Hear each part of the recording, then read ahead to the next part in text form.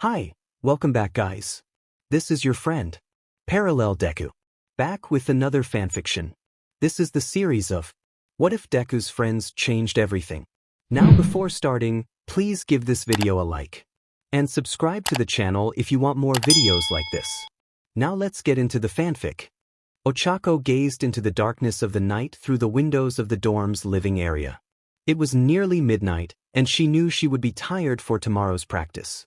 A sigh escaped her lips as she looked at her reflection in the glass, contemplating her thoughts while stirring her nearly cold tea. Bakugou entered the living area, his hair tousled from sleep and his eyes half closed. His voice was low and raspy from drowsiness. Ochako observed him for a moment, noting how even in this state, he looked handsome. She quickly shook off her dreamy thoughts and responded to him, asking if he had changed his sleep schedule. He moved to the kitchen, retrieving a glass from one of the cupboards. Without looking at her, he filled it with water.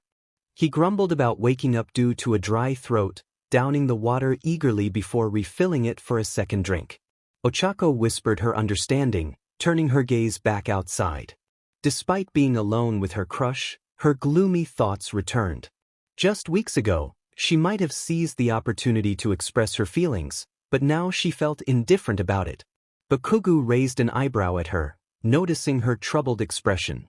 He inquired about her tiredness, suggesting that this was not her first sleepless night. She hummed in response, brushing off his concern. Bakugou, though often brash, didn't want anyone to be hurt during training due to fatigue. He had been wrestling with his feelings for Ochako for months, initially dismissing them until his friend Kirishima pointed out his protective nature towards her. The realization had unsettled him, especially since his friends kept pushing him to admit his feelings. Ochako smiled at Bakugou, causing his heart to race. She assured him that he didn't need to worry about her, explaining that her friends had suggested remedies that hadn't worked for her. She mentioned Momo's advice about drinking tea before bed, but it had not helped. Bakugou noticed the strong scent of her tea and asked if it was ginger tea. When she confirmed it, he raised an eyebrow, surprised that she hadn't sought better advice. He explained that ginger tea could improve blood flow and energy levels. Ochako was taken aback, realizing he had knowledge about tea. She suggested that Momo would be excited to discuss it with him, but Bakugou quickly dismissed the idea, claiming he only knew because someone had told him once. Ochako decided she would ask Momo for a better tea to help her relax. Bakugou, however, was still concerned about her well-being and pressed her to share what was bothering her. She let her shoulders slump, a sight he didn't want to see. The woman in front of him always walked around with a smile for everyone, ready to fight the world and prove that she belonged among the pros too. She began to speak but then pressed her lips together, fidgeting with her fingers as if embarrassed. However, she continued, explaining that her parents had sold their company and started working for another construction firm. He thought to himself, confused about how her parents' situation related to her studies and mood. She looked at him, tears brimming in her eyes, and he felt a sudden pang in his heart. It was such an uncommon sight to see her on the verge of tears, and it felt heartbreaking. She expressed her desire to help her parents, sharing that she had just started the hero course to gain better control over her quirk. Her goal was to work at their company to support them or even financially assist them as a hero later on. She wanted them to have an easier life. A tear rolled down her face, leaving a shimmering trail on her cheek, soon followed by others. She wiped them away and forced a shaky smile, revealing her inner turmoil. She felt as though her reason for pursuing heroism had vanished, leaving her questioning her purpose. He thought desperately, hoping she wouldn't quit. The image of her packing her belongings and leaving UA at the start of their third year, abandoning her promising hero career and him, hurt deeply. It was a struggle for him to hold back his own tears. He asked if she had her phone with her. She looked at him with her big hazelnut-colored eyes, nodded, and handed it to him unlocked. He opened a new browser tab, searched for something that might help her, and then returned the phone. She asked about the term he had found and he stood up, finishing his drink in one go.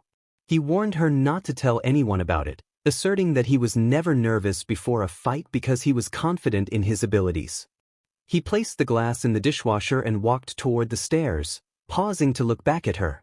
He admitted that fighting against her was thrilling and urged her not to leave him hanging.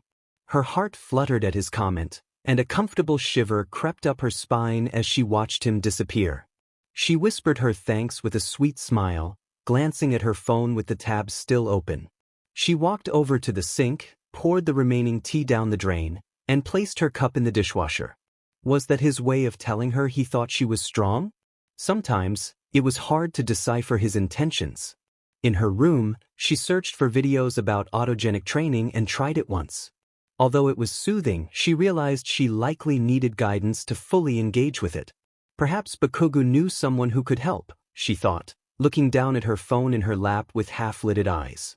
She decided she could text him tomorrow if she felt at ease, but she went to bed still troubled by unsettling nightmares. Meanwhile, Bakugou sat in his room, his heart racing after their conversation.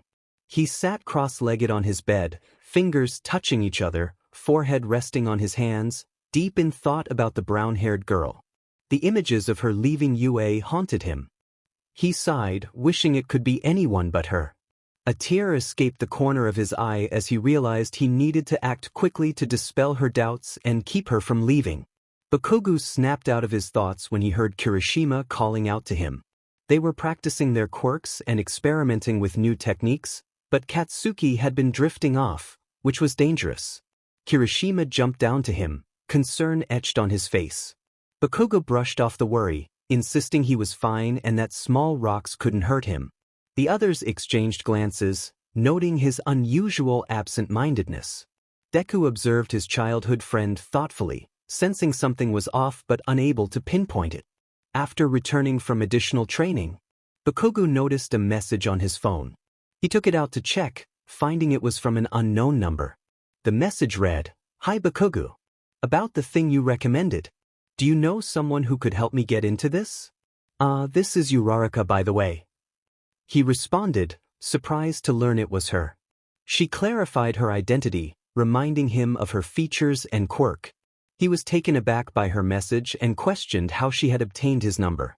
She admitted that Izuku had given it to her. Dynamite felt a mix of annoyance and amusement as he locked his phone and placed it back in his sports bag. He couldn't help but smirk at the thought of how flustered Cheeks must be, possibly screaming throughout the dormitory. Kirishima appeared around the corner, just finishing his last set of exercises. He opened his locker and noticed Dynamite's mood. He commented on it, curious about what had happened. Dynamite snapped back, irritated that Kirishima was prying into his business. He grabbed his shower gel and shampoo, slamming the locker shut before heading to the showers. Kirishima stood there, slightly dumbfounded, wishing his friend would just share what was bothering him. The day continued as Aizawa, still wrapped in his sleeping bag, greeted Class A at Ground Gamma. The class responded in unison, waiting for their teacher to explain the day's activities. Aizawa finally emerged from his sleep bag and pulled out his phone, announcing that they would be having randomized 2-on-2 fights. He called out the first pairings, and Deku quickly spotted Jairu, waving at her with enthusiasm as they prepared to team up. As the matchups continued, Ojiro stepped forward to find his partner, happily greeting Shiro.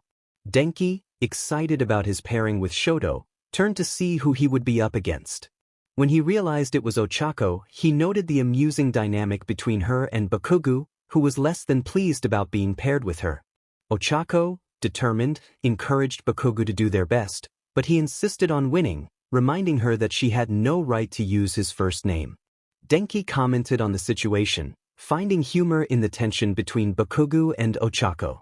Bakugou, not one to take jokes lightly, reacted with his typical fiery temper, questioning Denki's eagerness to provoke him. Ochako, feeling the pressure, exchanged nervous glances with Shoto, who offered her a supportive smile. As they prepared for their match, Ochako expressed her doubts about the plan Bakugou had suggested. He grumbled in response, but she tried to reassure him, hoping to avoid any explosive reactions. Despite her insecurities, she resolved to do her best, swallowing her fears as they moved to their starting positions. Bakugou took a deep breath, readying himself for the fight. Shoto summoned his ice powers, and Bakugou, with a confident smirk, declared that he would never give up. Denki, watching the scene unfold, felt a mix of pity and excitement for Ochako, who was about to face a challenging battle. Denki acknowledged Bakugou's effort, raising his eyebrows as he threw some discs at him. Bakugou chose not to dodge, allowing the discs to stick to him. He thought about how he was ready to take them on, but maintained a stoic expression. Then he noticed her, floating in with the giant tank behind the other two boys. Denki pointed at Bakugou and charged up even more. He heard Shoto's voice, reminding him to accept his limits, as he prepared to attack. Bakugou glared at them, watching as Ochako glanced down and tapped her fingers together. The tank fell, and Bakugou struck it just in time, resulting in a massive explosion. The force sent Ochako tumbling through the air, but she landed against someone's chest. An older voice grumbled a warning to be careful. Bakugou landed on a pipe and looked down, seeing the other two knocked out. Ochako, still floating beside him, performed a backflip in the air, cheering about their victory. She expressed her pride in Bakugou for taking so many hits. He grunted dismissively, though a sense of happiness and pride swelled within him. Ochako floated down, checking on the others before taking Shoto's wrist to pull him along in midair. She asked if Bakugou could take Kaminari, as they needed to get them to Recovery Girl. Bakugou shrugged, saying that Kaminari would be fine and to not worry about it. Just as he was about to turn away, Ochako called his name again, looking at him with furrowed brows and a questioning tone, suggesting she would owe him. He hesitated, realizing how valuable an IOU from her could be. He could ask her to train together or spend time alone, away from others. Finally, he relented and walked back to her, taking the other unconscious boy. Together, they returned, with Ochako excitedly discussing how she managed to bring the tank over without feeling nauseous for once. When they arrived, she set them down and cancelled her quirk, landing on her feet. Bakugou now had an IOU from Ochako, and he contemplated how to use it wisely. In the end, Katsuki decided to use the IOU for training, and it proved to be worthwhile. Ochako was an excellent sparring partner. Her determination kept her on her feet, taking one explosion after another and getting back up each time. At one point, she stumbled while trying to regain her footing. He called out to her, reaching out to catch her, but she managed to steady herself on her knees, breathing heavily. Sitting back on her heels, she took a deep breath and apologized for holding him back. He dismissed her concerns, admitting that he had lost track of time and that it was his mistake for not taking a break sooner. He walked over to grab their water bottles, and Ochako followed him with her eyes before looking down at the ground. He urged her to drink something, gently tapping her head with her pink water bottle. She accepted it without looking at him and took a refreshing drink. However, her eyes began to burn again as her mind wandered, contemplating her reasons for staying at Yua. Before he could forget, she apologized for taking so long with the tank the previous day, acknowledging that she should have made more progress. Hearing her sad voice, he noticed her slumped shoulders and turned head, indicating she was deep in thought again. He struggled to find the right words to comfort her. As she stood to retrieve her water bottle, Bakugou reached out for her. She insisted everything was fine, raising her arms protectively. Her water bottle slipped from her grasp and fell to the ground. He saw tears welling in her eyes and some already falling. He grabbed her wrist, urging her to stop acting and to talk to him about what was bothering her. Ochako pulled her wrist free and wiped away her tears, expressing her frustration at feeling left behind while others progressed. She admitted that she had relied on him to win their fight. Bakugou grinned, reminding her that everyone relied on him when they were on his team, and that he was determined to win. She glanced back at him, her eyes red and her nose scrunched up, muttering that he was terrible at cheering her up. He shouted in surprise, annoyed, and stepped closer to her. Ochako flinched, but he quickly grabbed her wrist again, warning her not to say that to anyone else. Before she could respond, he pulled her closer, and she nearly stumbled but managed to stay upright. Her eyes widened in surprise as he hugged her tightly, leaving her arms pinned to her sides. Hesitantly, she hugged him back as best as she could. Confused, she wondered if this was his way of offering comfort, a mix of self-satisfied words and a firm embrace. But she didn't complain. It was a comfort hug from Katsuki Bakugou. When she shared her experience with Mina and the other girls, They would never believe her. Not in a million years. She mumbled about how warm he was, her eyes widening in shock at her own words. What a foolish thing to say. This was practically a death sentence. Ochako had already sent silent wishes to her family and friends, hoping for a swift end to her embarrassment, but to her surprise, Bakugou remained calm. He grumbled that it was only natural since they had just worked out. She exhaled shakily, relieved to be alive. Bakugou noticed her shaky breath and furrowed his eyebrows, feeling a pang of concern. He needed to come up with a reason for his calmness, and quickly.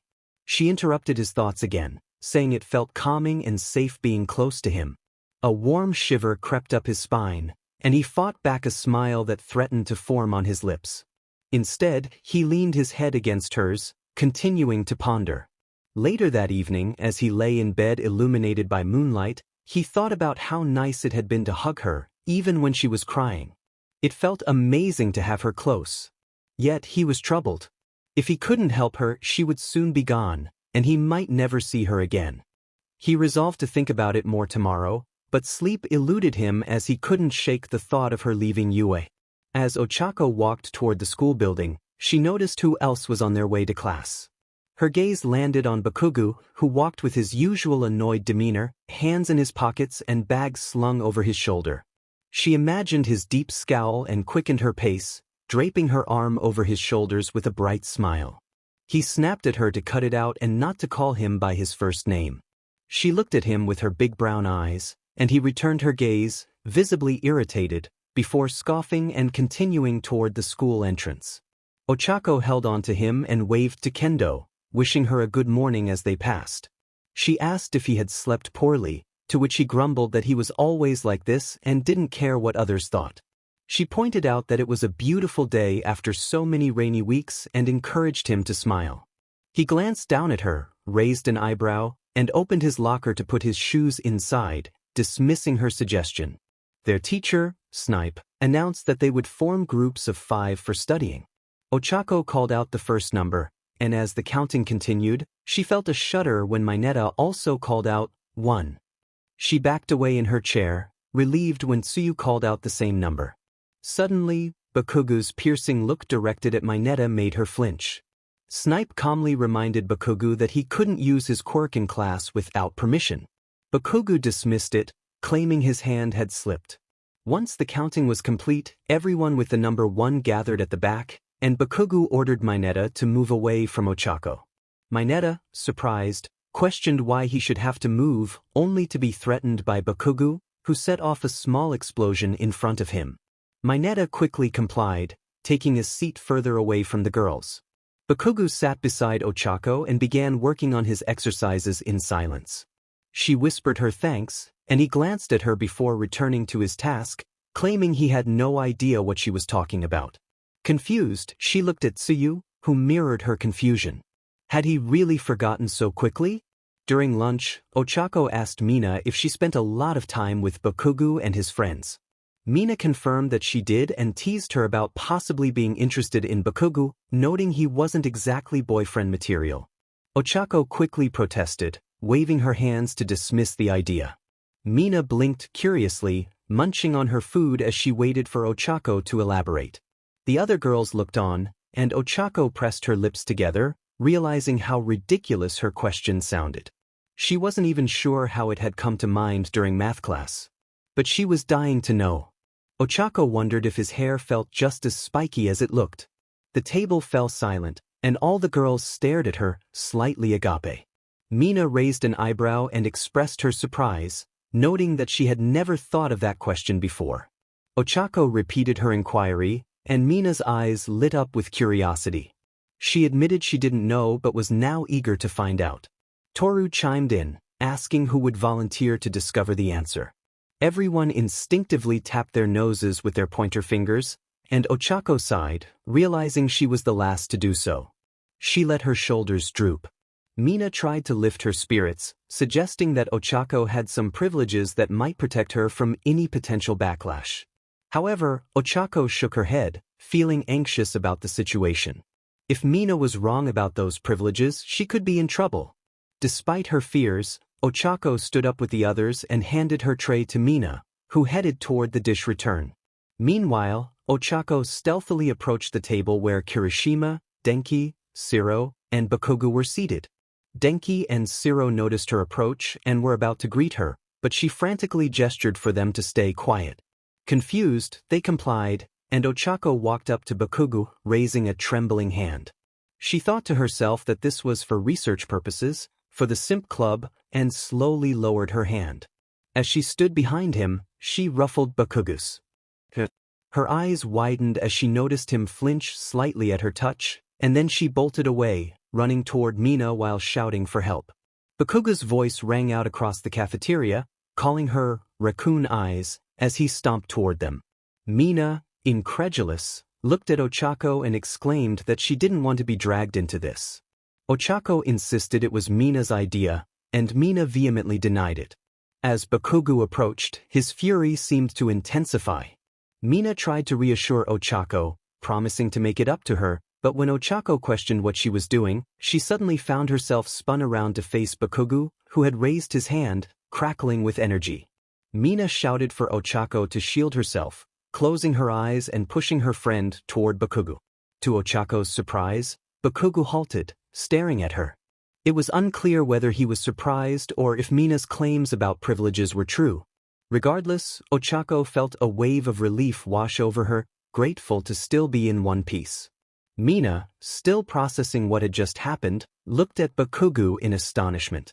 He grumbled that he had no time for this nonsense and that she was lucky they had rescue training today. Otherwise, she would have been his training partner and punching bag.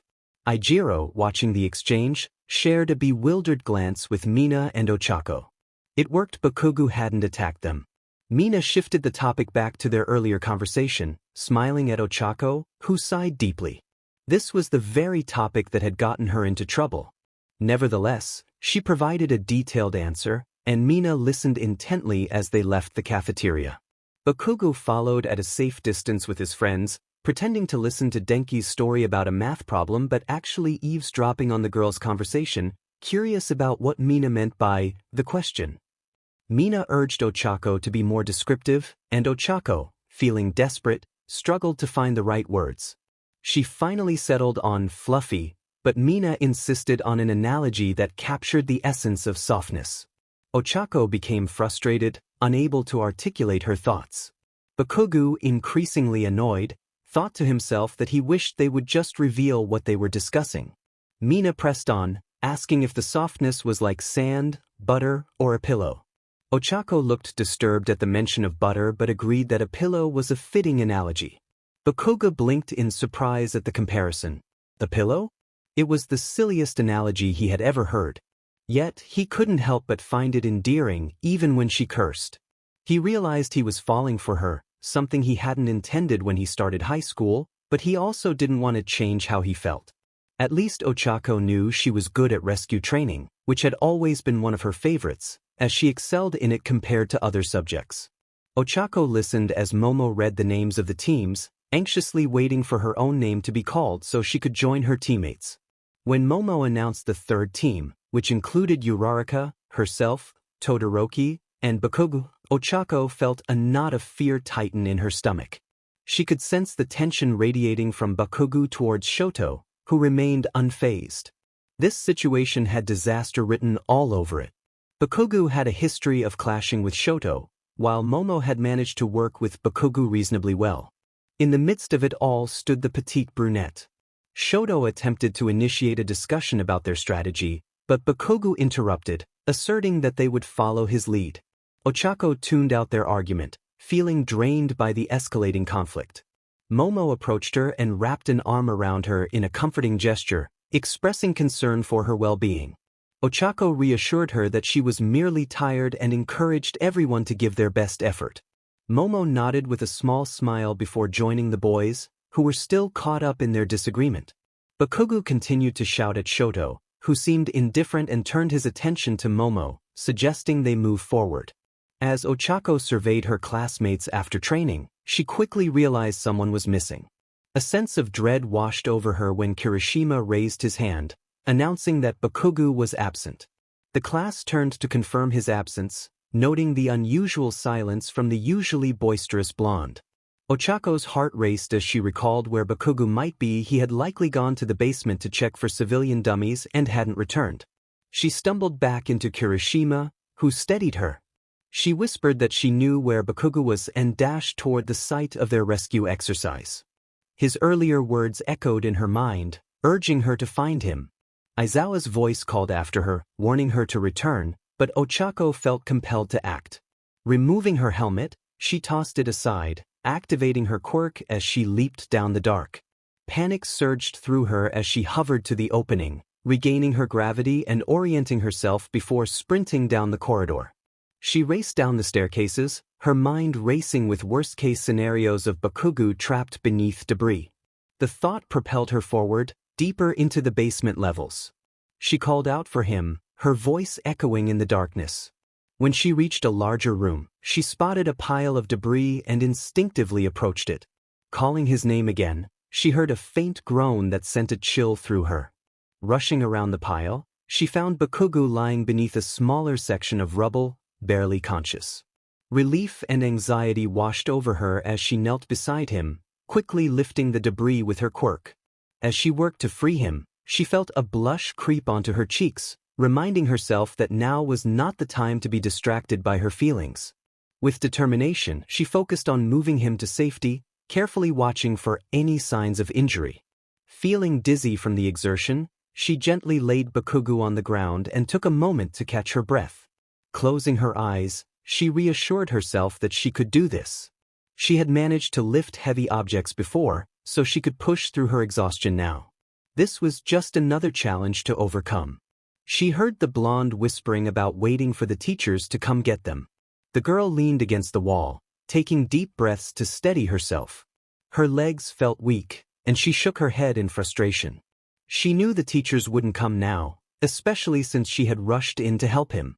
They were probably worried about searching for them in vain, particularly with the building in such a precarious state. She turned back to the blonde, who looked at her with slightly narrowed eyes. He chuckled quietly, expressing disbelief at her reckless decision to jump into danger. Despite her exhaustion, she lifted him again and began to walk, determined to keep moving. As they approached the next set of stairs, Ochako heard a rumble and glanced at the blonde, questioning if it was him. He groaned, confused as the rumble echoed again, causing dust and small debris to fall from above. Katsuki snapped at her to get away, realizing the source of the sound. The building had become increasingly unstable from their training, but Ochako refused to run. She had learned that heroes didn't back down, and she had grown up around construction sites, often accompanying her father. She couldn't give up now. Reaching for a thick plate nearby, she pulled Katsuki closer and stepped back against the wall. Using her quirk, she maneuvered the plate in front of them, forming a protective triangle with the wall. She released the gravity on the plate and held Katsuki tightly, closing her eyes in a silent prayer that her makeshift shelter would hold. She wasn't a genius like Momo, nor was she a quick strategist like Todoroki, Deku, or Bakugou. She had always relied on what she had been taught. As she clung to Bakugou, her heart raced, and her ears rang from the rumble. She opened one eye slightly, peeking over his shoulder. They were safe for the moment, though the path to the staircase was blocked. A finger poked her cheek, and she blinked, looking down at him. He smirked, teasing her about holding onto him too tightly. Flustered, she quickly released her grip and untangled their legs, her face turning red. She apologized, feeling embarrassed, and suggested they focus on getting out instead of lingering on their situation. As she crawled out of their shelter, she pulled Katsuki along, who still wore a smug grin. She couldn't help but roll her eyes at him. She searched for a way out in the dim light, noticing a hole in the ceiling from the collapse. Determined to escape, she thought about how wonderful it would feel to finally rest once they were free. Ignoring her fatigue, she used her quirk to hover them upward, her determination pushing her through the exhaustion. Once on solid ground, she continued to move slowly, but Katsuki urged her to stop, insisting it was pointless. She refused, her heart aching as tears blurred her vision. She reminded herself that heroes never stopped, they always pushed forward, embodying the spirit of plus ultra, just as their teachers had taught them. Memories of her parents' pride when she received her acceptance to UA flooded her mind, fueling her resolve. Katsuki pleaded with her, but she cut him off, explaining that she had made a choice when she ran back for him, disregarding Aizawa's instructions. Instead of snapping at her, he blinked, feeling a warmth in his chest at the thought of her bravery. He had promised himself not to let emotions distract him from his goal of becoming the #1 hero, yet Ochako's determination stirred something within him. She insisted that nothing would stop her, not even him, and continued walking. They reached another spot with a hole in the ceiling, and she removed her gravity once more, floating up with a fierce determination.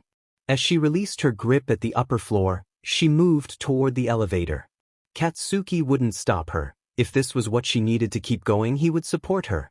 With only one floor left to reach the exit, Ochako stumbled but fought to remain upright, sweat glistening on her forehead.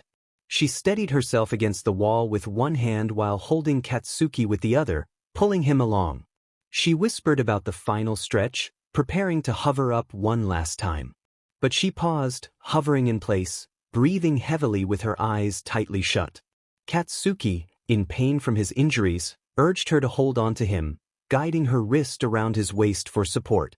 Ochako felt the warmth of Katsuki's presence as she wrapped her arm around him, resting her head against his chest. She knew he would likely scold him for what he was about to do, but he needed to act. With a small explosion, he propelled them upward and to the side, moving them away from danger. Ochako squeezed her eyes shut, gripping his shirt tightly, and whimpered when she realized the intensity of the situation. She whispered for him to release her as she planted her feet on the ground. Katsuki felt a sharp pain in his arm but maintained his composure, refusing to show any weakness. She thanked him unexpectedly, holding onto his wrist and the wall as she began to walk again. Katsuki, however, felt himself growing dizzier, his vision blurring intermittently. Exhaustion was setting in, and the effects of his injuries were becoming apparent, especially the headache that hinted at a possible concussion. Ochako's brown eyes darted toward the exit, and she murmured under her breath that they were almost there, urging him not to pass out. He chuckled, acknowledging her concern, but she quickly admonished him not to fall asleep. As he leaned against her, his head grew heavy, and he slumped against her. If it weren't for her quirk, she would have likely fallen backward into the elevator. Suddenly, Kirishima's voice echoed down, calling out to them. Ochako looked up to see his blurry silhouette. She responded weakly, and soon after, Siro's voice rang out, instructing her to reach out her hands so he could pull them up. She insisted that Bakugou should be rescued first, and with her quirk, she helped him float upward. Siro wrapped his tape around Bakugou, pulling him up while Kirishima and Shinso caught him. As Ochako restored Bakugou's gravity, her body wavered, and she stumbled forward, experiencing a sense of déjà vu reminiscent of her first sports festival. Just as she felt herself slipping, a voice she barely recognized called her name, and everything around her faded to black.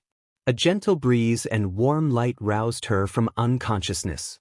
She turned to see Recovery Girl sitting beside her with a kind smile, offering her a glass of water, which she drank eagerly. Ochako expressed her gratitude, and Recovery Girl reminded her not to push herself too hard, noting that she had been unconscious for quite some time. After checking her blood pressure, Recovery Girl reassured her that it was improving. As she leaned back, Ochako gazed out the window at the setting sun and the first stars appearing. In the sky, feeling a sense of beauty and anticipation for the night ahead. Recovery Girl noticed her contemplative expression and asked what was on her mind. Ochako admitted she was thinking about a friend, prompting Recovery Girl to inquire if it was Katsuki Bakugou. Flushing with embarrassment, Ochako buried her face in her hands, but Recovery Girl reassured her that Bakugou had returned to the dorms and was recovering well, which brought a relieved smile to Ochako's lips. Denki snapped at Bakugou, urging him to stop acting like a child and engage with them for once. Kirishima, Siro, and Mina shared concerned glances as Bakugou stormed through the dorm hallways, clearly in a foul mood since returning from the infirmary. Denki's comment about Bakugou's mood resembling Mina's during a certain time of the month elicited an immediate reaction. Bakugou grabbed Denki by the collar, his eyes blazing with anger. Kirishima tried to calm the situation, but Denki insisted he meant what he said, provoking Bakugou further. As Bakugou lifted Denki off the ground with a threatening growl, the others watched in disbelief. Denki, undeterred, taunted Bakugou, inviting him to unleash his power. The tension escalated, with sparks of electricity crackling around Denki as he challenged Bakugou. Shiro intervened, warning them that their confrontation could lead to destruction, but they remained locked in a fierce stare-down. Just then, Mina's phone blared, "Barbie girl," through the hallway, breaking the tension and distracting the two boys as she answered the call, asking Ochako how she was doing. She greeted her friend with a bright smile, glancing at her nails while completely ignoring the boys around her and the precarious situation they were in. However, the worry was unnecessary now. Bakugou's explosions had calmed down, and he set Denki back on the ground, who also ceased his quirk as soon as he felt the floor beneath him. The blonde released Kaminari's collar, the tension leaving his body, and observed Mina intently. Mina asked if there was something she could change, wondering if she had a special wish. She playfully inquired if he needed anything else, raising an eyebrow at the oldest member of their group. After a slight nod from him, she muttered that she would be right back. Mina took a few steps toward him, extending her hand with her phone while looking at Katsuki. She questioned if he had been asked for, and the blonde took her phone, turning his back to his friends, stuffing his right hand into his pants pocket while staring at the floor. He greeted her with a hint of irritation, trying to suppress a smile so the others wouldn't notice. She responded cheerfully, and he huffed, reminding her not to call him that, as he found it impolite. She giggled on the other end and asked if he was feeling better, mentioning that Recovery Girl had said he recovered quickly. He replied curtly, still annoyed with the school nurse and his homeroom teacher for not allowing him to stay back to look after Ochako. Although he felt a bit sore, he kept that to himself. She expressed her relief at his recovery, and there was a brief silence. Katsuki was about to tell her to get some rest, but he remembered the rest of the squad was watching him, so he held his tongue. When she asked him for matcha and if he could ask Mina to get some, he smirked, wanting to grin but holding it back. He sighed and gazed out the window at the night sky, agreeing to her request and telling her to get some sleep. She wished him well too, and he quietly said goodbye before hanging up. He turned around and tossed the phone in Mina's direction, who caught it just in time with a startled yelp. When she asked what Ochako had said, he replied that it was nothing important, continuing his way back to his room, feeling calmer. Denki pointed out that it seemed important to him since he appeared happy during the call. In response, Bakugou lifted his right hand from his pocket and created a small explosion in his palm, a wordless threat indicating he didn't want to engage further. Returning to the dorms, Ochako stretched her arms, feeling much better than in the infirmary. Mina had brought her some clothes to change into after school and walked back with her. Momo from the kitchen offered her some tea, which Ochako gladly accepted. She sat down in the living area but kept glancing at Mina, anticipating her friend would jump up to get the matchas. Mina wouldn't forget something like that, especially if it meant sacrificing her lunchtime to fetch them. As she listened to her friends talk about their day, she heard a faint rustling noise to her right. With her teacup raised to her lips, she thought of the matchas and carefully set her cup down. The others fell silent, looking at the newcomers standing behind the sofa where Ochako sat. Katsuki warned her not to complain about the matchas, and she was thrilled to see they were her favorite flavors. Gratefully, she asked how much she owed him, and he smirked, suggesting she consider it a thank you for being a hero. She humbly replied that anyone would have done the same, but he reminded her that she had acted first. With that, he pushed himself off the armrest, telling her not to be too loud as he wanted to do his homework, and walked away. Mina glanced at Ochako, who was still admiring the matcha packaging, a simple black and white design with a golden ribbon. Mina recognized the store from her visits to the train station and knew it wasn't cheap. She thought about how Ochako would never spend that much without hesitation. Mina looked over at Kirishima, who seemed to share her thoughts, sighing and shaking his head slightly. Their friend was just too stubborn. Ochako stepped aside, attempting to circle around Katsuki to throw him off balance. He laughed, stopping in his tracks like a rock against the waves. Then, he twisted her arm over his shoulder and playfully tossed her, causing her to lose her orientation and land on her back with a soft thud. The blonde had pinned her down before she could collect herself, and when she finally blinked away the dizziness, she saw him hovering over her, holding her tightly in place. He grinned, and she sighed in frustration, tilting her head back as far as possible in her position. She complained about the unfairness of the situation, noting his size compared to hers. He laughed darkly and sat back on his heels, challenging her to stop complaining about his treatment. She propped herself up behind her back, looking at him tiredly and reminding him that this was his wish from her, "I owe you." She clarified that she wasn't asking for him to go easy on her. She was simply exhausted from all the hero work studies, late-night lessons, and training. Apologizing for snapping at him, she noticed the concern in his eyes as he looked down at her, his proximity making him feel weak. They were alone in the gym, early in the morning, and he sighed, brushing his thumb over her visible eye bags. She flinched in surprise but allowed him to continue. He proposed a deal. They would go back, he would make breakfast, she could rest for the day, and he would send her his notes and help her with homework if she needed it. He added that there would be no objections, warning her not to mention it again. She blinked in confusion, wondering why Katsuki Bakugou would offer such help. Resting did sound inviting, but she questioned how much she would owe him afterward. He simply asked her to train with him another time. Back at the dorm, Ochako sat at a table, watching Katsuki prepare breakfast with his headphones in. She wondered what kind of music he was listening to, perhaps something soothing to calm down after training or energetic motivational music to hype himself up. She decided to ask him later over breakfast. A movement caught her eye, but when she turned her head, there was nothing there. Maybe it was just a bird outside the window. Unable to contain her curiosity, she got up, sneaking up to him and removing one of his headphones to plug it into her ear. He looked at her, surprised, his eyes wide and eyebrows raised as he paused mid-cutting. The music playing through the headphone was intriguing, starting with bells that had a post-apocalyptic feel. As the rhythm picked up, she could hear drums, string instruments, and a male voice singing a hopeful chorus. She smiled, enjoying the sound. Katsuki quietly asked what she was doing, and she closed her eyes, lost in the music. She whispered that it was nice, expressing her surprise that he listened to this kind of music. He observed her peaceful expression and smiled gently, knowing she couldn't see him. He lifted her onto the counter so she could lean against the fridge, allowing him to continue his work. However, they were not as alone as he had thought, and his softer side had been revealed. Later, Katsuki sent her a series of messages containing pictures of his notes, offering help with her homework. Ochako smiled as she scrolled through the images, feeling grateful. She responded, expressing her thanks, but her phone slipped from her hand and hit her face. She winced, turning to the side, holding her nose. Her phone vibrated again, prompting her to check it.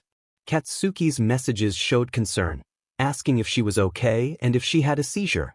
Realizing her last message had been garbled due to the fall, she quickly reassured him that she was fine and explained the accident. Katsuki's responses were typical of him, a mix of annoyance and care, urging her to focus on her homework. After he went offline, Ochako felt a twinge of sadness, wondering if she had upset him.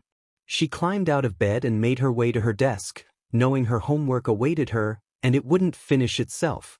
It didn't take long, maybe about 30 minutes, and Ochako was already struggling. She scratched her head with her pen and hummed thoughtfully. She regretted not going to class instead of following his advice to call in sick.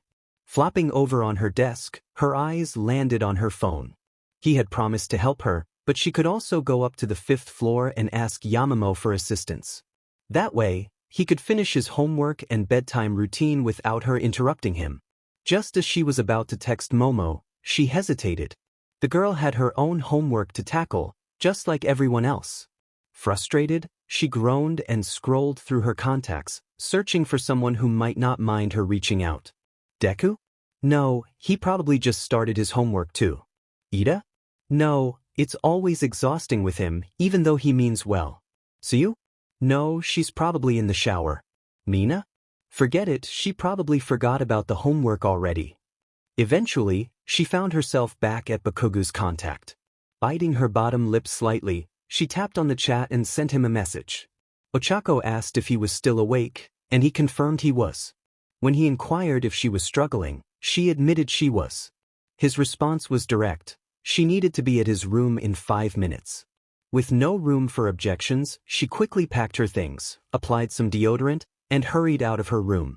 As she waited for the elevator, her foot tapped impatiently on the ground. When the doors opened, she slipped inside, pressing the ground floor button repeatedly. As she passed Mina, she waved her off, saying she would talk later. She made her way to the boys' section of the dorm and headed up to the 4th floor. When the doors opened, she turned quickly, passing Shoji's and Kirishima's rooms before stopping in front of Bakugou's. No one had ever seen his room before, and suddenly she felt a thrill at the thought of being the first. Katsuki appeared in front of her, asking if she was going to stand there forever. She stammered an apology and walked past him, her eyes glued to the ground. To her surprise, his room was clean and organized. The shelves were neatly arranged on one side, and his mattress was on top of them. A desk sat across from it beside the window. She noticed a sofa and a small table in the corner, along with a dresser adorned with decorations. Feeling a bit shy, she entered the room as Katsuki growled at her. She looked around, noting how spacious it felt despite the little living area he had created. It felt so much like him, efficient and practical.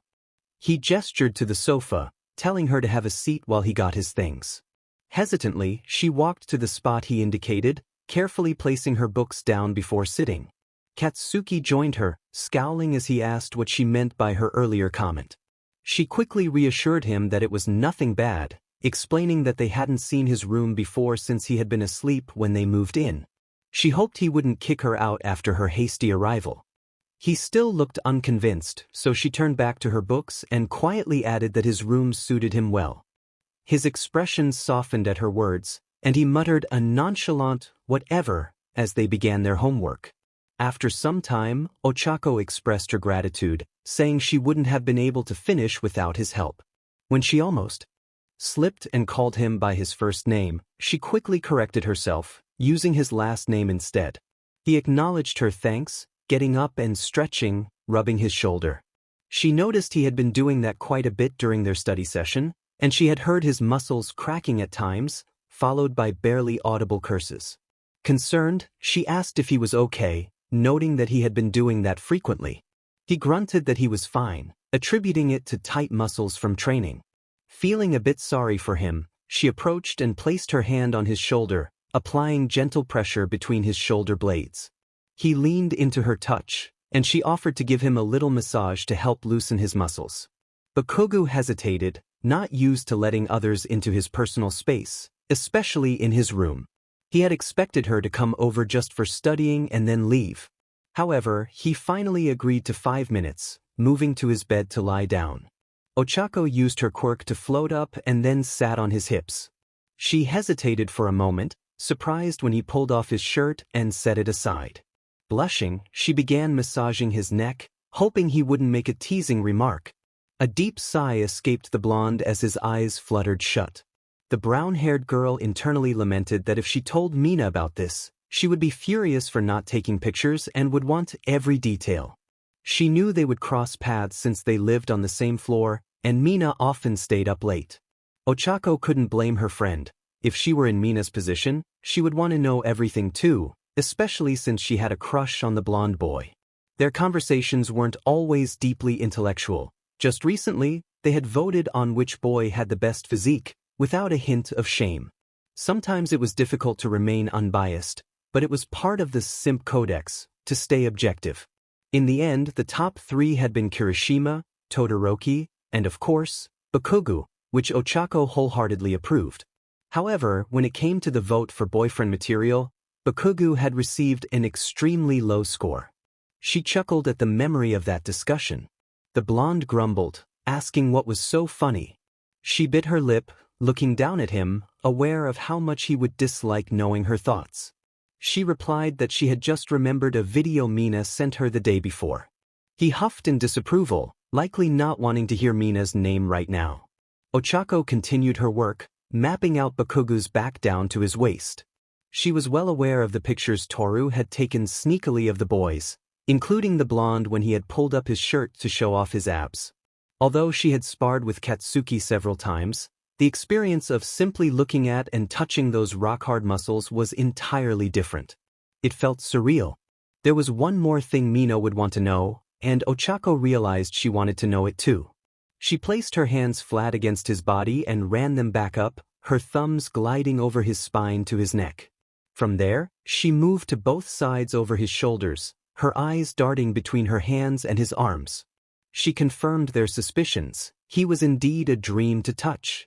Leaning forward, she found it necessary to press her chest against his back, her face hovering above him. The blonde opened his eyes and glanced up at her with a teasing glint in his crimson eyes and a smug smirk. He was undeniably confident. Yet he had every reason to be. If only he were a little nicer to everyone, she thought, unable to look away in embarrassment. He raised an eyebrow and grinned, commenting on her weight. She huffed, offended, insisting she could hold him in place if needed. Without hesitation, he quickly shifted his body to the left, causing her to tumble off him with a startled sound, her hands still gripping his arms. She reminded him that she could still make him float, puffing her cheeks as she gestured to her hands. He shrugged, stating that as long as she wouldn't give up, it was fine, and closed his eyes again, leaving her in her position. Ochako felt strange lying next to him. She felt out of place. She whispered if she should go, preparing to sit up when he grumbled that 5 minutes weren't over yet. Unsure of what to do next, she considered her options.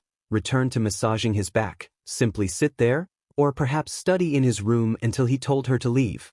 But he answered her unspoken question, turning his head to the right and tapping his shoulder, instructing her to lie down. He mentioned her patrol the next day and the extra class she had in the evening. How did he know her schedule? She had never told him. But she complied with his request, slowly lying down with her head on his shoulder. With his calm breath beneath her and his warmth enveloping her, it was surprisingly comfortable. She could easily doze off like this, just close her eyes and sleep for a little while. The next time Katsuki opened his eyes, he heard a soft snore behind him. Something soft tickled his nose, accompanied by a flowery scent. He felt a warm breath fanning over his neck rhythmically with the gentle snores. When he attempted to move, he noticed another pair of arms laced under his, holding onto him tightly. He furrowed his eyebrows slightly and glanced back to see Ochako sleeping, her upper body resting on his back. He sighed, smirking in defeat, thinking that just a bit more time was fine. Ochako sat on her bed, her legs drawn close to her body as she stared outside. She held her phone, contemplating a message she wanted to send but hesitating. In the end, she pressed the send button and waited. The response came quickly, as usual for her friend. Ochako messaged Mina, asking if they could talk. Mina replied immediately, telling her to open the door. Sometimes, Ochako wondered how Mina always seemed to know when something was up. She got up and opened the door, finding the pink-haired girl already standing there. Mina's eyes sparkled with excitement as she remarked that Ochako's blushing face indicated she was in for a treat, and it had to do with someone explosive. Ochako sighed, questioning why she was friends with Mina as she closed the door behind her, watching Mina sit down on the bed. "I'm all yours," Mina declared eagerly. Ochako admitted that she had been in Bakugou's room to study, and Mina's eyes widened in surprise. Leaning closer, she whispered excitedly, asking for every detail about how the room looked and how the study session went, emphasizing the phrase, study session, with a knowing smirk. She shouldn't have confided in Mina. The girl already had too much material for blackmail, and now Ochako had given her even more simply because she needed to talk. She could have texted Sue or Momo instead. Ochako stammered as she began to describe the blonde's room in detail to the pink-haired girl, recounting how they studied together, which hadn't been particularly eventful, but then there was the massage afterward. Mina grinned incredulously, noticing Ochako's averted gaze. Mina leaned back, propping herself up on her hands, and pressed for more details.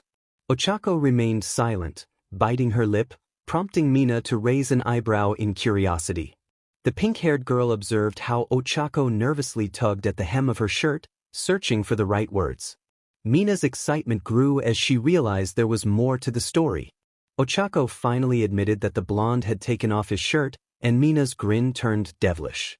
She expressed her admiration for Ochako's bravery, declaring that it was an honor to have such an experience without facing dire consequences. Ochako confessed that she wasn't finished sharing her story, which left Mina blinking in surprise. Ochako recounted how Katsuki had poked her cheek to wake her up teasingly before they parted ways for the evening. Mina couldn't believe that the usually angry Katsuki had treated her so gently. Ochako nodded, feeling overwhelmed by the situation.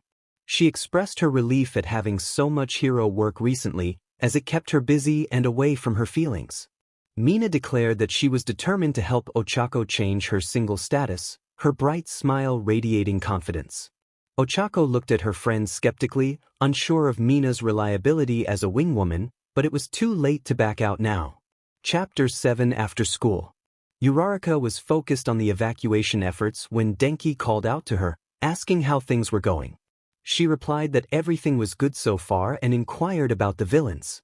Denki pointed out a white-haired villain in the distance, and Ochako squinted to see him more clearly. She noticed 3 other figures nearby: a toddler, probably with its mother, and someone who looked familiar. Katsuki was alone down there, and Denki explained that he had rushed off without waiting for backup. Kirishima expressed concern, explaining that the villain had a quirk that manipulated iron, which posed a significant threat to Katsuki. Ochako realized why he was on his knees, struggling to get up. They needed a plan, but the villain would hear any approach. Determined, Ochako pressed her lips together and reached out her hand, prompting Kirishima to mutter a worried plea. Bakugou was struggling, feeling the pressure of the villain's quirk forcing him to the ground. He regretted acting impulsively, knowing civilians were in danger. The villain taunted him, and Bakugou felt the weight of the situation. Suddenly, the villain lunged toward the child behind Bakugou, who felt a surge of panic. Just then, Ochako appeared, surprising everyone as she tackled the villain from behind. Her focus was unwavering, and as she clung to him, Bakugou noticed a flash of red between her fingers. Realizing what was about to happen, he shouted for her to get away, but it was too late. The electric shot fired, hitting the villain and causing him to scream in pain. The pressure on Bakugou lifted, and he quickly got to his feet, intending to pull Ochako to safety, but she warned him not to come closer. Bakugou, determined and used to the shocks from Denki, prepared to fight alongside her. "Let go of me," the blonde shouted, thrashing in the grip of the red-haired villain. Denki's electrification sparked, causing Ochako to fall beside the villain, who breathed heavily while she appeared unconscious. From a distance, Kaminari called out to Bakugou, urging him to use his gauntlets or any other explosive power. "No way," Bakugou replied, his focus solely on Ochako. The villain growled, his voice dripping with disdain, and rose to his shaky legs. Kirishima yelled at Bakugou to act, but he remained frozen, his eyes locked on the unmoving girl. Heroes got hurt during fights, but intentionally harming an ally was unacceptable. Bakugou knew he would face serious consequences for that. "Come on. What are you waiting for?" The white-haired villain chuckled, mocking them. Iron pieces began to tear free from the buildings around them. Kirishima quickly took the 2 family members and moved away, while Denki grabbed Bakugou's arm, trying to pull him along. But Bakugou stood firm, his gaze still fixed on Ochako. "We have no time. Move." Denki glanced back at Bakugou and then at the villain, who was gathering more iron, all of it aimed at Bakugou and Denki instead of Ochako. Denki glared and pressed his finger against the pin of his gauntlet, finally catching Bakugou's attention. "Move or I'll fire it." Bakugou wanted to shout, to lash out, but deep down, he feared that Denki might actually follow through. Reluctantly, he took a step back. Then another, finally turning to follow Denki around the corner. Where were the pro-heroes when they needed them? "Send my regards to the underworld," the villain chuckled, preparing to launch the iron bars at the students. But just as he did, he lost his balance, and the iron pieces floated away from him. A weak voice whined, and Bakugou caught a glimpse of Ochako rising to her feet once more. The villain grinned, laughing loudly, confident in his superiority. "You think that little trick will defeat me?" he taunted. "No," she replied, quickly closing the distance, spinning him around like a carnival ride before kicking him with both feet, releasing his gravity upon impact. He flew into a building's wall. Ochako landed gracefully, her hand reaching out to lift the villain effortlessly into the air. She grabbed an overturned pillar and raised it above him. "Give me a break, I'm not a toy," he complained, trying to find something to defend himself. Ochako caught his attention and, with a smirk and a glint in her eyes, said, "Go to the underworld." With that, she struck him with the pillar, sending him flying. Ochako descended, seeing Kirishima rushing toward the villain while Kaminari and Bakugou hurried to her side. As soon as her feet touched the ground, she whispered, "Release," and the pillar fell to the side with a loud thud. She slumped against something or someone. "You're amazing. A real pro," came a voice. She smiled against Bakugou's chest, closing her eyes with a deep sigh. "You said my name." Caught off guard, Bakugou almost stumbled back but steadied himself as she clung to him. "I'm kind of exhausted," she murmured, her fatigue and relief overwhelming her, leaving her two classmates confused and concerned. Ochako returned from the infirmary to a raucous dorm. While she was accustomed to some chaos, this level of commotion was particularly interesting. "Lord have mercy. Don't run away, spark plug. Get over here." "No thanks."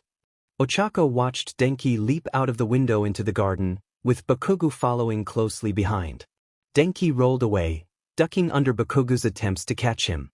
"Calm down. I didn't take her away. Hawks did. I don't care. You electrified her in the first place. Because she asked me to." "Ask Kiri." Denki whined, and Ochako stepped forward, unsure if she could stop Bakugou's anger-fueled pursuit of Denki. Shoto and Kirishima also rushed out, trying to restrain Bakugou without using their quirks. "Ochako? Thank heaven you're here. Please help me." Denki shouted as he ducked again and then jumped back. Bakugou stumbled, giving Denki the chance to create distance. "I asked him to do it, it's true," Ochako finally managed to say, watching Bakugou turn around slowly. His eyes scanned her bandaged form, lingering on her face. She scratched the back of her head and smiled innocently.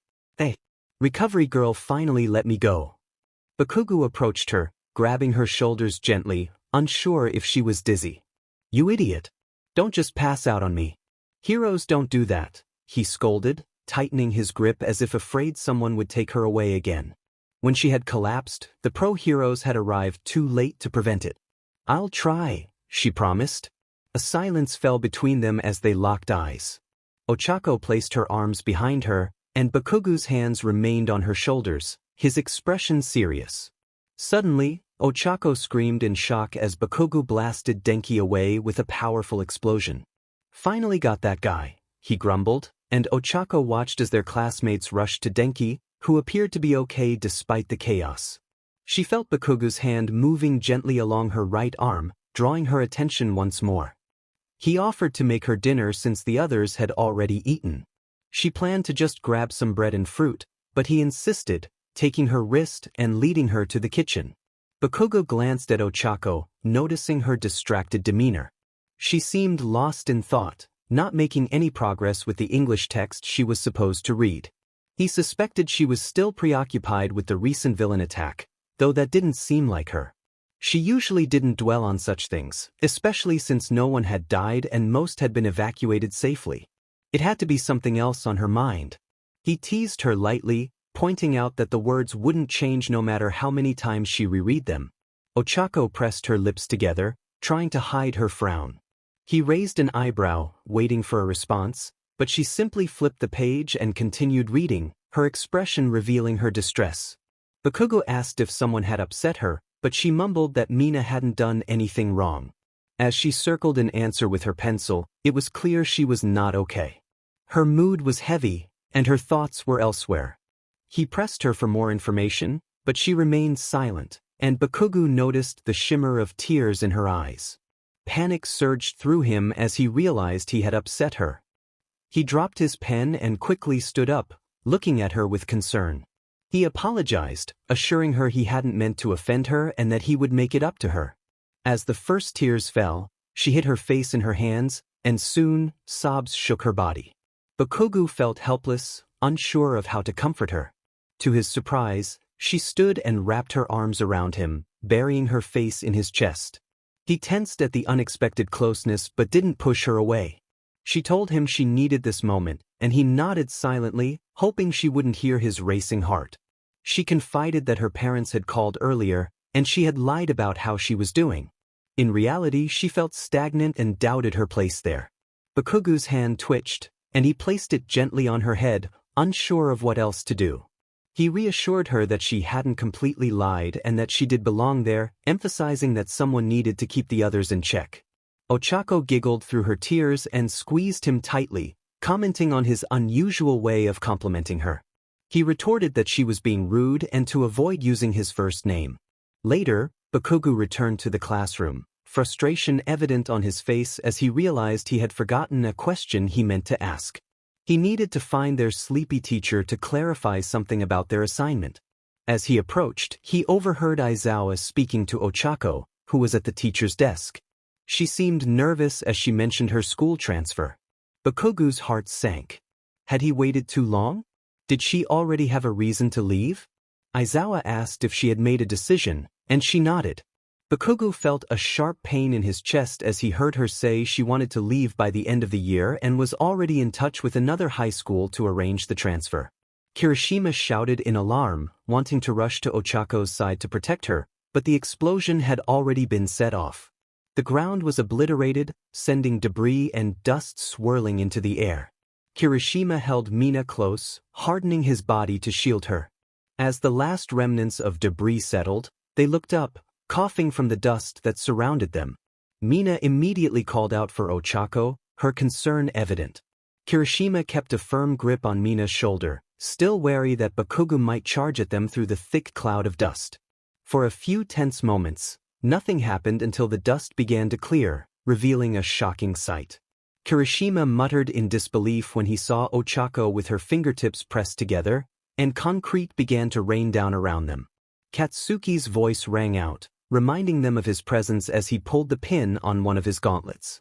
Without hesitation, Kirishima pushed Mina away, hoping she would land safely, knowing he couldn't protect them from both the falling debris and Bakugou's blast. Ochako floated to the roof where Bakugou stood, taking in the utter destruction below. There was no other way to describe the scene before them. She remarked to her companion that they should avoid fighting in urban areas in the future. He raised an eyebrow, questioning her reasoning, claiming they made an impressive team. Ochako pointed out the devastation they had caused, emphasizing that it was not the behavior expected of heroes. As the dust settled, they noticed their two classmates lying unconscious on the ground, Kirishima appearing more injured than Mina. Ochako instinctively wanted to rush to their aid, but Bakugou restrained her, reminding her that villains do not help heroes. Ochako insisted they could stop pretending, arguing that their friends were hurt. She was abruptly pulled back against Bakugou, who had his arm around her waist. Surprised, she felt his warmth and the steady beat of his heart, leaving her momentarily speechless. Bakugou grunted, reminding her of her impolite behavior, and she found herself flustered, struggling to form a coherent response. He chuckled at her reaction, brushing a strand of hair from her face. She stammered, trying to express her thoughts, but ended up hiding her face against his chest, playfully hitting him with her fists in frustration. She exclaimed that he had startled her and questioned what would happen if someone saw them together. Bakugou simply held her closer, a grin on his face as he admired her determination. He recognized her as a formidable hero, even if she didn't see it in herself. Below, he noticed Recovery Girl tending to their injured classmates, who were soon carried away by assistants. Denki spotted them and grinned mischievously, prompting Bakugou to gesture threateningly, causing Denki to quickly retreat. Ochako hesitantly addressed Bakugou, thanking him for helping her win and admitting that the fight had been enjoyable. He savored the moment, wishing he could hold onto such hugs forever, but he quickly suppressed his emotions. He quietly told her that he had overheard her conversation about wanting to leave you. He expressed his desire to help her find a reason to stay, having been concerned since the night she mentioned transferring to another school. Ochako looked at him, her expression sad as she struggled to find the right words. Bakugou proposed a deal. If she gave him 1 month, he would help her rediscover her goals or realize that her original aspirations were still worth pursuing. He promised to show her that she was better than she believed. He hesitated, knowing that if she still wanted to leave after that month, he would have to accept it, even if it hurt him deeply. After a moment of contemplation, she nodded, agreeing to his terms. The next day, Aizawa announced that they would practice in pairs, already assigning the partners. Katsuki scanned the list with little interest until he noticed Ochako's name next to his. A competitive smirk crossed his face as he glanced at her, who was blushing slightly. He asked if she was ready for the challenge, to which she confidently replied that they were no longer first years. Mina's excitement was palpable as she urged Toru to rewind the video.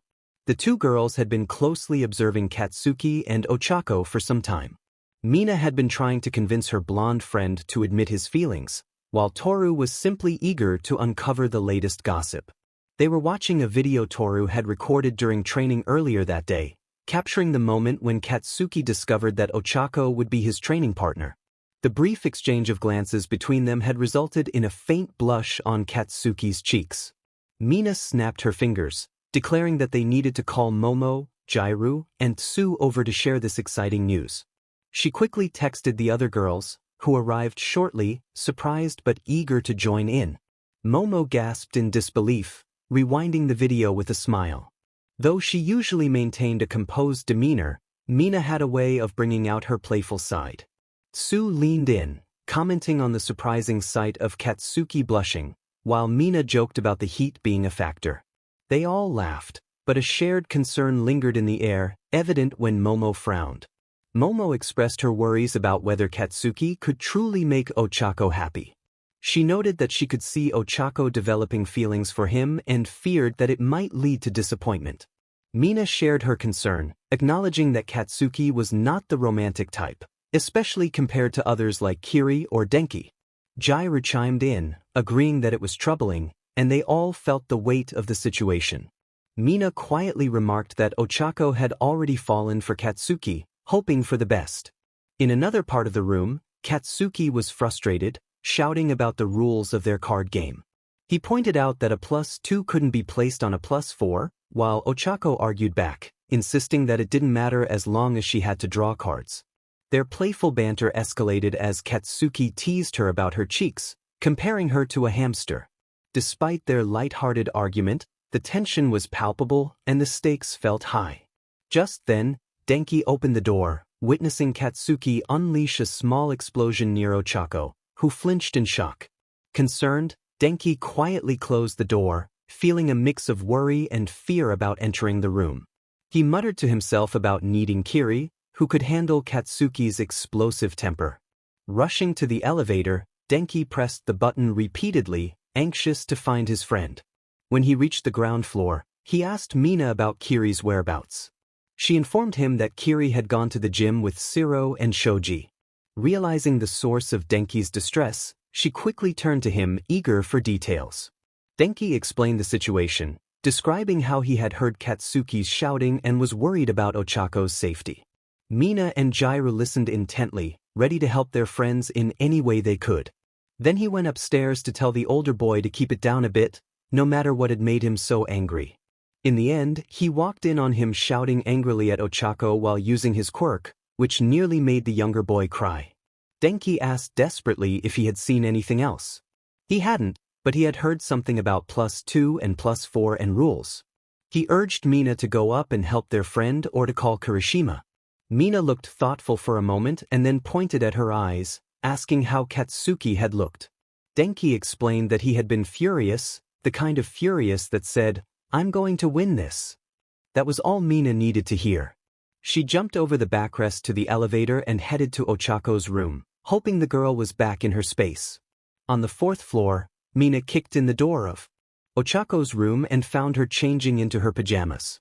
There were no traces of tears, sadness, or fear, just a happy Ochako. Mina grinned knowingly and closed the door behind her, determined to get the full story, even if it meant running to the other end of the world. With what rules did they play Uno? For Mina, it was simple: a +2 could be placed on a +4, and if someone laid down a reverse card with only 2 players, it was the same person's turn again. Nothing spectacular. Chapter 9 Ambitions. Ochako pressed her lips together tightly when she saw Katsuki's piercing gaze. Perhaps she had been a bit too loud for an early morning. She had to admit that. Clearing her throat, she offered a sheepish apology. Katsuki responded curtly and returned to his breakfast. Ochako grabbed a little something to eat and sat at the table a few seats away from him. They ate in silence until Katsuki got up, put his dishes away, and went upstairs to get ready for school.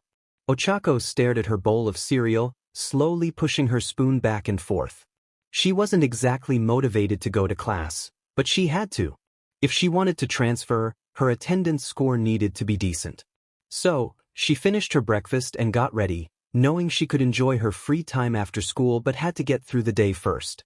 Katsuki found himself questioning his current position, yet he let it be and enjoyed it. He leaned his head against Ochako's back while reading a history book, and she was engrossed in a fictional book of her own. He couldn't remember how they ended up like this on his room's floor with books scattered around. But he didn't complain. It was comfortable and calming. It reminded him of the time she had stayed over to give him a back massage and had fallen asleep on him. He smirked at the thought but then flipped the page, searching for inspiration for ambitions that fit Ochako's personality. It felt like running through darkness there was no end, and he didn't know where to go or if he should even move at all. But he didn't have an infinite amount of time. 1 month wasn't a lot. Curious, Ochako asked what he was reading. Katsuki snapped back, warning her not to mention Deku in relation to hero history.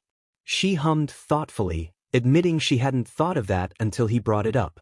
Katsuki grumbled and returned to his book, looking through past heroes and their motivations. He found it boring that many heroes seemed to have no wish to be the best. As he shuffled on Ochako's back to get comfortable, he noticed a hero on the next page who had a smile similar to Ochako's but without her round cheeks. His eyes widened as he read about her. Ochako noticed his sudden interest and turned to look at him. He held the book up, pointing at the hero on the page. He had found the hero responsible for the 24/7 hero shifts. Before her, there had been no regulated night shifts for heroes. Ochako reached for his wrist, pulling his hand closer so she could see the female hero with pink hair fading to orange. She exclaimed how beautiful the hero was, captivated by her graceful features and bright eyes. Katsuki read aloud about Asahina Hikari, also known as Light Blade, who became a hero after her family was tragically lost during an attack when no hero was available to help. After her graduation, her agency became the first to implement regulated night shifts, and she soon rose to become the #1 hero. Ochako winced at the story, covering her mouth with the book. Katsuki took the book back and mumbled that she must have been the #1 hero before All Might. Ochako was infuriated, questioning how he could only focus on that part of the story when the hero's entire family had been murdered when she was a child. Katsuki raised an eyebrow at her reaction. Her eyes shone with sympathy and anger, and he couldn't understand why she was so affected by it. To him, it was just words on a page. He reminded her that the world was cruel and that she should get used to it. Her efforts to be available around the clock were commendable, but the news still reported numerous disasters and unsafe areas. People often hurried home before sunset, and during winter, they had to navigate the darkness, making them vulnerable. Katsuki responded with a hint of indifference as he flipped to the next page, noting that the inspiration for heroes had been Light Blade. Ochako sighed in defeat and returned to her book, aware that Katsuki wouldn't grasp why such matters affected her so deeply. He simply wasn't that kind of person. Katsuki glanced at his phone and then at the garden door before him. He pressed the doorbell and waited for a greeting over the intercom, but silence greeted him. Just as he considered leaving, he noticed movement in the distance. A young girl with pink hair approached, accompanied by an elderly woman. "Guests from UA?" the old woman inquired, spotting the school emblem on his uniform. She opened the tall garden door and gestured for Katsuki to enter. "I apologize for my sudden and unannounced visit. My name is Katsuki Bakugou, I know. You're not exactly a stranger to the public," she chuckled, while the pink-haired girl stared at him wide-eyed. She pointed at him and exclaimed that he was the one who always swore. and her mother claimed he was a poor role model for aspiring heroes. Katsuki felt his anger rising but swallowed it down, nodding instead to the old woman's words. He agreed to follow her inside, appreciating the invitation. As they walked through the beautifully maintained garden, he admired the flowers and the small pond that reflected the sunlight, thinking that Ochako would love it and probably comment on how it looked like a fairy tale. Once inside, the old woman offered him a seat, which he accepted with a brief thank you. Before they could begin their conversation, a young woman entered with a warm smile, bringing afternoon tea. She advised the elderly woman to be careful not to burn herself while drinking. Katsuki took his cup, feeling increasingly out of place. This environment felt more suited to Momo or Shoto than to him. As silence fell between them, he felt intimidated and unsure in the presence of a former pro hero. He scolded himself internally, questioning why he was acting so foolishly. The old woman broke the silence with a gentle inquiry about his visit. Katsuki straightened up and slowly nodded, finally expressing his curiosity about when she had discovered her ambition to become a hero. He wondered if it was a result of a specific incident or if it developed over. She took a thoughtful sip of her tea, her pinkish eyes studying him. Her question caught him off guard, as she asked if he was lost or if there was a reason for his unexpected inquiry. He relaxed slightly, recalling Ochako and the limited time he had to support her at UA. "Are you aware of a hero student named Ochako Uraraka?" he asked. "Of course. She is a true ray of sunshine, isn't she? With her hardworking nature, she is bound to achieve great things in the future." Katsuki nodded, his thoughts swirling. The woman tilted her head, sensing his concern, and asked if his visit was about Ochako and if she was doing well. "She's considering quitting. Her parents sold their construction company for stability, and she initially wanted to become a hero to ensure that stability while they continued their business. Now, she feels lost," he explained, fidgeting with his teacup. The woman listened with sympathy, completing his thought by acknowledging that Ochako currently lacked a goal. "I convinced her to give me a month to help her find a new purpose before she leaves you. But time is short, and when I read about your history recently, she was with me and seemed genuinely moved by your past. I was curious if your ambitions developed over time," he admitted, feeling uncomfortable discussing such personal matters with a stranger. The old woman responded gently, explaining that her ambitions had been clear from the start of her studies. She had always sought allies and reliable friends to help fulfill her dream. Katsuki felt a sense of disappointment wash over him. He had hoped her answer would reveal that her aspirations had evolved during her hero training. "Do you have something to take notes with, young Bakugou?" she asked. He pulled out his phone, confused, and opened the Notes app. She provided him with an address to write down, adding that it belonged to a good friend of hers. If he had read the book, he would surely recognize the friend upon meeting him. He was at the agency as one of the first people, and his ambitions developed over time. It would be best to ask him about it directly, but it's important to be understanding of everything. There is a reason for his current situation. If Katsuki maintained his polite demeanor, he and the other person should get along well. She smiled warmly, and Katsuki raised an eyebrow, feeling uneasy. However, he was willing to push through for Ochako. She acknowledged that Katsuki might not want to hear this, but she believed he was a good person at heart. She looked forward to seeing what path life would lead him down, hoping it would be the brightest and most joyful one possible. Chapter 10: Illuminating the Darkest Night. Katsuki looked at the path ahead and then back at his phone, which directed him to follow a small trail through the woods. He groaned, questioning why everyone seemed so strange. Despite his annoyance, he followed the trail, comforted by the pleasant weather that made the shadows of the woods inviting. He wondered why someone like the person he was visiting would choose to live so far from civilization. As he scanned the area, he saw little more than greenery and dirt. Among all the heroes from Hikari's generation, he expected the one he was visiting to reside closer to the city, but that was not the case. When he finally spotted the small cottage in the distance, he sighed in relief and soon noticed the owner tending to the garden. The older man greeted him, surprised by his early arrival but pleased that Hikari had been right about Katsuki seeking him out that week. Katsuki quickly apologized for the interruption, but the gray-haired man waved it off, inviting him inside. Katsuki complied, removing his shoes and taking in the cozy atmosphere of the small space. He expressed his surprise at the secluded location, curious about why the older man had chosen to live there. The man explained that he felt more comfortable in such a setting, due to his quirk. Katsuki nodded, trying to gauge if he was being respectful enough or if he had overstepped any boundaries. He was determined to solve his current problem, and politeness was key. The older man inquired about the issue that had brought Katsuki to him. Katsuki hesitated but then shared the reason for his sleepless nights and headaches.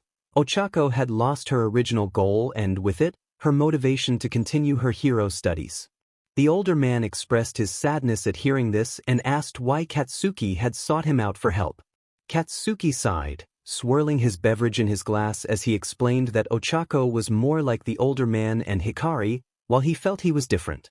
He hoped to gain insight by exploring the history of heroes and their ambitions. The older man chuckled, noting that Katsuki could learn something from the situation as well. Katsuki averted his gaze, sipping his lemonade without responding.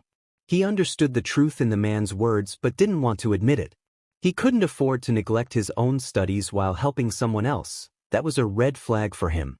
When the older man asked if Katsuki wanted to know when and how he had discovered his own ambition, Katsuki nodded eagerly.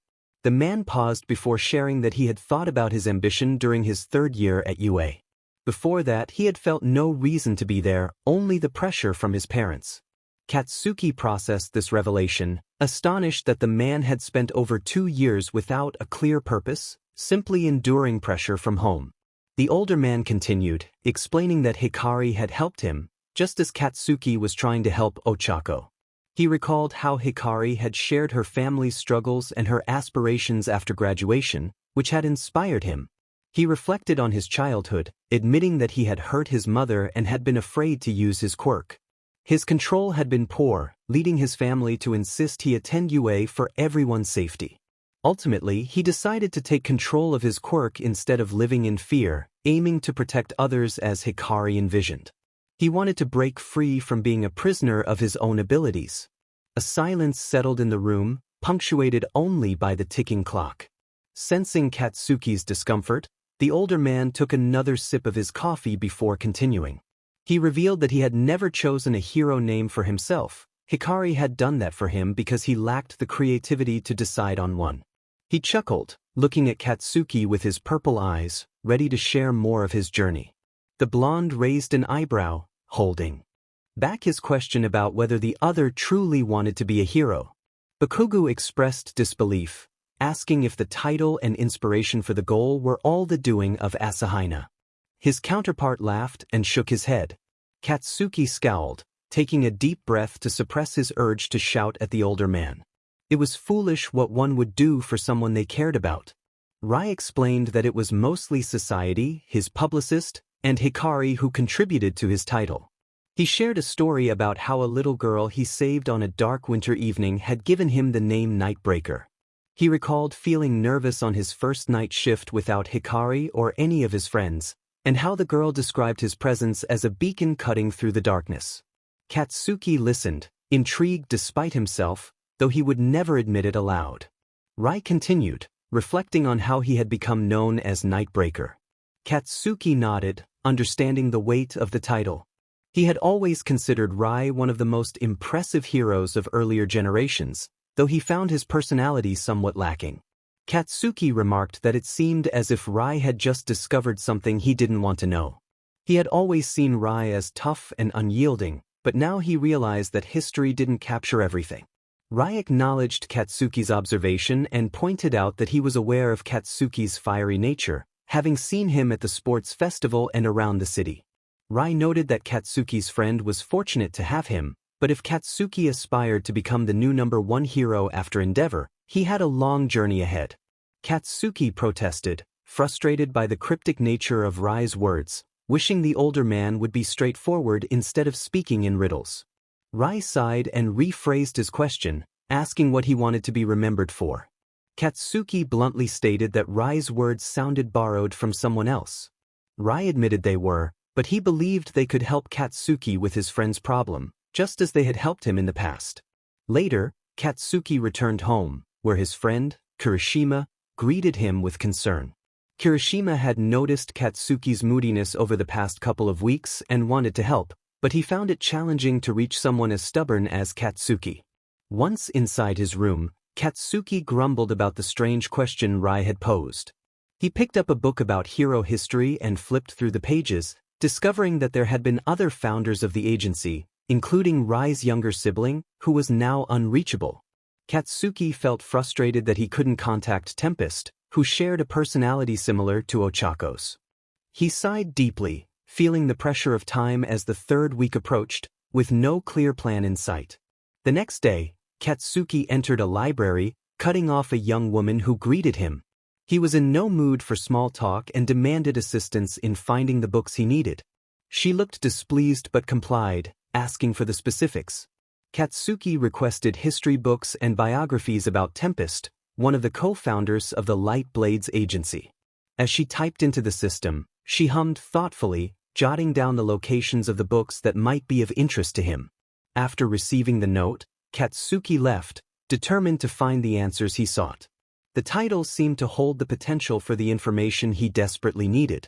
The blondes stared at the building in front of them, completely speechless. This had to be a joke. Their teacher must be playing a prank on them. A kindergarten? Katsuki groaned, running a hand over his face. Ochako's eyes lit up as she exclaimed her excitement about the place. That's what I just said, round face. Don't copy me. Katsuki snapped. I'm sorry. I was just so excited, Ochako replied, turning her attention back to the building. This was a refreshing change from their usual monotonous tasks. While it might not thrill everyone in their class, she was eager to play with the children waiting inside. As they entered in their group of 4, they were immediately met by a swarm of kids rushing toward them. Ochako squatted down to greet them happily, while Katsuki stood back, feeling overwhelmed. He wasn't sure how to interact with children. The kindergartner who had come out to greet them looked relieved. Oh, you arrived. Thank you for helping today, she said gratefully. It's a pleasure. Just tell us how we can help, Deku responded eagerly, causing Katsuki to simmer with irritation. He had to accept that he was in a group with the nerd, but at least he was also with Ochako. It would be great if you could just play with them a little. Please be careful, though, some of them just got their quirks and aren't very good at using them, she warned nervously. They nodded, and Ochako immediately followed a group of kids to a table filled with toys. Katsuki felt out of place. This wasn't his world. Deku might act like a child, and Mina could be silly, but Ochako was great with kids. Katsuki, on the other hand, felt lost when it came to communicating with them. Hey, why aren't you playing with us too? One of the kids asked, pulling him from his thoughts. He looked down at the little girl and turned away. That's not really my thing. Those airheads are good at it, so I'll leave it to them. The girl tilted her head, confused, and glanced at the other 3 hero students. Katsuki continued to watch Ochako as she played with the children in the sandbox. Do you mean that people like you Ravity are better at playing with us than you? Yeah, basically. You don't need to understand, kiddo, he replied nonchalantly. The girl swayed on her feet, looking at Ochako before she said, I like you Ravity. She's so kind and bubbly, like a beautiful fairy tale princess. But one who is willing to fight for her people. She mimicked holding a sword, but Katsuki barely paid attention, still focused on Ochako. Yeah, she is, he said absent-mindedly. The little girl smiled brightly at him. But you're kind too. You're watching her, so she's safe, right? My daddy does that for my mummy and me too. That means you're a kind person too. If you keep her safe, I'll be able to fight alongside her one day. Uravity is amazing, isn't she? Katsuki felt overwhelmed by the girl's words, trying to process everything she had just said. Then it dawned on him. He squatted down to her level, raising an eyebrow. Listen, I have to ask you something, okay? Sure. Can I play with you too? Sure. Here, have a seat, Ochako smiled, gesturing to the spot beside her. The little girl sat down and began helping with the sandcastle they were building, diving into the imaginative world the kids had created. And Uravity is the princess of the castle, the girl declared. Yes, another child chimed in. "Oh yes, that's a great idea," they all exclaimed, while Ochako looked at them, flabbergasted. Unsure of what to say, she realized she shouldn't be part of this fantasy world. Shouldn't one of you? No. You're perfect as the princess. You're beautiful and strong and kind, they insisted. Yes. Everyone in the kingdom would love you, they all agreed. Ochako looked at them silently before nodding, warmth blooming in her heart. Thank you. That warmth grew even more as she saw the bright smiles of the children continuing their play. Back at the dorm, Ochako stood in front of a door she had become familiar with. Hesitant, she knocked slowly. She heard footsteps inside, and the door opened to reveal Katsuki in a tank top and sweatpants. "I wondered if you'd show up today or whenever," he said. "Can I come in?" she asked quietly. Katsuki stepped aside, allowing her to enter before closing the door. She turned to him, fidgeting with her fingers, then took a deep breath. I won't leave. I told Aizawa-sensei I'll stay and messaged the other high school that I changed my mind," she stated. Katsuki studied her for a moment, searching for any hint of doubt, but she seemed certain. The fire that had burned within her during her first year was reigniting. He sighed and smirked, leaning against the wall. So it worked. Who would have thought? What worked? She asked, confused. Katsuki held up a finger. 1 month, remember? By tomorrow, that month would be over. But when I saw you playing today with those kids, trying to involve each of them somehow, it clicked for me. Ochako blinked, feeling a mix of emotions. She didn't understand what he was trying to convey. Katsuki pushed himself off the wall and pointed at her as he stood a few steps away. He remarked on her altruism, recalling how her original reason for becoming a hero was to help her parents. He encouraged her that there were still many ways to assist them. He shared a moment from earlier that day when a young girl had told him about her father, who always looked after her, and her mother listened to her and kept them safe. Ochako's eyes widened as she remembered the little dark blonde girl who had been so chatty. Katsuki continued, explaining that it takes courage to dive headfirst into a fight without fear, but being a hero is about more than just that. He emphasized that listening and being there for others, providing them with the happiness and stability they seek, also makes one a hero. He pointed out that she had a unique ability to brighten someone's day and get along with everyone she met, simply by smiling. He leaned down, grinning confidently, and guessed what her newfound reason might be. He believed she wanted to see others smile and help them live their lives to the fullest. He noted that she always made others smile, regardless of her own circumstances, and that the feelings and well-being of others were more important to her than anything else. He challenged her to fight, protect, and listen for those smiles, questioning whether she would believe the negativity others spoke about her. Ochakos looked at him, catching his confident yet expectant smirk. Katsuki had raised an eyebrow, having set her up for this conversation with the little girl. Yet he had kept his word and found a reason for her to keep going. She felt a sense of gratitude and acknowledged her debt to him. He insisted she repay him by giving her all and not doing anything half-heartedly. After a moment of contemplation, she nodded with her usual smile and cheerfully declared that she wouldn't do anything half-heartedly. She suggested they go eat as she was hungry. Later, she reflected on their day, asking if it had been great. Katsuki, with his characteristic bluntness, compared it unfavorably to a pile of refuse. He expressed that if given the choice between facing a pit of alligators or attending the gathering of undisciplined individuals, he would have chosen the alligators. Ochako looked at him in disbelief, her eyebrows raised as she blinked slowly. He gestured for her to share her thoughts. She suggested he could have simply said it wasn't his preferred activity. He questioned if that would convey his point effectively. After a moment, she admitted it wouldn't. Pleased with himself, Katsuki turned back to the stove while Ochako observed him curiously. Earlier, she had wanted to help him, but he had snapped at her, insisting she would only be a hindrance and should stay away from the kitchen. Now, she sat on the counter opposite him, watching with her lips pressed together. She jumped down, catching his attention, but he began grumbling when she hugged him. She expressed her gratitude for giving her a reason to stay, giggling as she squeezed him tighter. He cursed under his breath, freeing his arms from her embrace. He insisted that if she wanted her food charred, she could continue her antics, but otherwise, she should let go. He downplayed his efforts, claiming he had done nothing for her. She sighed, suggesting her hug was a thank you for cooking dinner for them. He grunted and briefly patted her head while scowling, but he didn't mind her affection as much as he pretended. He enjoyed her closeness in silence, patting her head one last time before returning his focus to the pan, while she smiled at him. After dinner, Ochako took out a notebook in her room and opened the first page. She grabbed a pencil and began outlining a heading in beautifully flowing handwriting. She erased and redrew parts until she was satisfied, then traced it with a black pen. After decorating the page, she admired her work with a small smile. It felt silly to do something like this, yet she had observed so much until now. She flipped the page and started jotting down the first few thoughts that came to mind.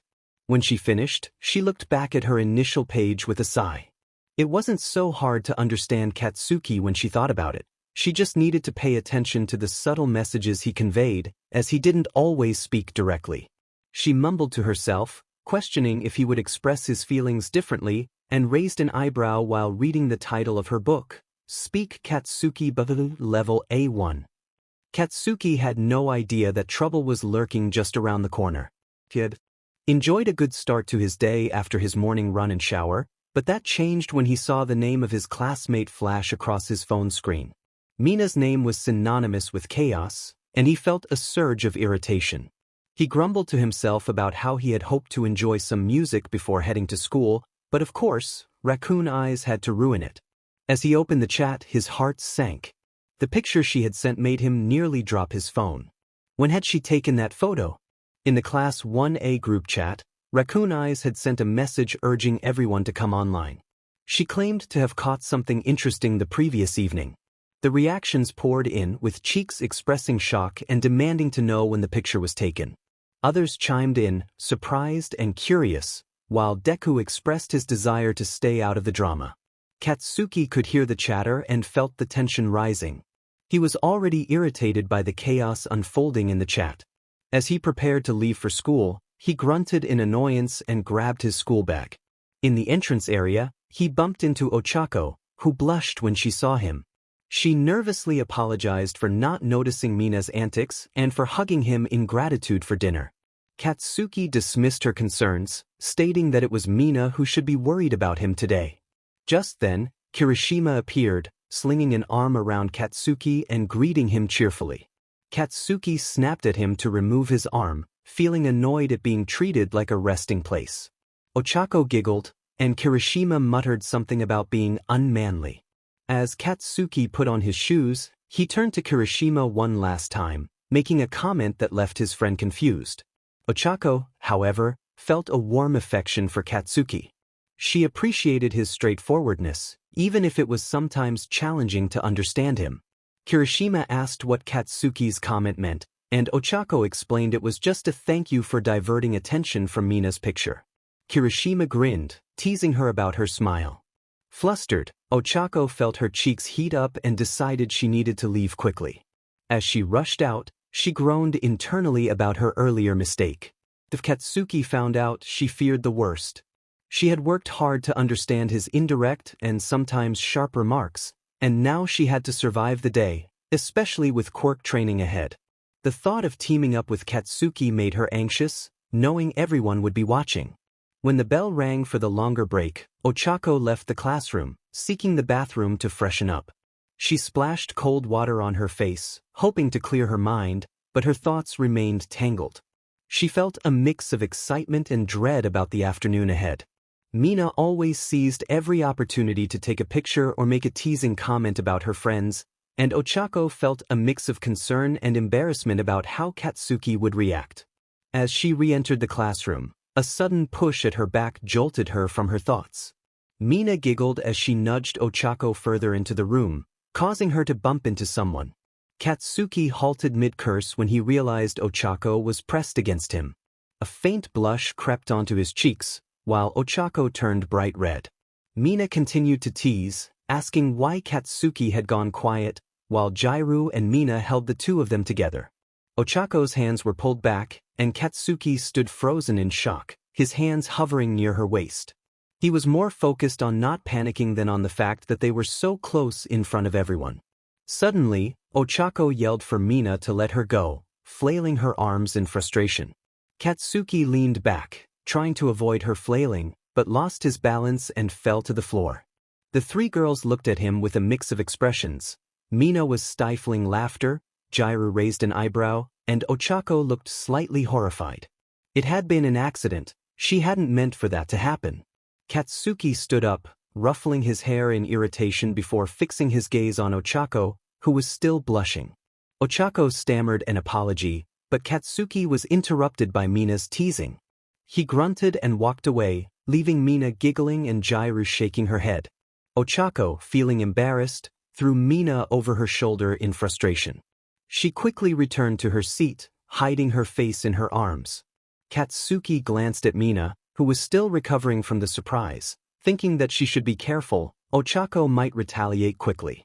In another moment, Katsuki expressed disbelief at agreeing to watch a movie, while Icy Hot raised an eyebrow in response. Just then, Mina and Ochako came downstairs, waving to their friends at the dorm entrance. Mina asked if everyone was ready, and Katsuki snapped back, clearly annoyed. Ochako ignored his tone, slipping on her shoes and checking her hair one last time. Katsuki, grumbling, pushed her toward the door, insisting that she didn't need to check herself again. As they gathered, Mina suggested seating arrangements for the movie. Shoto proposed that the girls sit in the back for a better view, but Jairu objected, wanting to sit next to Denki. Momo chimed in, suggesting they form a row together.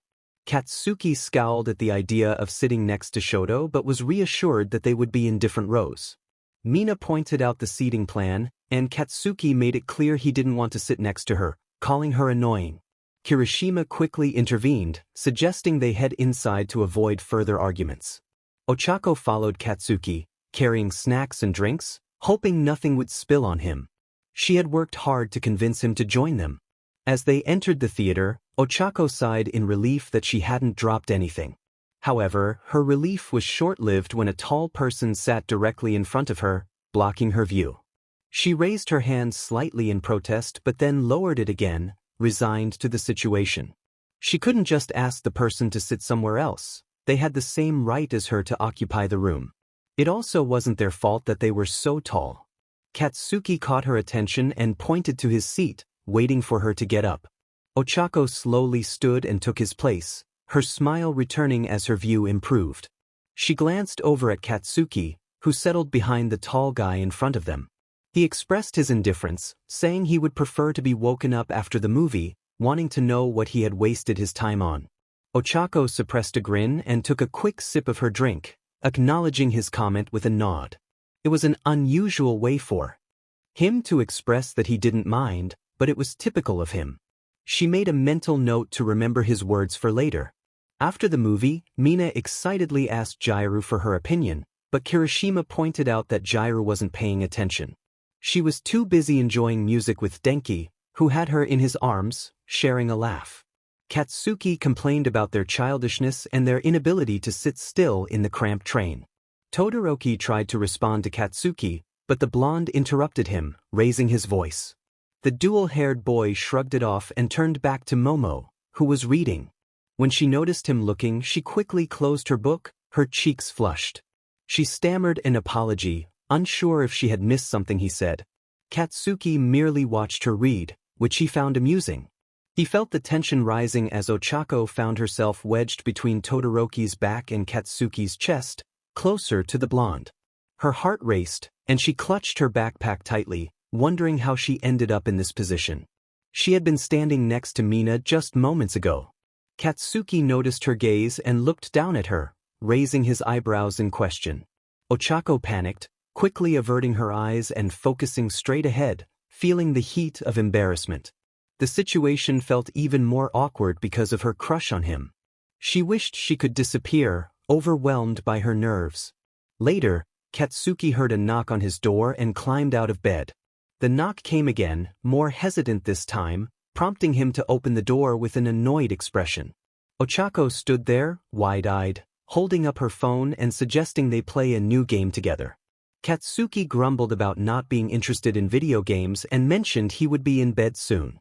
Ochako, fidgeting with her fingers, proposed stargazing instead. He questioned why he should look at the stars, but she insisted it was calming and beautiful. Though skeptical, he sighed and stepped aside to let her in. Ochako beamed as she walked to the balcony, with Katsuki following her. The sun was setting, painting the sky in vibrant hues. She sat on the cold floor and patted the spot beside her, encouraging him to join her. He complied, watching her play a game on her phone until the sky darkened enough for stars to appear. When Ochako pointed out a cluster of stars, she asked if they looked pretty. Katsuki shrugged, dismissing it as more of a girl's interest. She argued that boys could enjoy stargazing too, and he scoffed at her response.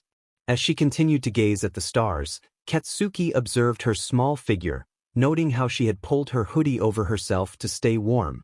He appreciated her enthusiasm for the night sky, realizing it would be a loss for everyone if she ever gave up on her dreams. Katsuki felt the familiar teasing from his friends echoing in his mind, but he pushed the thoughts aside as he watched Ochako excitedly share her knowledge of constellations. He couldn't help but smile at her bubbly nature. Was it so wrong to have feelings for her? He wanted to give her the attention she deserved, wondering if there could be a chance for something more between them.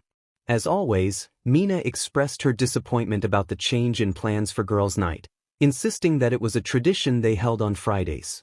Kirishima, feeling apologetic, explained that the boys had already decided on a games night.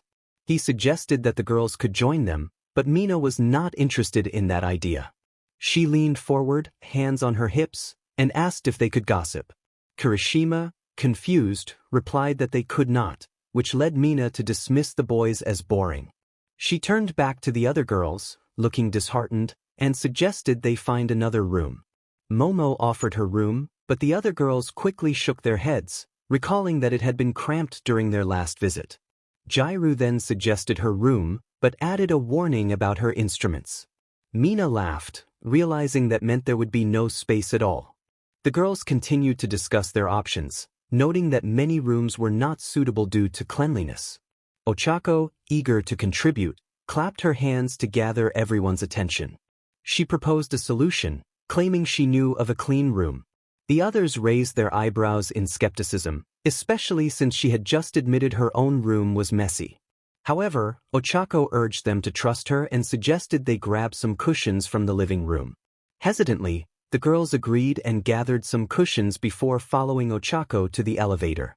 As they arrived at Bakugou's room, the girls stood before his door, unsure. Ochako knocked, and Bakugou answered with his usual gruffness, surprised to see her.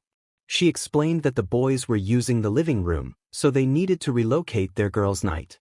With a bright smile, she slipped past him, carrying her pillow and supplies. The other girls followed, offering polite greetings, but Bakugou was not pleased with the intrusion. Once inside, Jairu settled across from Ochako, scrolling through her phone as music filled the room. Toru admired the stylish decor, exclaiming that it looked like something from a designer magazine. Momo, impressed by the cleanliness, ran her fingers over the surfaces, while Bakugou continued to express his frustration about the girls being in his space. Mina, sitting next to Ochako, excitedly suggested discussing what professions the boys might have chosen if they hadn't become heroes.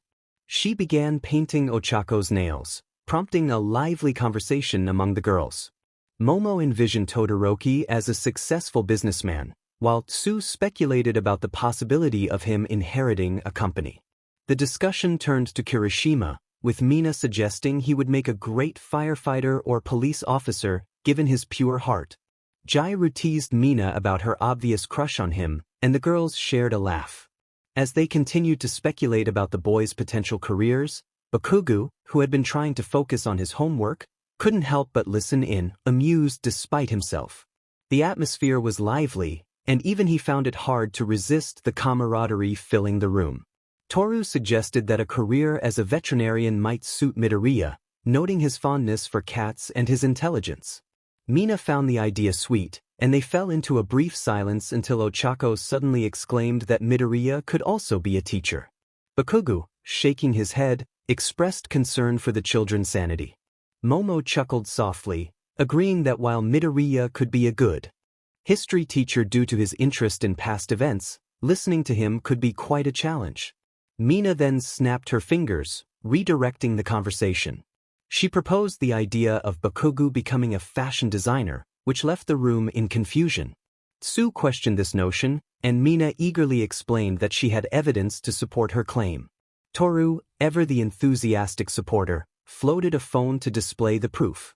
Momo raised an eyebrow, initially thinking Todoroki was the better choice for fashion, but then gasped at the image on the screen. Jairu leaned in, intrigued, and the girls gathered around, with Ochako covering her mouth in admiration. Mina playfully reminded Ochako that she should be envious of the attention Bakugou received. Toru, waving her phone, declared her frustration at Ochako for not sharing. Ochako protested vehemently, insisting that sharing did not apply to certain things. Bakugou, irritated, questioned what they would even share, particularly with Jairu. Mina chimed in, revealing that Jairu had been on 2 dates with Denki without telling them, which surprised everyone. Jairu blushed, trying to downplay the situation. Bakugou, unfazed, returned to his space, while the girls resumed their chatter, curious about Jairu's dating skills. Jairu retorted that she might be better at organizing dates than Bakugou, which earned her admiration from the others. Bakugou, taken aback, shook his head and instructed Ochako to move from her spot, claiming his room had its own rules. He settled into the sofa, pulling Ochako onto his lap, which made her squirm slightly. As Mina painted Ochako's nails, she urged Jairu to share more about her dates. Jairu teased Bakugou, suggesting he couldn't come up with his own date ideas. Momo, observing the playful banter, noted the rising tension and asked about the nature of Jairu and Bakugou's relationship, recalling moments they had witnessed. Katsuki, feeling the pressure of the conversation, growled about the girl's tendency to pry into others' lives. He casually brushed his fingers against Ochako's ankle, which made her giggle, trying to suppress her laughter. The girls noticed the interaction, and Mina warned Bakugou to stop, knowing how ticklish Ochako was. Ochako attempted to change the subject, asking about the pictures Mina had mentioned, which piqued everyone's curiosity. As she wished, she shrugged, put the brush back in the nail polish, and closed it completely before taking her phone to scroll through it. The other girls giggled, and Tsuyu remarked that she wouldn't like what was coming next.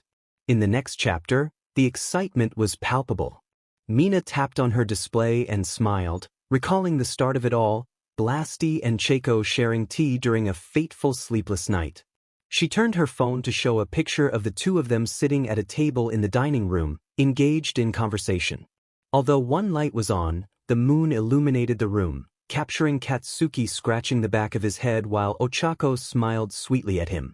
Mina scrolled further through her pictures, her grin widening. She presented another image, showing Bakugou and Ochako walking through the city, their destination still a mystery. Toru giggled, declaring her quirk a blessing, while Ochako felt a twinge of annoyance at herself for not noticing the floating phone. Mina continued scrolling, her expression mischievous. She announced the next picture, revealing a moment that showcased a softer side of Katsuki Bakugou. It was a candid shot of Ochako in the kitchen with him, sitting on the counter, her head resting against the fridge, eyes closed, while Katsuki looked at her fondly, both sharing a headphone and listening to music. Ochako felt a rush of warmth at the memory. Toru chimed in, teasingly suggesting that she hadn't provided more tea until now, or perhaps Ochako just hadn't caught her at the right time.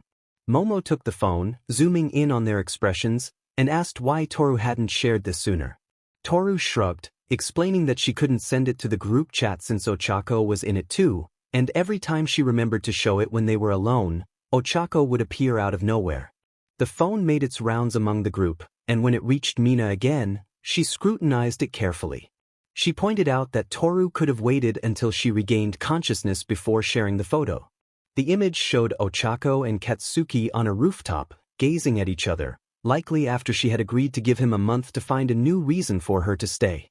Ochako's cheeks flushed with embarrassment, and she demanded that the picture be deleted, leaping at her friend in an attempt to grab the phone.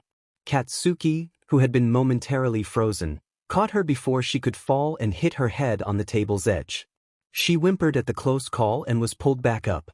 He snapped at her, expressing frustration that she should have warned him before jumping.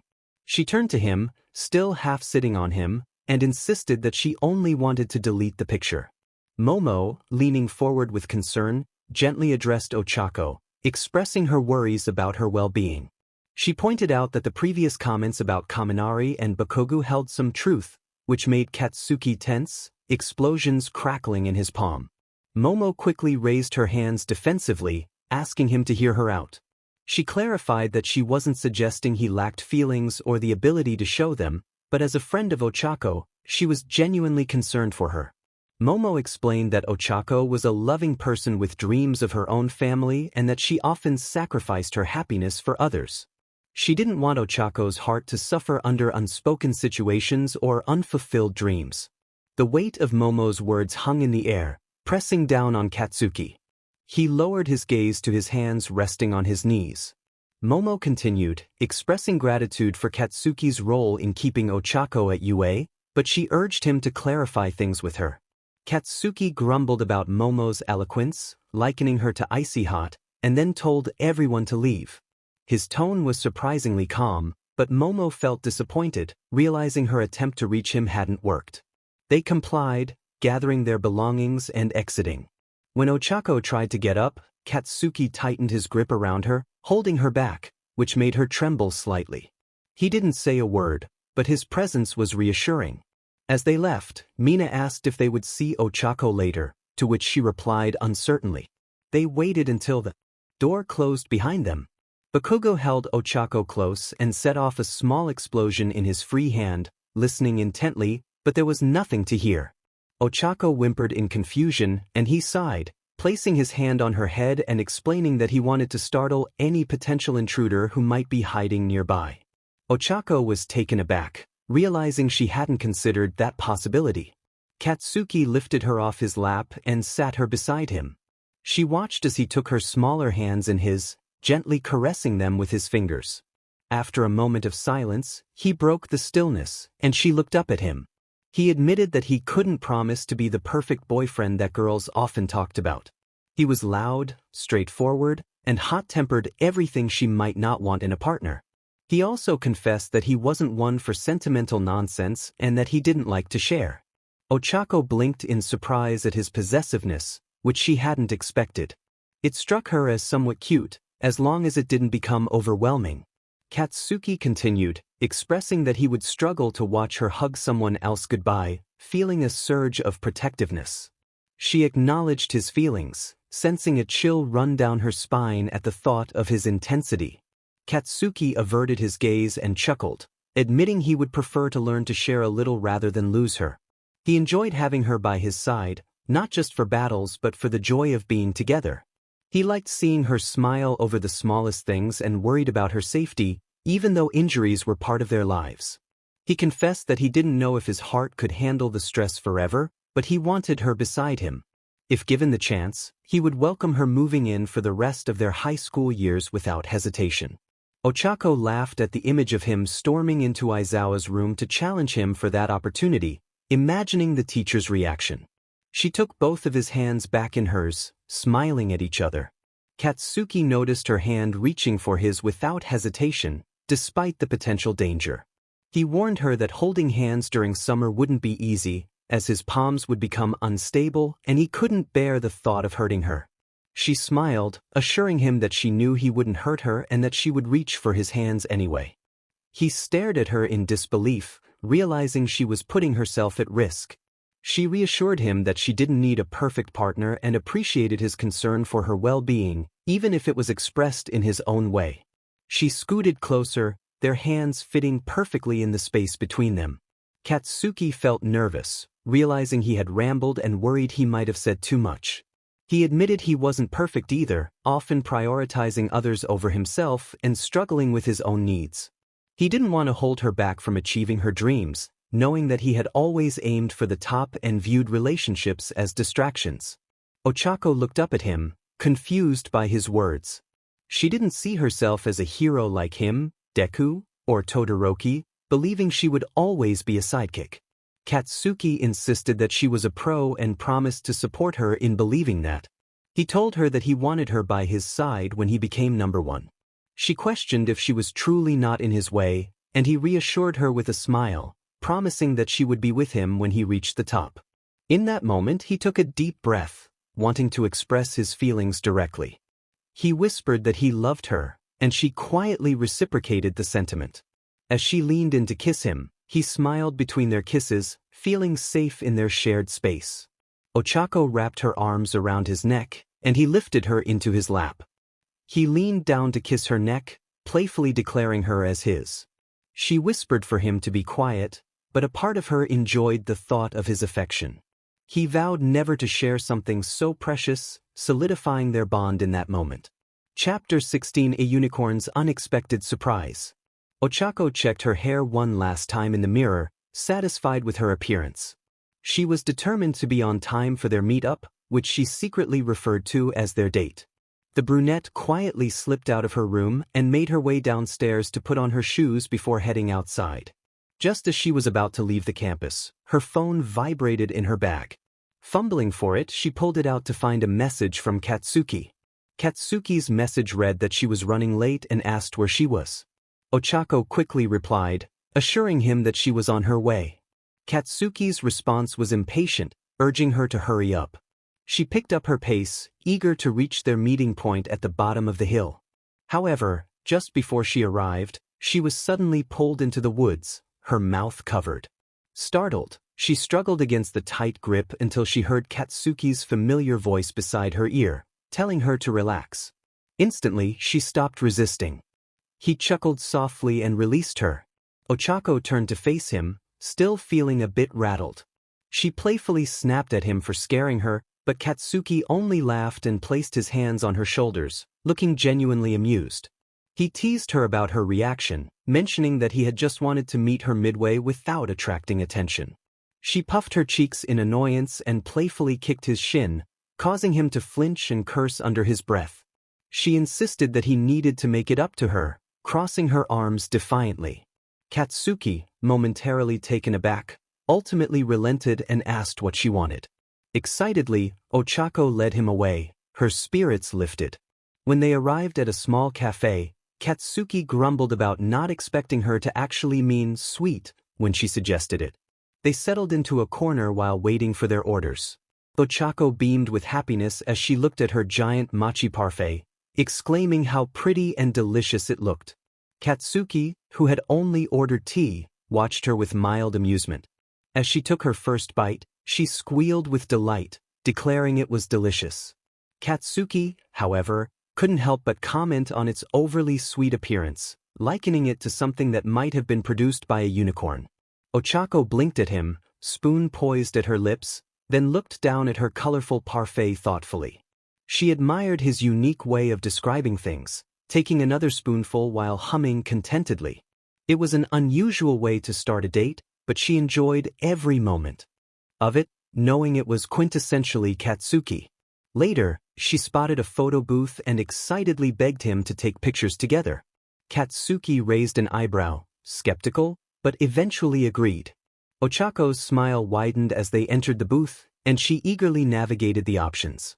Katsuki chose the one with the most pictures, and she beamed at him in delight. As the countdown for the first picture began, she urged him to smile, but he stubbornly refused. Determined, she tried to tickle him, but he remained unfazed. Giving up on that, she lifted his hoodie, surprising him. With a playful giggle, she declared that she could fit in it too, peeking up at him as her hands barely reached his back pockets. Katsuki shoved his hands back into the pockets of his hoodie and looked at Ochako with a strained expression. Her cheeks, puffed up from smiling, seemed even rounder. She mumbled a greeting and giggled when she heard the camera click. Katsuki reminded her that this wasn't a date, but she playfully insisted on having her fun. The little brunette emerged from his hoodie, quickly fixing her hair before examining the pictures they had taken. Her eyes sparkled with joy as she selected a pair of sunglasses to wear for the next shot. Katsuki watched, amused, as she carefully edited each picture and printed them out, placing them gently into her handbag. To him, those smiles made it all worthwhile. As he slowly pushed the curtain aside to exit, he suddenly stopped and stepped back, pulling Ochako with him into the booth. He covered her mouth with his hand and shot her a piercing glare, signaling her to be quiet. He glanced over his shoulder, trying to calm his racing heart. They had ventured too far if the information was accurate. It was unfortunate they hadn't caught the paparazzi at the cafe. That would have made a sensational headline. Rookie heroes dating rumors always sold well, especially when it involved Dynamite, who wasn't the typical UA student to be in a heartfelt relationship with someone as bright as Uravity. They were such strong opposites. Ochako blinked as she heard the chatter of what sounded like paparazzi. She noticed Katsuki's hand beginning to tremble slightly, a barely noticeable sign of his stress. She looked up at him, seeing the tension in his expression. He closed his eyes and lowered his head. In her mind, she reassured him that he wasn't a bad person and that he could be kind. She raised her hands to his face, cupping his cheeks gently and soothing his tense features. Katsuki looked at her, visibly stressed but also hurt. It had only been a week since they became a couple, and his worries about his public image and its impact on her were already confirmed. He whispered to her that there was an alleyway just around the corner, suggesting they could escape if the paparazzi weren't paying attention. She nodded in understanding, and they approached the booth entrance again, peeking outside at the paparazzi. When they turned their backs, the two students quickly slipped out, but one of the paparazzi spotted them. Katsuki felt a rush of urgency as Ochako shouted for him to run. She dashed into the alleyway and he called after her, demanding to know what she had just called him. The paparazzi followed closely behind, and Katsuki saw the last strands of her brown hair disappear around a corner. He followed her, but as he turned the corner, he lost his footing and found himself on a rooftop.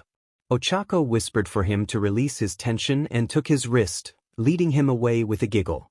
Katsuki easily followed her as the sounds of the paparazzi faded into the distance.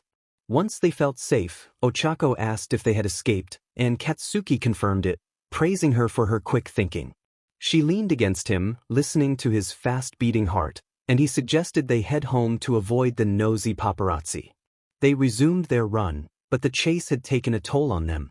Ochako hid behind a tree in the park, watching Katsuki as he tried to regain his composure. They had been running a marathon just to get back to UA.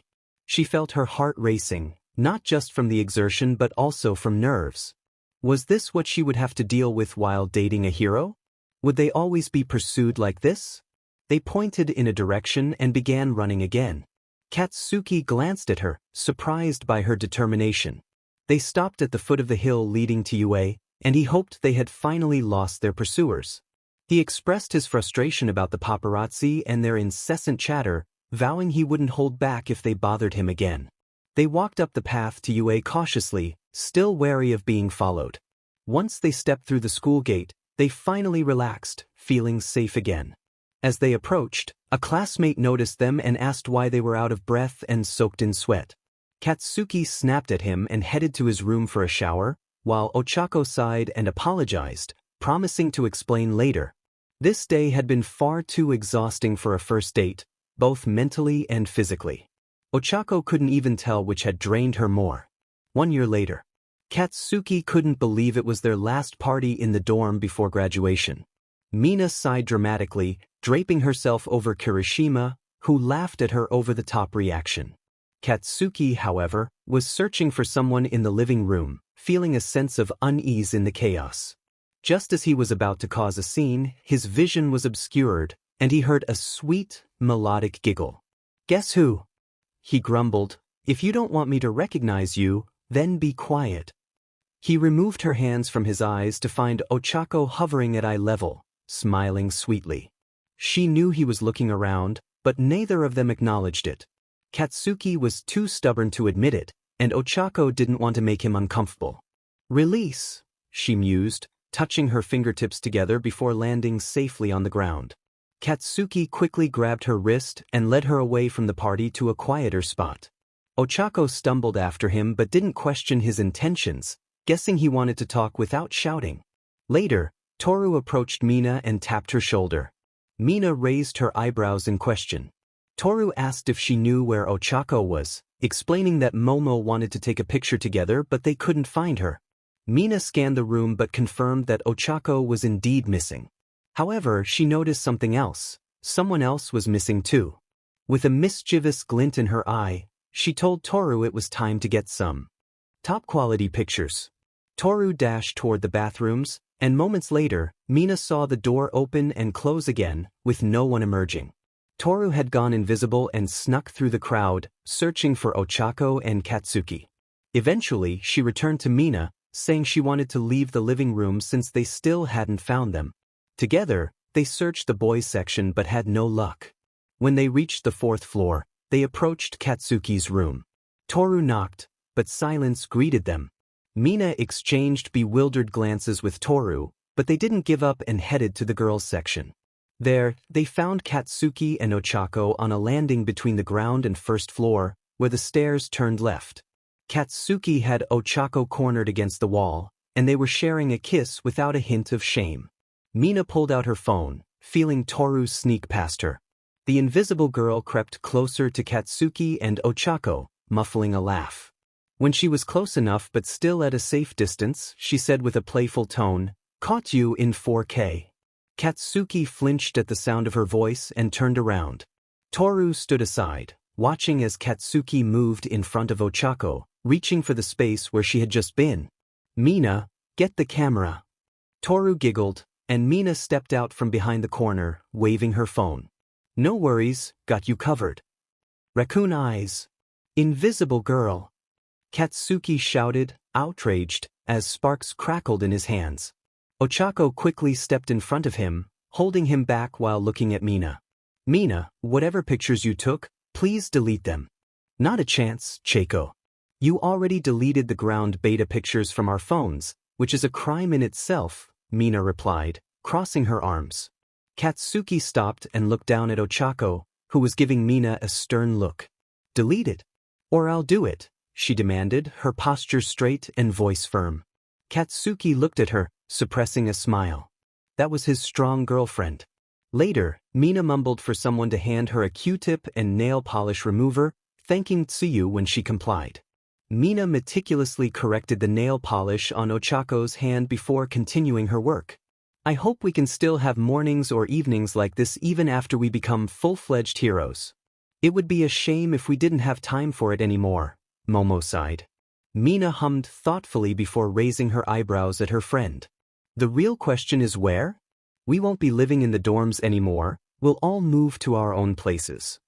"Momo and Todoroki's place will surely be huge," Jairu stated bluntly, causing giggles among the others. Momo puffed out her cheeks and grumbled, "That's rude. Todoroki and I won't just live in a villa right away." "How about a penthouse then?" Toru giggled, but Momo shook her head. "No. We want to afford everything with our own money, not rely on our parents." "I have my dignity too," she exclaimed, trying to cross her arms but remembering Jairu was applying nail polish. Instead, she huffed and turned her head away. "Okay, understood. So it might be a bit cramped then. Toru, I'm planning to stay with my parents for a while. I really missed them the past few years when I only saw them occasionally on weekends. The agency I'll work at is close to their home, so that's my plan," the invisible girl replied, and Mina sighed, realizing they were losing another friend. "Jairu, no chance. Denki said no girls' nights in our future apartment. Sorry." In return, he promised no guys' nights either. "We agreed to keep it clean and manageable while working full-time. But first, they would live with their parents for a while," she explained, and Mina expressed her disappointment.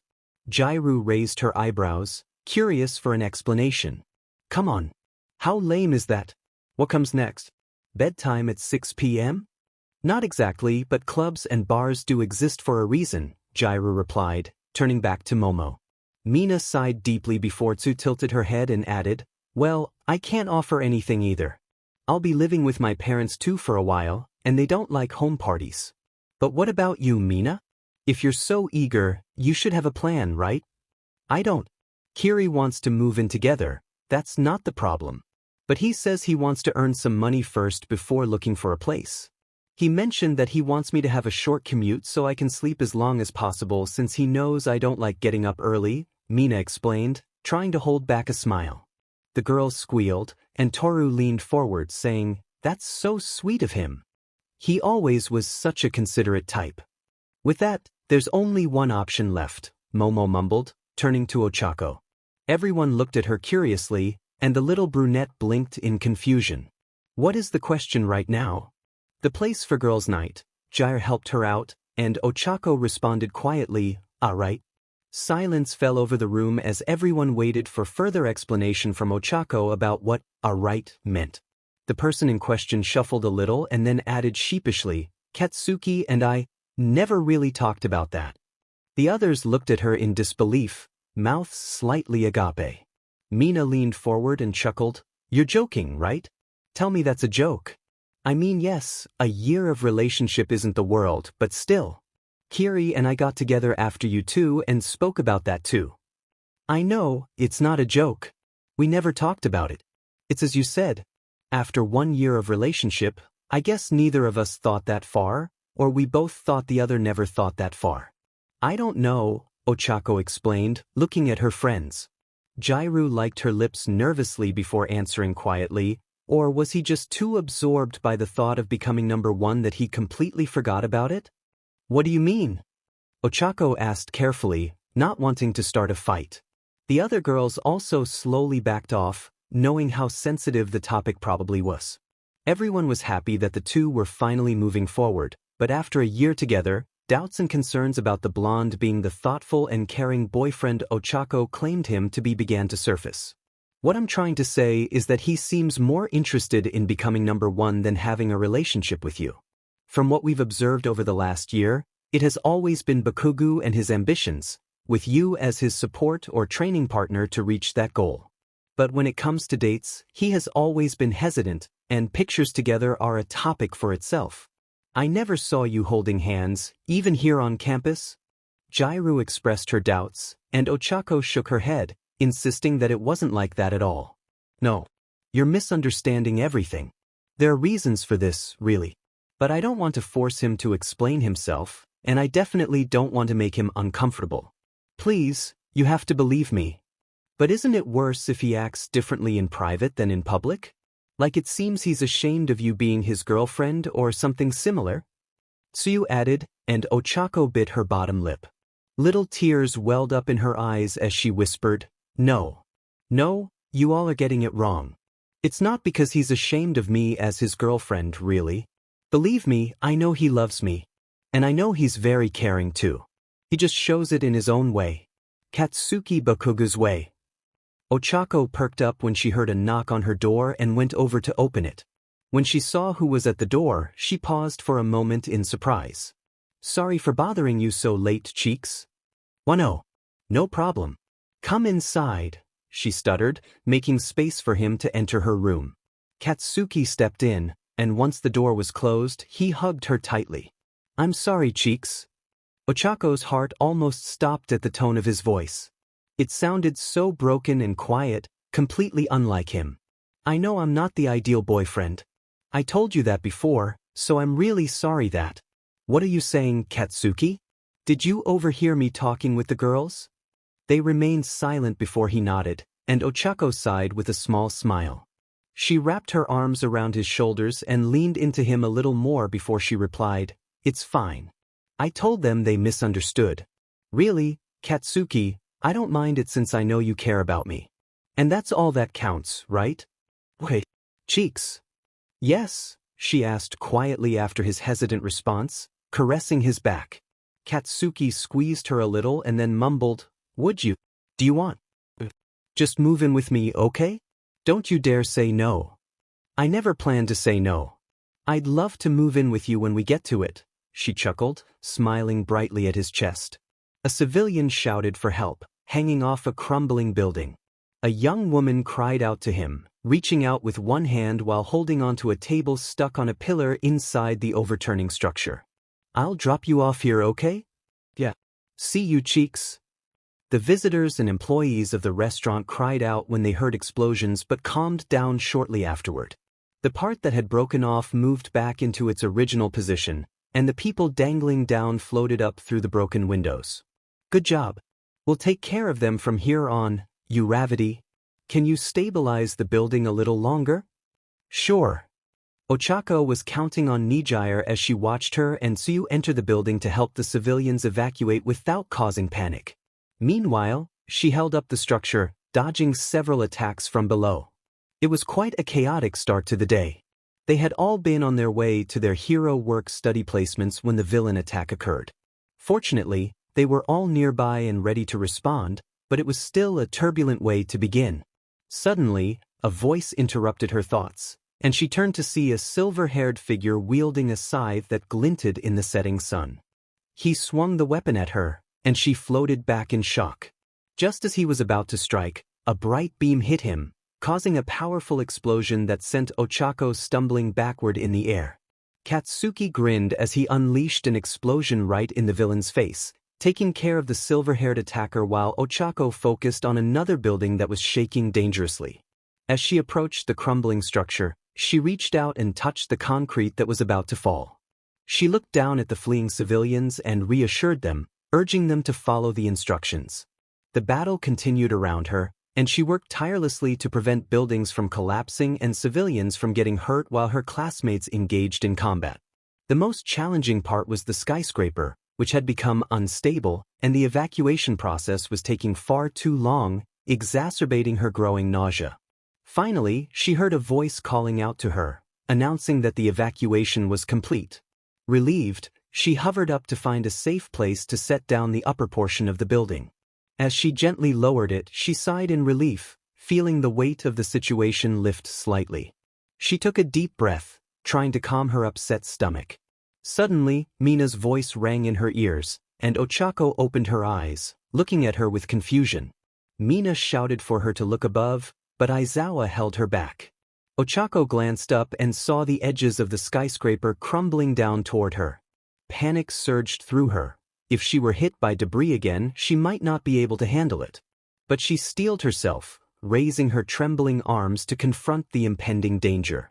Before she could react, a loud cry escaped her throat as intense heat washed over her from above. Tremendous heat waves radiated down, and small pebbles began to fall. She turned to see Katsuki behind her, his red eyes filled with panic and desperation. He dropped his gauntlets and stumbled toward her, whispering reassurances as he nearly crushed her in his embrace. Ochako felt his body shaking, and she allowed him to hold her tightly, feeling the weight of his fear. As civilians and reporters began to gather, her classmates formed a protective barrier around them, blocking the intrusive cameras. Katsuki whispered his relief, expressing how he thought he had lost her. She squeezed him back, grateful that he had arrived just in time to save her. He spoke of his dreams crumbling and his fear of climbing the hero rankings alone, and Ochako felt warmth spread through her at the realization that he truly cared about their shared goals. He promised they would make hero history together, but his voice broke, and she felt a tear fall onto her neck. Katsuki was crying. He expressed his fear of losing her and how difficult it would be to reach the top without her by his side. Ochako tried to comfort him, acknowledging his pain and waiting for his usual explosive temper to surface, but it didn't come. Instead, she could sense his heart breaking further as he contemplated the what-ifs. Their classmates watched in surprise at Katsuki's vulnerability, some with sympathy for his broken demeanor, while Kirishima admired him quietly. As Katsuki straightened up, he wrapped his arms around Ochako again, resting his forehead against hers. He took shaky breaths, tears still streaming down his cheeks. Ochako gently wiped away his tears and smiled warmly, assuring him that there would be no more crying. Ochako felt a sense of warmth as she leaned into Katsuki's touch, waiting for him to dismiss his emotions as mere sweat. He took a deep breath, trying to steady himself, and reminded her that it was okay to cry sometimes. She blinked in surprise, asking him to repeat himself, unsure if she had heard correctly. He sighed, a hint of frustration in his voice, insisting that she had indeed heard him. Katsuki Bakugou, known as Dynamite and one of the more challenging students in Class 3, had always claimed he wasn't afraid of any battlefield or enemy. He thrived on confrontation, seeking out fights whenever he could. Loud, aggressive, and quick to anger, his fiery personality matched his explosive quirk perfectly. He had always prided himself on not being weak, refusing to show any emotions other than anger or indifference. The droplets on his face were simply sweat from his intense training, not tears revealing vulnerability. Yet, Ochako had seen through that facade. She knew that Katsuki had cried, feeling fear in the heat of battle, trembling and acting impulsively. In those moments, he had not been angry or indifferent. He had been genuinely worried. Despite this, Ochako believed that he and his quirk were a perfect match. She chuckled internally, allowing herself to be lifted momentarily by him before he set her down again. Katsuki expressed his frustration about having a strong hero as a girlfriend, and she leaned against him, feeling the weight of her affection for him. She thought about how every time he showed his emotions, it felt like an explosion, unexpected and intense. After her shower, Ochako felt invigorated and ready to train, but she knew Katsuki would find her and scold her for not resting. As she walked toward her room, she heard her name being mentioned from Mina's room. Curious, she listened closely and realized they were discussing Katsuki's behavior that day. They questioned whether his actions were genuine or if he felt obligated to act that way. Their doubts stung her heart deeply, especially since she had come to know him well. Jiru's voice cut through her thoughts, describing Katsuki as tense and aggressive. Mina and Tsuyu agreed, and Ochako felt her fists clench in frustration. She retreated to her room, tears welling in her eyes as she reflected on their words. Checking her phone, she noticed several unread messages from Katsuki, the very person they were criticizing. His messages showed concern for her well-being, asking if she was okay and urging her to take care of herself. As she read through them, a smile crept onto her face. He had prepared lunch for her, and she felt a warmth in her chest. Despite the doubts of her friends, she believed in Katsuki and the bond they shared. She climbed into bed, still hearing the conversation from Mina's room. She hoped that one day they would understand, just as she had come to appreciate the depth of Katsuki's character. It wasn't a fairy tale, but it was their story, and she was determined to see it through. There was no need for change. Katsuki was already great just the way he was. Perhaps she might find some flaws in the future, but she didn't know yet. And what if she did? He had rushed back to prevent her from getting injured, just as Momo had mentioned. Now she could say that she hadn't passed out, hadn't thrown up, and also hadn't sustained any major injuries since he had been there in time. She wasn't hurt, at least not physically. But her heart ached more than ever, as she struggled to convince her friends that her boyfriend wasn't what they thought he was. Chapter 19 Dynavity. Katsuki was furious, his scowl deep and crimson eyes flaring with their usual fighting spirit. He stormed out of his room, shouting about kicking those who had wronged him. Kirishima followed closely behind, trying to calm him down. Katsuki insisted that it was unacceptable, not just the article but the way it was presented. He slammed his fist against the elevator button, the impact echoing through the floor. Kirishima, scratching his head in confusion, pointed out that the article praised Uraraka for her impressive work on the skyscraper and suggested that she might become a great rescue hero. It also noted Katsuki's determination and improvement in teamwork, even calling them an ultra-power couple. Katsuki was incensed by the implications, shouting that it was all infuriating. Kirishima, exasperated, tried to reason with him, but Katsuki was too worked up to listen. As they entered the elevator, Kaminari and Siro joined them, unaware of the storm brewing. Kaminari greeted them cheerfully, but Katsuki's anger was palpable. Denki, sensing the tension, asked if it was about the Dynavity article.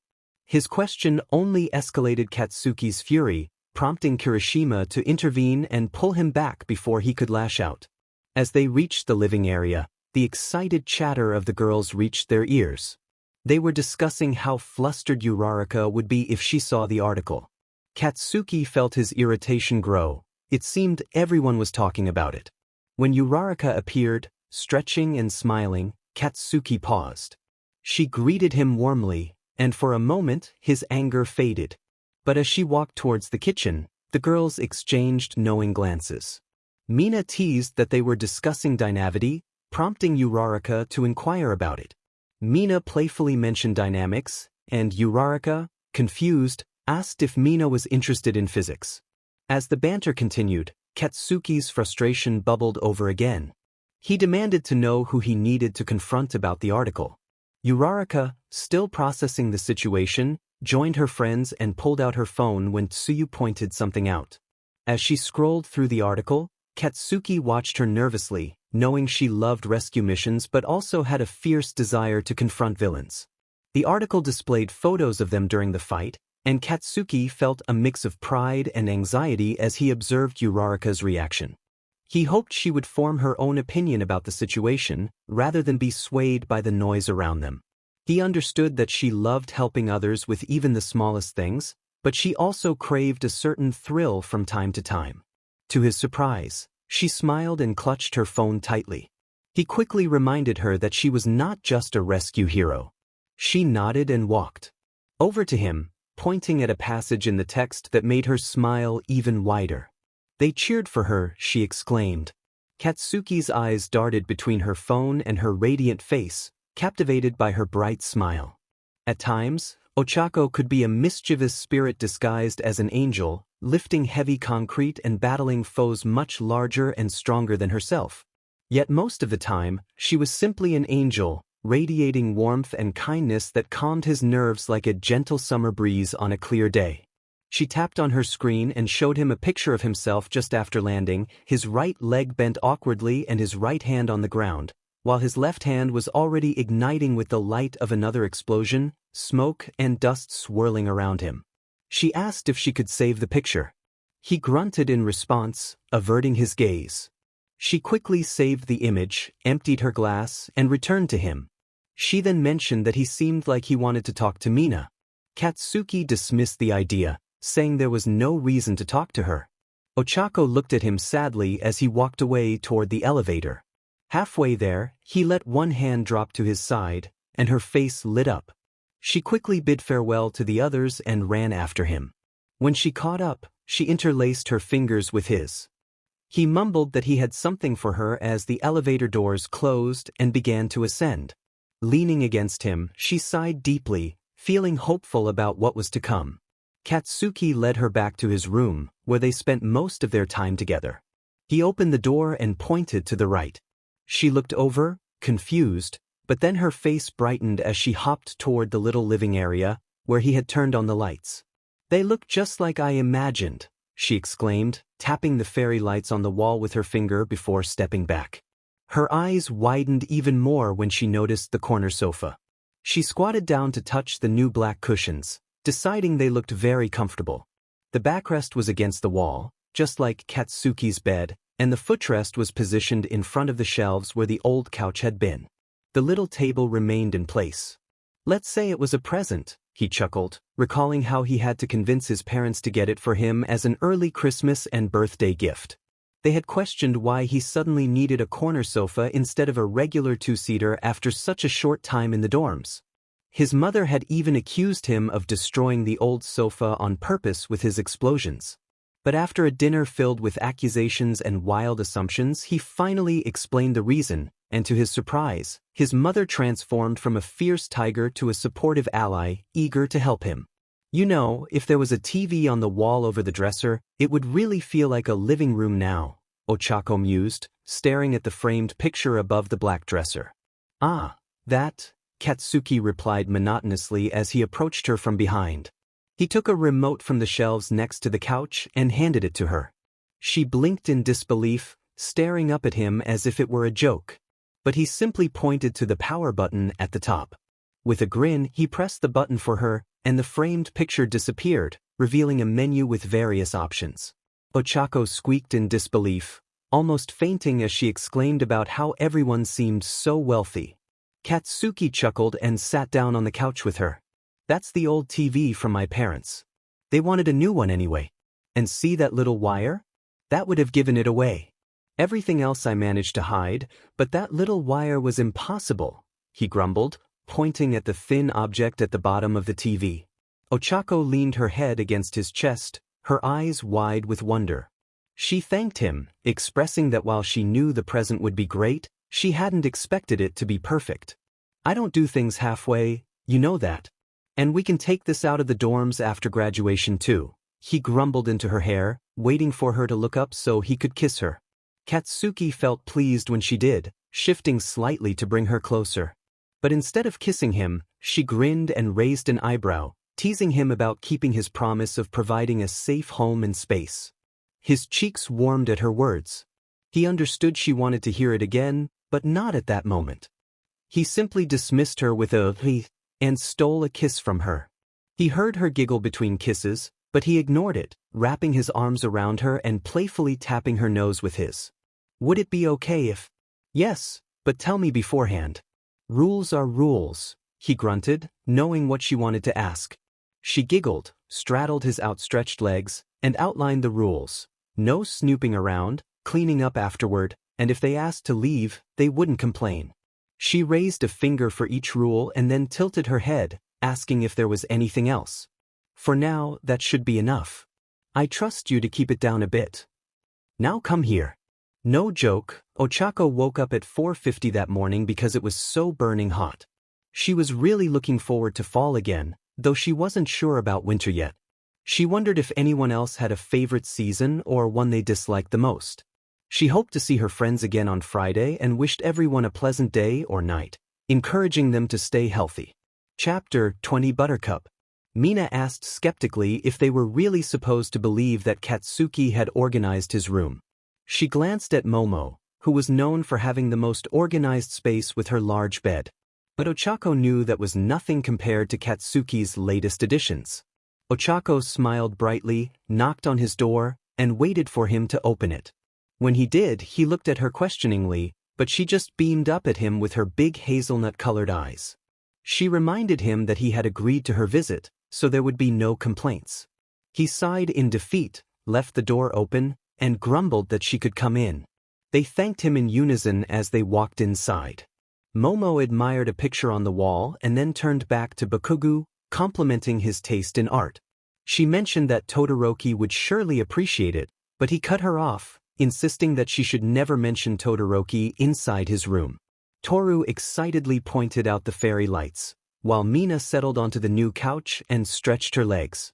She exclaimed how comfortable it was, prompting Momo, Tsu, and Jairu to join her, bouncing slightly on the couch. Ochako soon joined them, and they all giggled about how cozy it felt. Katsuki asked if they needed anything before he left, looking down at Ochako. She glanced around, lifted some magazines from the table, and shook her head with sparkling eyes, thanking him. He brushed through her hair gently and left without another word. Toru huffed, leaning forward and flailing her arms in indignation, urging him to say goodbye properly and give her a little peck on the cheek. But he didn't respond.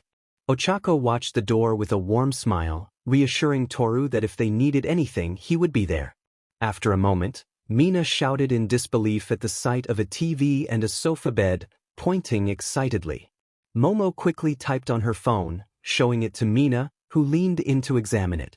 Mina urged Ochako to turn on the TV so they could watch a movie together, causing everyone to scramble to turn the couch into a bed. Ochako tried to help but found it unyielding, realizing Katsuki hadn't shown her how it worked. She decided they would figure it out later and focused on the TV first. As she rummaged through the magazines and snack packaging, she suddenly whined, realizing she had lost the remote again. Tsu tilted her head, asking what was wrong. Ochako buried her face in her hands, explaining that if Katsuki found out, he would get angry because he valued order, and she was always losing things, which tested his patience. The others joined in the search but eventually gave up and returned their things to their places. Momo suggested that maybe it would be better for Ochako to just tell him.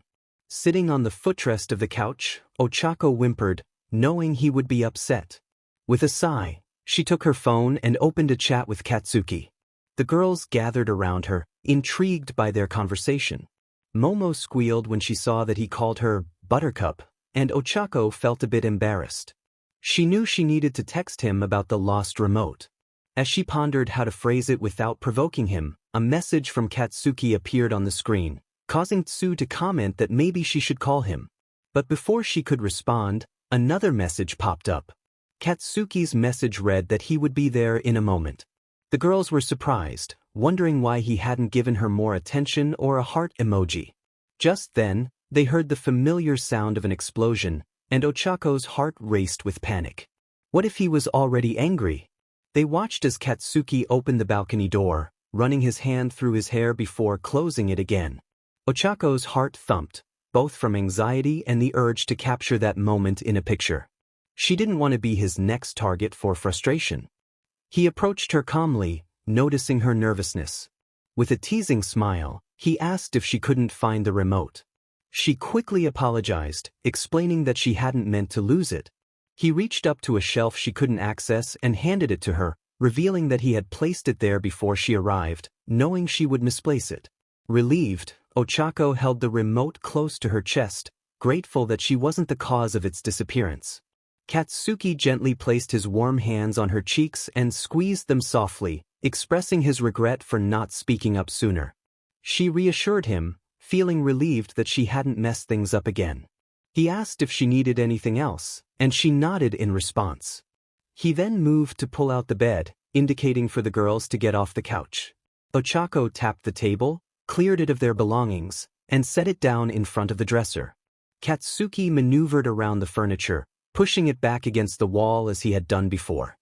He lifted the front part of the bed slightly, pulled it forward, and set it down again, tossing the pillows back onto it haphazardly. He called out to her, reminding her not to break anything as he left through the front door. As he walked away, Tfue watched him with a curious tilt of her head, wondering why he hadn't used his quirk to send him down over the balcony, which would have saved him from waiting for the elevator or running down the stairs. Mina teased about it, but was quickly met with a magazine to the face. It was past midnight when Katsuki returned to his room. He quietly glanced around the corner, feeling relieved to find only Ochako there. She had taken the sheets and pillow from his single bed and was now sleeping on the sofa bed. He set his duffel bag down beside his desk and carefully slipped under the sheets next to her, wrapping his right arm around her. She stirred slightly, turning to rest her arm on his waist and welcomed him home with a sleepy nickname she had started using after they began dating. He murmured an apology for waking her and asked about her evening. She nodded against his chest, still drowsy, and replied that it had been nice. He shared that he had enjoyed a good time, boasting about winning a racing game. As he felt the warmth of her skin under his hand, Ochako tilted her head back and placed a gentle kiss on his throat, catching him off guard. She whispered that she knew he would be the best, and he grinned, trying to calm his racing heart. He wondered if she had lost a bet, but she explained that there were no winners in truth or dare. He felt a tension rise, unsure if she was hinting at something more. When she asked if he didn't want to, he reassured her that it wasn't about obligation but rather his desire for her to feel comfortable. As he caressed her back, he paused when he realized she wasn't wearing anything under her top. She clarified that it wasn't a dare but something they had discussed, though she seemed hesitant to elaborate. He reminded her that he wasn't the kind of person people expected him to be and that he didn't want her to regret anything later. In a surprising move, she pushed him onto his back and climbed on top of him, her eyes sparkling with mischief. He felt a shiver run through him, recognizing this moment as one of those times that made her seem like a devil in disguise. She teased him, and he growled playfully, allowing her to kiss his neck. His left hand moved up her body, though he hesitated. She asked if he wanted to try what they had talked about recently, and he eagerly agreed. With a grin, he flipped them over, taking the lead and feeling her squirm beneath him. She pressed her legs together and moved them rhythmically, her breaths becoming shallow until a soft sound escaped her lips. He captured her lips in a kiss, savoring the moment before pulling away, reminding her to keep it down. Since the others were still awake. She nodded, her hands moving to the hem of his shirt, pulling it off as he leaned over her again, kissing her lovingly. She had whispered for him to stop, but instead leaned in for another intoxicating kiss. Waking up with a jolt, the alarm clock had failed to go off, and a doctor's appointment loomed ahead. It was frustrating to double and triple check her phone in the evening only to find it useless. At least she hadn't overslept. She wished everyone a pleasant day or night and hoped they stayed healthy. Chapter 21 Settling in. Ochako was in a panic, urging Katsuki to hurry as they were running late. Tears threatened to spill from her eyes as she dashed out of the dorm. Katsuki teased her about being the cause of their delay, but she interrupted him, insisting they needed to run. When she opened the gate, He caught her wrist and suggested taking a shortcut, knowing their teacher would be displeased if they used their quirks. With time running out, Ochako made a quick decision. She tapped Katsuki's chest with her fingers and held onto him tightly. He laughed, reminding her they only had 3 minutes left, and set off with an explosion that propelled them toward their graduation ceremony. As they landed, Aizawa spotted them from a distance and groaned, face-palming. Ochako quickly canceled her quirk's effect, jumped off Katsuki's back, and bowed apologetically to her teacher, promising it wouldn't happen again. Aizawa dryly remarked that he hoped to never see them in his classroom again. The ceremony dragged on, filled with repetitive speeches before the handing out of certificates and licenses. Katsuki found it boring and felt he could have easily skipped it. Ochako, however, was thrilled to hold her real license, no longer temporary. Katsuki wondered if her name would still fit her in a few years. Her parents arrived, congratulating her excitedly. She jumped into their arms and showed them her license and certificate, beaming with pride. Her father complimented her on her grades, noting her past struggles in math and English. Ochako credited Katsuki for helping her study. Her mother expressed curiosity about Katsuki, mentioning they had only heard about him through phone calls and television appearances, which were quite energetic. Ochako spotted Katsuki with his family, seemingly in a heated discussion, and led her parents over to join them. As she approached, a blonde woman, Katsuki's mother, interrupted her, holding Ochako's hands and expressing her delight. Katsuki, protective of Ochako, growled at his mother to back off. She retorted, calling him a good-for-nothing and questioning how he managed to attract someone like Ochako. Ochako defended Katsuki, explaining that he was a good person in his own way. Katsuki, after a moment of contemplation, moved closer to her, pulling her protectively against him while grumbling. Ochako, eager to see Katsuki's license, floated around him, playfully asking to see it. After several attempts to persuade him, Katsuki finally reached into his pocket and handed it to her, asking for a moment of peace. Gratefully, Ochako squealed and did a backflip in excitement, examining the license. She instinctively handed hers to Katsuki, who admired her picture, noting her rosy cheeks and bright, happy eyes. She was a little walking sunshine. Ochako giggled, complimenting his picture, while Katsuki teased her about looking like a hamster. She playfully protested, but he insisted he was right. Despite his rough way of expressing affection, she cherished it.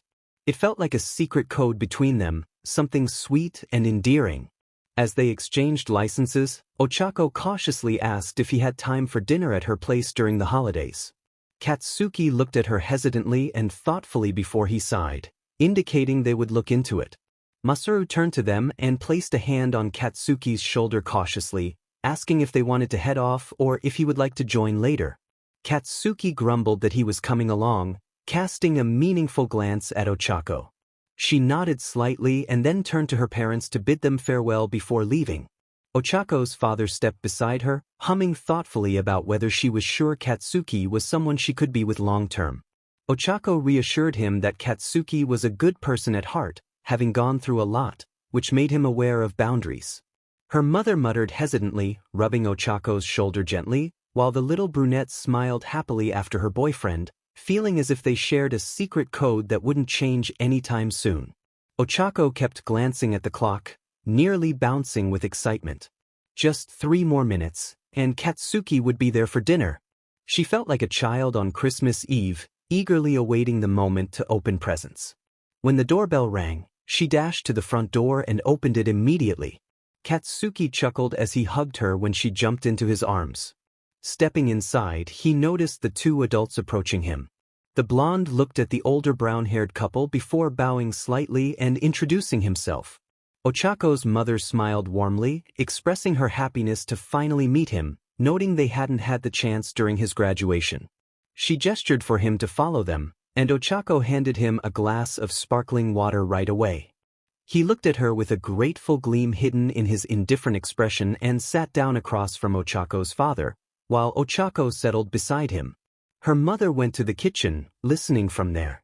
In Ochako's room, Katsuki finally allowed himself to breathe, feeling incredibly tense the entire evening. Ochako, who followed him, looked at him with concern and asked if he was okay or if he wanted to go home. He replied that it was fine but admitted he was unsure how her parents viewed them, which made everything feel 100 times more difficult. He didn't want to mess up around her. She walked over to him and sat down on her bed, and he briefly hid his face in her neck. She wrapped her arms around him and leaned in, whispering that he should just be himself. Her parents might be surprised since he wasn't like what they saw on TV, but they would like him a lot. Katsuki grumbled about what she was asking for, but she assured him it would help him feel more at ease. After a moment of hesitation, he nodded and said he would try, though he still felt uncomfortable being affectionate around others. Ochako suggested they watch some music videos and cuddle, which he agreed to. Leaned back against the wall as she crawled over to him with her phone and headphones. He opened his arms in an inviting gesture, and she leaned back into him, handing him one of the in-ear headphones. She opened her video app and scrolled until she found a music video they could enjoy together. Katsuki shifted behind her to get comfortable and leaned his head on her shoulder. He complained about the song, saying it hurt his ears, while she defended the video. Their moment was interrupted by a knock on the door, and Ochako called for the person to enter. Katsuki, momentarily stunned, kept her in his arms and looked at the door with irritation. Ochako's mother peeked in, smiling warmly and announcing that dessert was ready. Ochako chirped that they would be right there, looking at Katsuki expectantly, who nodded silently. As Ochako climbed out of Katsuki's lap, he followed her slowly, still unsure how to act around her parents. He felt her father's protective gaze, making it clear that he viewed Ochako as his little princess who needed to be kept safe. But Katsuki knew he couldn't hide or run away. That would be cowardly, and he wasn't a coward. He reminded himself to just be around her like he always was. When they reached the front, he took his place under the scrutinizing gaze of Ochako's father. Once everyone was seated, Ochako handed him a small bowl of cream. He looked at it, hoping it wouldn't be as sweet as everything else she usually ate. Taking a cautious bite, he found it to be a lemon-flavored cream with a slightly bitter aftertaste. He exclaimed in surprise that it was delicious and urged her not to ruin the dessert by drowning it in sugar. Ochako playfully insisted she was just giving it the final touch, but he countered that it was more like giving it the final blow. She puffed her cheeks in indignation and mixed the cream aggressively while glaring at him, insisting he needed to learn to appreciate sweet things. Before he could respond, she cheekily cut him off with her spoon, and he grimaced at the taste, noting it carried the unmistakable signature of Ochako Uraraka. Silence fell over the room as the adults exchanged glances, and Katsuki tried to hide behind his drink, hoping his girlfriend was pleased with his comment. He glanced over at her, and she flashed her usual jubilant and loving smile. She was happy, and that was what mattered to him. Katsuki and Ochako were engaged in a game of Uno. She challenged him, insisting that he draw more cards. He groaned but complied, reluctantly gathering the cards and examining the chaotic assortment in his hands while Ochako's parents observed them with amusement. As he rearranged his cards, he placed several down at once. Ochako's eyes widened at the reverse card. She protested, claiming it didn't grant another turn with only 2 players. Katsuki insisted it did, and they argued back and forth about the rules, each trying to assert their point. Eventually, Katsuki interrupted her, declaring it was his turn again. Ochako, refusing to back down, insisted on her household's rules. The playful tension escalated as she stood on her chair, glaring at him defiantly. Later, Katsuki noticed Ochako's father beckoning him outside to the terrace while Ochako and her mother searched for a game with clearer rules. Katsuki followed the older man outside, feeling a knot of unease in his stomach but trying to mask it. Everything would be fine. Once outside, Ochako's father leaned against the railing, gazing into the garden. Katsuki approached hesitantly and stood beside him, looking at the pond that reflected the moonlight. The older man broke the silence, commenting on Katsuki's unexpected kindness toward Ochako, albeit in a strange way. Katsuki lowered his gaze, feeling slightly embarrassed. He explained that he wasn't the type to be overly affectionate like others. The older man clarified that he appreciated Katsuki's genuine compliments, noting that he only offered them when he felt it was appropriate, rather than forcing the moment. He expressed his concern for Ochako, revealing that he had been skeptical of Katsuki throughout the evening because he wanted to see her happy. Katsuki nodded in understanding, admitting it hurt him to see her cry. The older man agreed quietly, and they fell into an awkward silence.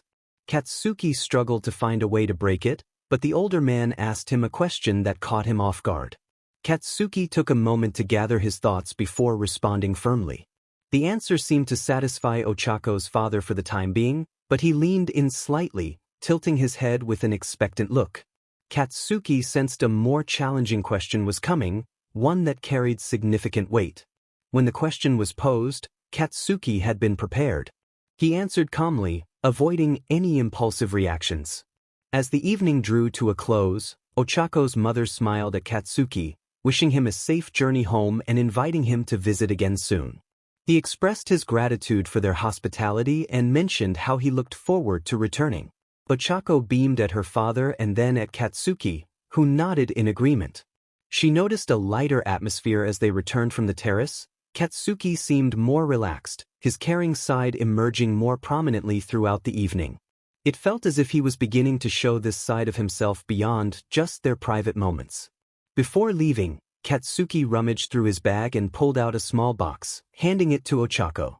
She looked at him quizzically, surprised by the gift. He explained that he remembered her admiring a bracelet while they had been out before graduation and thought it was a fitting gift.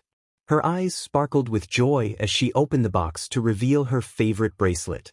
She was touched that he remembered.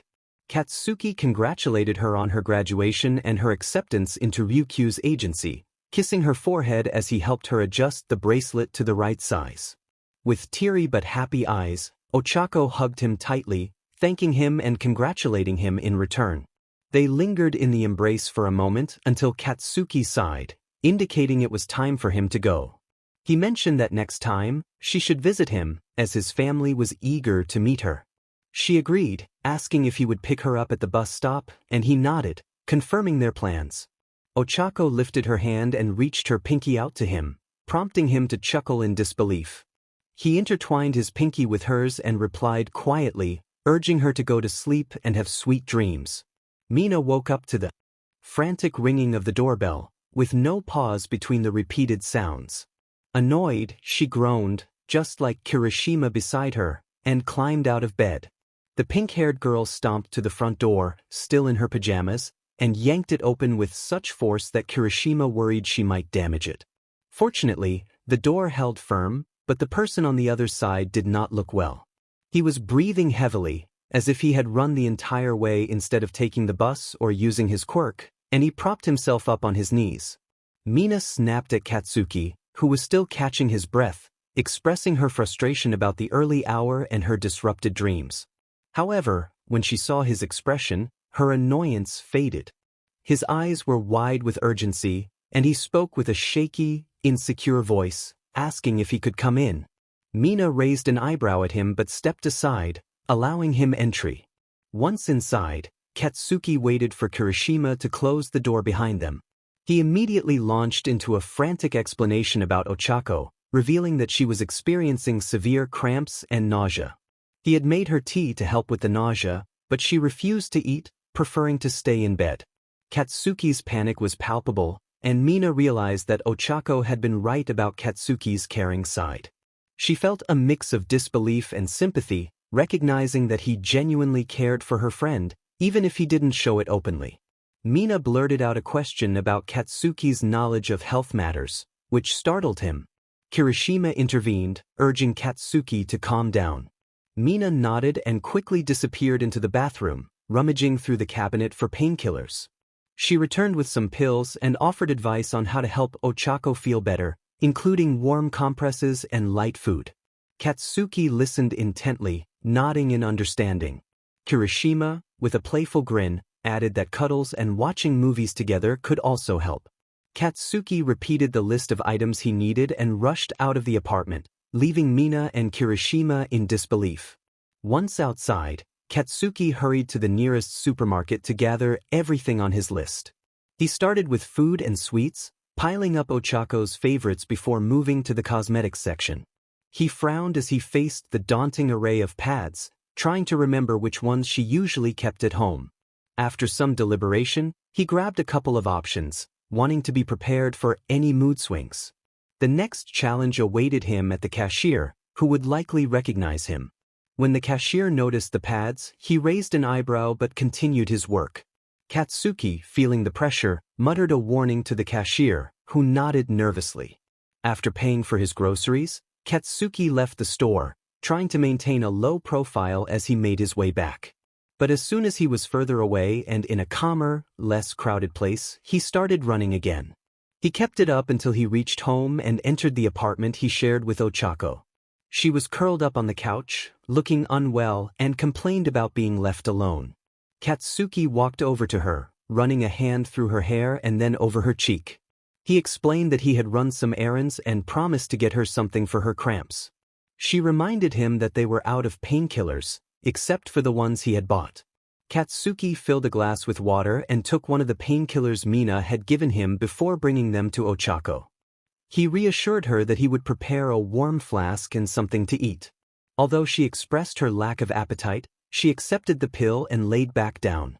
Katsuki retrieved a fluffy blanket he had found at the supermarket and held it in front of her face. She looked at it and touched the material cautiously, then eagerly demanded it, turning onto her back and reaching out for it. Katsuki chuckled as he tore the band that held the blanket together and unfolded it, carefully covering her with it. He assured her he would be right back before heading to the bathroom to prepare the flask for warm water.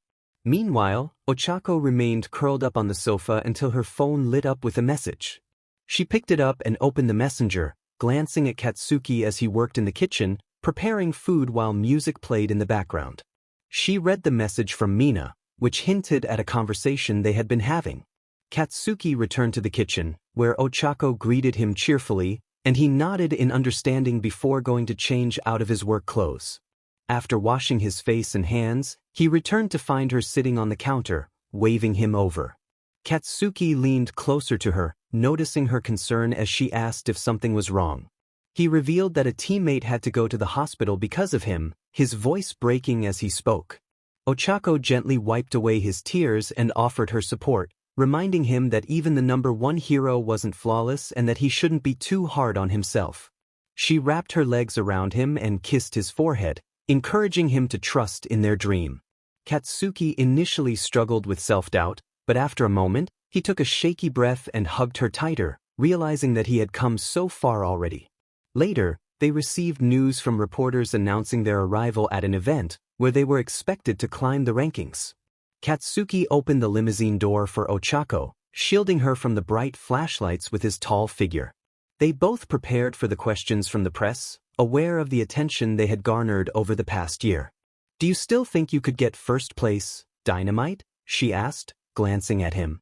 He let out a light laugh and turned to the brunette, who was waving goodbye to the reporter who had just asked her the question. "Well, I guess we have to wait for the results to find out. My competition has been really strong these past few years, hasn't it?" he replied vaguely, grinning at her before bidding her farewell and following Ochako again. They walked down the red carpet side by side, answering more questions about their careers, with Katsuki mostly remaining vague or suggestive. "Uravity, Dynamite. One quick question, please," a reporter called out.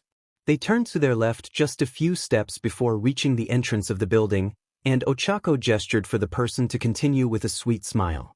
"There are rumors about you two being a couple, and some say it's been since high school. Can you tell us if this is true?" This question triggered a flurry of flash photography as reporters eagerly sought the next headline. Katsuki was prepared to answer this question with the same vagueness as before, approaching the brunette with a smirk. However, Ochako looked at him with a glint in her eyes and responded, "Oh, I'd be interested in those rumors too.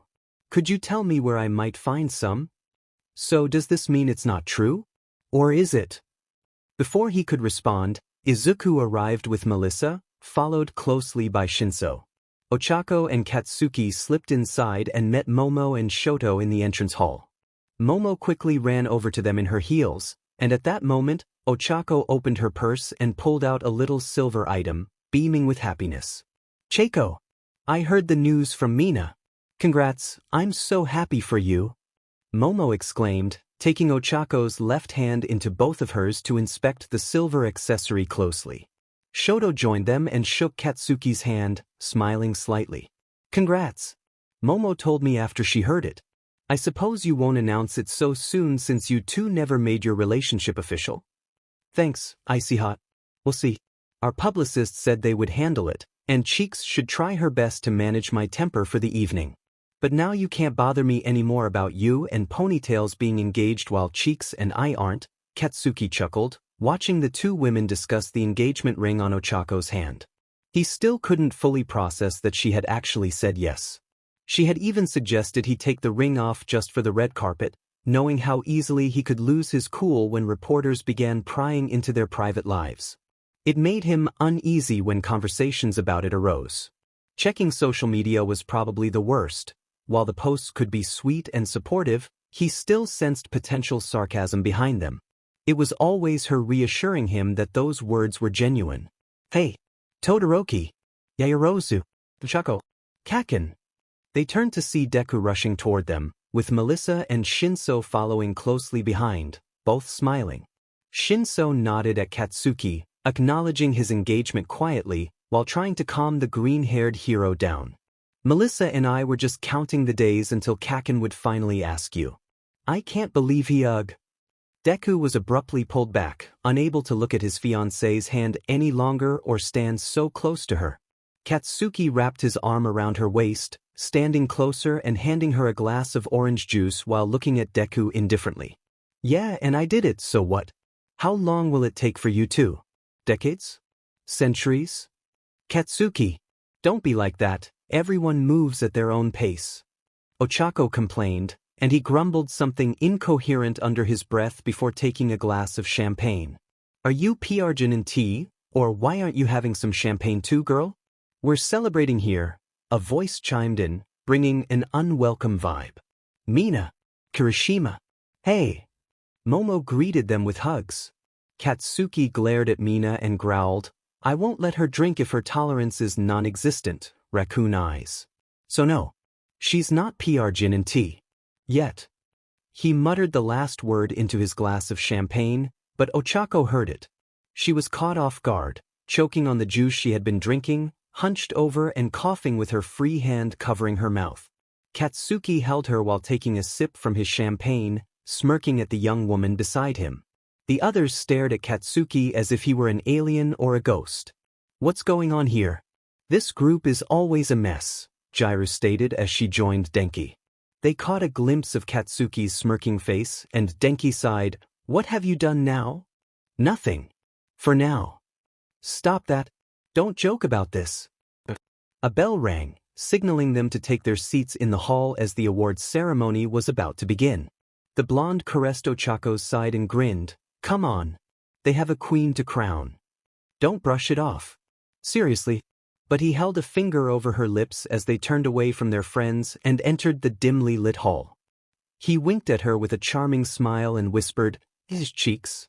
It's our publicist's job, right? She puffed her cheeks and grumbled sulkily. The blonde pulled her chair back slightly and leaned close to her ear as she sat down. I'll make it up to you. Just tell me afterwards what you want, dear. Katsuki had never been one for such events. They were as boring as their graduation had been. He was constantly on alert, knowing that after the awards show, reporters would swarm the main hall for more interviews. For now, Ochako was happily admiring her ring, waiting for Katsuki's name to be announced.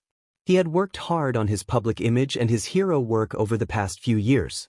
He had even started working with students for their internships and hero work studies when they came to Hawk's agency, where he was now collaborating with some of the others. Ochako looked up, increasingly nervous as the countdown continued. There were still 5 names left, and she couldn't bear to see the disappointment in Katsuki's eyes if he fell further in the rankings from being a former top 5 to an unannounced position. Red Riot. The red-haired hero stood up, and all of Ochako's and Katsuki's friends cheered for him. Ochako chewed on her bottom lip, breathing nervously. Katsuki glanced over and noticed her anxiety, reaching out under the table to take her hand in his. He would be lying if he said he wasn't nervous. They both were. The top 4 went to Deku, and the top 3 to Shoto. Their friends' eyes were glued to him, while Hawks, still in the top rankings as number 6, looked down at him with an unreadable expression. Top 2, Katsuki held his breath, focusing intently on the announcer. He would be okay if one of their friends secured the top 1 or 2 spots, as long as one of the places went to Ochako. He didn't need a spot for himself at that moment, as long as she stood up there. Uravity! Ochako blinked as her name was called. She stood up, her eyes searching for Katsuki. She wanted him to follow her, but he let her hand go and nodded slightly toward the stage, barely visible. She nodded back and walked up on stage. To those unaware of their relationship, they appeared to be very close friends, which was how the rumors had started. However, the few heroes who knew about them noticed the glances and subtle touches exchanged between them. Momo had repeatedly criticized Katsuki, insisting that Ochako deserved for him to make their relationship public, regardless of his insecurities. He promised that by the following day he couldn't stand watching other men gawk at her and speak inappropriately behind her back. He was tired of the secrecy. And top 1. The room fell silent, everyone holding their breath. There were a few contenders for the number 1 spot, and it had already surprised Katsuki that Deku had placed higher than Kirishima. Their popularity and activity levels were in a fierce competition. Next year could look different. Katsuki met Ochako's hopeful gaze once more before the spotlight landed on him, announcing his name. Ochako's face lit up as she watched him rise calmly and walk up to her, just as he had done for the past few years on their journey to the top. He thanked the audience and shared a few words before standing to Ochako's right. She looked up at him, catching his attention quickly. He whispered that he had never forgotten her, smirking slightly before confetti rained down on them and the hall lights brightened. Denki approached them, pointing toward the main hall over his shoulder. He urged them to join the others who were already heading to the buffet. Katsuki growled in response, following Denki while Ochako almost forgot her purse. They entered the main hall and scanned the crowd for their friends. "There are the girls over there. I'll join them, okay?" Ochako announced. Katsuki nodded, heading toward the boys with Denki. He positioned himself to keep an eye on Shoto's shoulder, watching the girls' group since he noticed a cluster of reporters and other male heroes nearby. "How does it feel to keep a promise, huh?" Shiro grinned, pointing at him. Katsuki looked at Shiro indifferently, stating that it felt good, but not keeping it had never been an option. Shiro grinned widely, knowing there had only been the option of achieving it and proving to the world that Ochako belonged among the top spots in the rankings. They chatted a bit more, answering questions about the award show and their rankings while enjoying some snacks provided by the organizers. "Hey, who are those guys over there? Are they trying to hit on the girls?" Hawks asked beside him. Katsuki's eyes darted in that direction immediately, and Shoto, Denki, and Kirishima turned to look as well. Ochako stood at the front of the girls' group, waving something off and shaking her head dismissively while stepping back. The other male heroes smiled suggestively at her, one reaching out a hand, making her even more flustered. Katsuki snapped, interrupting Kirishima as he handed his glass to the red-haired hero. He walked over as casually as he could, but inside he was boiling. He couldn't handle this anymore. It happened all the time. They always had to find a way out of it, either with one of their friends helping him or him calling her from around the corner. Something inside him snapped. He couldn't take it any longer, not even until the next day. "Oh, is that ring new, Uravity? If you'd like, I could get you a real one instead of this." "For your ring finger too, of course," one of the guys said smugly. Ochako glanced down in panic. She had forgotten to take it off as she had promised. Momo wanted to step forward and say something, but she hesitated, unsure of how to protect her friends without revealing their secret before their publicists announced it. Ochako stepped forward indignantly but remained silent, her expression hesitant and defeated. "No, Uraraka stammered, struggling to find an explanation as her mind raced. She felt like crying and wanted to escape the situation, hating that she felt so clumsy and forgettable. But then, she felt a grounding presence behind her, followed by two strong arms wrapping around her waist. What a rude thing to say to someone's fiancé, isn't it?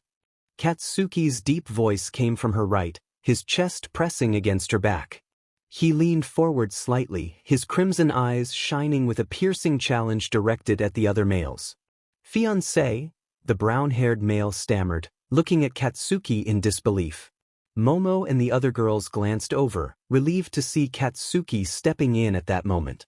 Katsuki looked at Ochako, slightly surprised that he was announcing their engagement so publicly and without hesitation after years of fuss. He noticed the reporters turning in their direction, approaching one after another.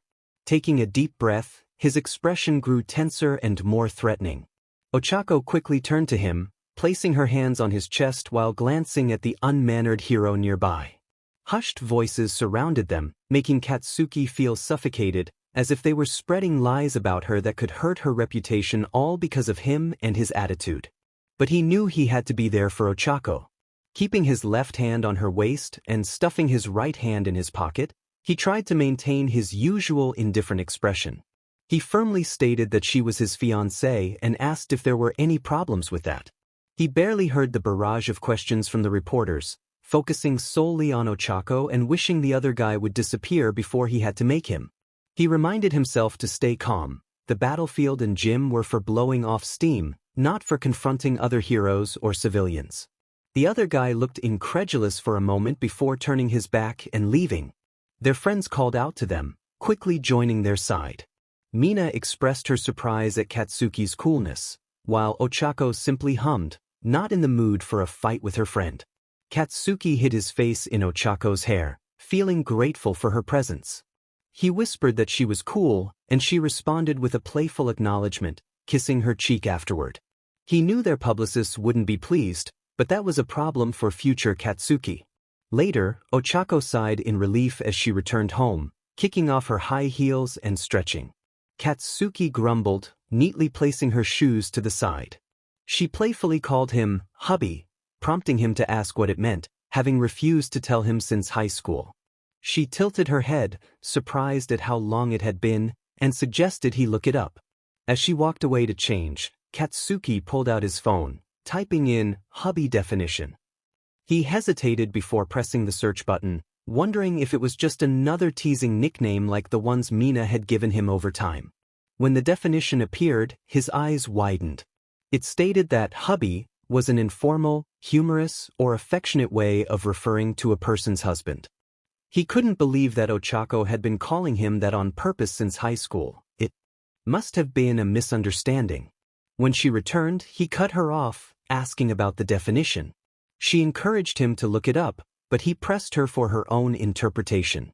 Floating above him, she seemed concerned, asking if something was wrong with the nickname. He sighed, rubbing his eyes and lying back on the couch, desperate for reassurance. She finally answered that it meant a person's husband in an affectionate way. Relief washed over him as he realized she knew all along. He took a shaky breath, covering his eyes with one arm and letting out a laugh. He asked if she was aware she had been calling him that since high school, expressing his fear of what might happen if things didn't work out. He had hesitated to make their relationship official, worried it would seem like he was ashamed of having her by his side, even though he felt lucky to be with her.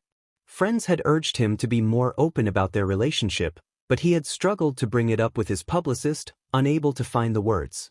In that moment, he felt the weight of their unspoken connection and the importance of making things official, knowing he had to overcome his fears for the sake of their future together. Of course, the publicity teams of their respective agencies were aware of their relationship and were simply waiting for the green light. His agency's publicity team always seemed excited whenever he requested a meeting again, but they also showed understanding when he hesitated. He often found himself at the gym late into the night, trying to blow off his frustration over his inability to express 3 simple words. Make it public. Nothing more. They would have understood what he meant. She noticed his struggle and gently placed her hands on his cheeks, whispering that it saddened her to see him hurt. He felt warm tears rolling down his face as she carefully wiped them away with her thumbs. He wondered what would happen if she had grown tired of him. She would likely never use that nickname again, especially not with someone else. There was no one she had ever wanted more by her side than him.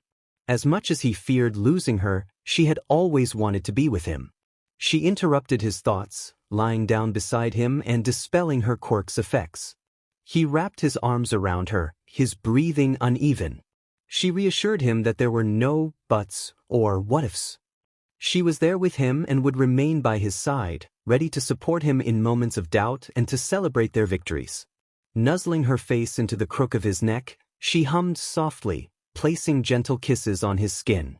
He patted her back gently, his breathing gradually evening out. She had never doubted him since high school, patiently waiting for him to take the necessary steps at his own pace. Katsuki took her left hand and placed soft kisses on the back of it. She hummed against his neck and began to unbutton his shirt. She playfully wondered how quickly he could reach the hospital if she needed him to. He jokingly warned her not to give him another heart attack, but he cut himself off when she slipped her hand under his shirt. He realized she had family dreams since childhood, but he wasn't sure he could take on that level of responsibility just yet. She reassured him not to rush things. He chuckled, pulling her closer and closing his eyes tiredly, promising he would be there in no time. "What? You're leaving the country?" Ochako exclaimed, looking at Katsuki in disbelief. She ran her fingers through her hair in frustration and turned away. Katsuki reached for her arm, turning her back to face him. He tried to explain, but she interrupted, expressing her frustration about the timing of his mission abroad. She found the wedding planning stressful too, and it was not something she wanted to argue about. Katsuki pulled her into a hug, and she complied, wrapping her arms around him as he comforted her. She expressed her annoyance at his decision to accept the mission at such a crucial time. He found her swearing both amusing and endearing, but he reassured her that it was only for 1 week and that they would finish the planning in time. Ochako listened to his steady heartbeat, feeling that 1 week was already too long. Her nerves were frayed with the upcoming wedding and the constant inquiries from friends and family. She had always wanted to visit Europe, and now he would be going there without her. She quietly admitted that she wanted to go there with him. Katsuki cupped her face, surprised that she hadn't mentioned it sooner. He promised to take her there once the wedding chaos was over, allowing them to enjoy some peaceful time together. She nodded, taking his hands and making a deal that they would have enough time to explore beautiful places. He joked about needing something worthwhile to see, and she giggled, their fingers intertwined in a comfortable silence. Before parting, Katsuki kissed her forehead softly, assuring her that he would return sooner than she realized. "Cheeks, as much as I love you, this is bad timing." Katsuki shouted into his phone, launching an explosion at a giant creature. A black-haired woman joined the fight, causing the creature to stumble. Ochako's voice came through, asking whether he preferred red or blue. Katsuki furrowed his brows, frustrated by the question. He insisted on red, but then the surroundings suddenly plunged into darkness. He paused, scanning the area with growing unease. A flash of light caught his attention, revealing the young woman who had summoned him. She appeared to blend into the darkness, her hands stained with the creature's blood. The darkness faded, but the chilling feeling lingered. It had been an illusion, yet it left him feeling cold, lonely, and terrified. The blonde observed the black-haired woman who had jumped down from the giant and approached him. She expressed her concern, asking if he was all right and why he had gasped in surprise. Katsuki stuttered, admitting that he was fine, though his heart was still racing. The woman, with her blood-stained hand resting on his shoulder, commented on the color red, suggesting that adding white and pink tones could evoke a sense of uravity. Katsuki found her idea lovely and mentioned that the florist would likely appreciate it as well, though he wondered if the florist had other plans. He intended to share this with her, referring to her affectionately. However, he was taken aback when she had called him in the middle of a fight over flowers, expressing his frustration loudly. The black-haired woman laughed, told him she loved him, and advised him to take care before hanging up. Katsuki, feeling stressed, followed the other pro-hero, who was already reporting to the police. As they left the scene together, she nudged him playfully and smirked, asking if he finally recognized her worth. Katsuki affirmed that he always had, insisting that he never viewed female heroes as weak or inferior. He believed anyone who thought that way was mistaken. She laughed at his response and pushed open the door to the agency. Katsuki entered, glancing at her before begrudgingly complimenting her impressive takedown of the giant. She thanked him and pointed out something on his cheek, teasing him about it. Katsuki checked his face, only to find her playful jab about his appearance. In the next scene, Katsuki grumbled about not being able to figure her out, finding her to be a nuisance. He stared at a spot in his drink where tiny bubbles continuously rose to the surface. She chuckled, explaining that someone had already figured him out. As she enjoyed her ice cream, Katsuki questioned why she felt the need to remember everything her agency colleagues shared. She explained that people often enjoyed talking about themselves, and by listening, she fostered a sense of loyalty among her coworkers. This approach made them more willing to contribute their best efforts. Katsuki pondered her words and asked if she did it for their loyalty. She acknowledged that was one way to look at it, adding that she applied what she learned in communication class to build connections. She briefly described her high school experience, where media communication classes taught students about social media etiquette for public figures. Their conversation fell silent until the waiter arrived to clear their dishes, and she promptly requested the bill. Katsuki, reaching for his phone to send his share, was stopped by her insistence that it was her treat. He refused, suspecting her of trying to manipulate him, but she insisted that she could simply be nice for once. She led him to a nearby park, where she playfully jumped from rock to rock, spinning around and gazing up at the night sky with a content smile. She continued to explain that one cannot expect others to work for them without offering something in return. Katsuki grumbled that he wasn't doing that, but she clarified that her point was more general. She emphasized the importance of having trustworthy allies by your side, especially when it came to protecting what mattered most. She highlighted the potential dangers that could threaten those he cared about, expressing the need for a support system. Katsuki listened silently, surprised when she suddenly vanished and reappeared beside him. He stepped aside, momentarily startled, but soon realized she meant no harm. She reiterated the necessity of having people who would look out for him and his loved ones, especially when he couldn't be there. She painted a vivid picture of the uncertainty that could arise if something were to happen, leaving him to grapple with the fear of loss and the memories of happier times. Her voice was heavy with sadness, and her eyes shimmered softly in the moonlight. Katsuki observed her calmly, noting her expression. Phantasm turned to him with a small smile and shared a memory from her past. She recounted how, during her third year of high school, just months before graduation, her best friend and longtime fighting partner had died in her arms. The healing team had arrived too late to help. All that remained of Cadence were the memories they had shared and her last wish for Phantasm. Katsuki raised his eyebrows, glancing from her outstretched hands to her tear-filled red eyes. Phantasm chuckled softly, looking up at the night sky as she folded her hands behind her back. She recalled Cadence's wish, to give others a place to stay and be happy, just like they had in their dorm room a place they could always call home. As they approached a grand building nearby, Katsuki grumbled about their purpose there. Phantasm smiled slightly and explained that they were there for networking, emphasizing the importance of having trustworthy people around when away from home. Katsuki, feeling a bit annoyed, retorted that he wasn't as oblivious as others might think. Phantasm chuckled and encouraged him to follow her. Upon entering the building, Katsuki was immediately overwhelmed by a flood of voices and scents. He hesitated, contemplating leaving, but Phantasm's encouraging gaze prompted him to continue. She introduced him to two heroes, Morph and Fortify, who were old friends of hers. Katsuki greeted them and listened to their conversation, gradually joining in. Phantasm looked at him curiously and asked for his thoughts on the gathering. Katsuki grumbled that it had been exhausting, though he secretly appreciated the hardworking nature and mindset of the heroes he met. They all seemed knowledgeable and compatible with his own approach. Later, as they shared lunch, Phantasm inquired about his plans for founding an agency, noting that as the #1 hero, many would be eager to work with him. Katsuki grumbled that he felt pressured by his publicist, who constantly brought it up. He insisted he wanted to focus on his personal life first before considering such commitments. Phantasm pointedly asked for the real reason behind his reluctance, prompting him to cough in surprise. He hesitated before admitting that he felt more suited to commanding than collaborating, and he struggled with the emotional aspects of leadership. Phantasm reassured him that communication skills could be learned, and that someone needed to provide structure amidst chaos. Katsuki remained silent for a moment before grunting that he preferred working alone. Phantasm countered that he seemed to work well with others and offered to help him with communication skills during his stay.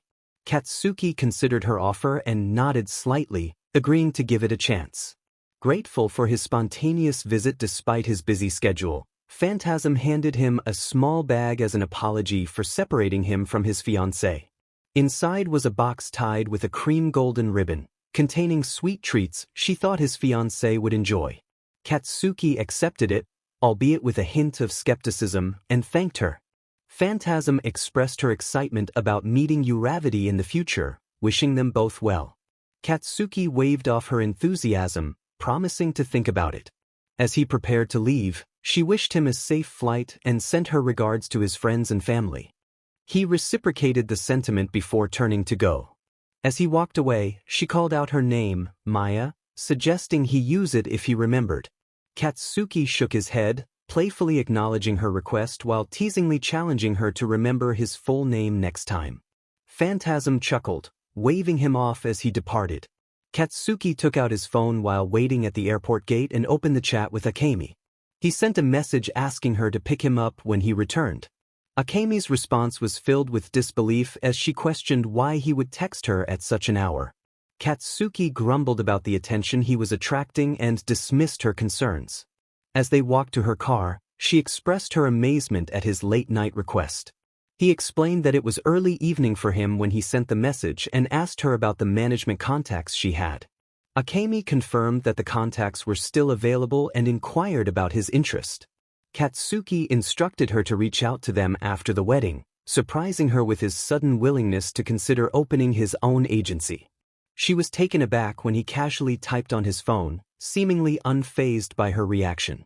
Once they arrived at their destination, Katsuki thanked her for the ride and reminded her not to overwork herself. As he walked toward the building, Akemi marveled at his unexpected gratitude. Inside, Akemi introduced Katsuki to Fumika and Takashi, who greeted him warmly. Ochako joined them, setting down drinks and snacks while casting a curious glance at Katsuki. Akemi explained that Katsuki was looking to start his own agency and needed help with management. Takashi asked if they had begun any preliminary work, to which Akemi admitted they had not yet started.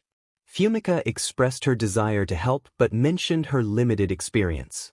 Katsuki reassured her that everyone had to start somewhere and encouraged her to do her best. Akemi teased Katsuki about being more approachable, which earned her a glare. He grumbled in response, but she continued to smile, unfazed. Later, Ochako approached Katsuki, sitting beside him on the sofa. She asked if he truly intended to open an agency, and he admitted that while the thought was daunting, he was serious about it. She was curious about his change of heart since he had previously dismissed the idea. Katsuki pulled her closer, wanting to ensure her safety while he was busy. Ochako chuckled and asked him to introduce her to Akemi when they traveled together, to which Katsuki responded with a grin, noting that Akemi had said something similar. As they settled into their conversation, the atmosphere was warm and filled with the promise of new beginnings. She had one important task, and she knew that Katsuki would be furious if he found out, and that Ochako would panic. The only way out was to tell her boyfriend, who might help her with her scattered thoughts. However, she had to avoid breaking the bad news to the bride and groom.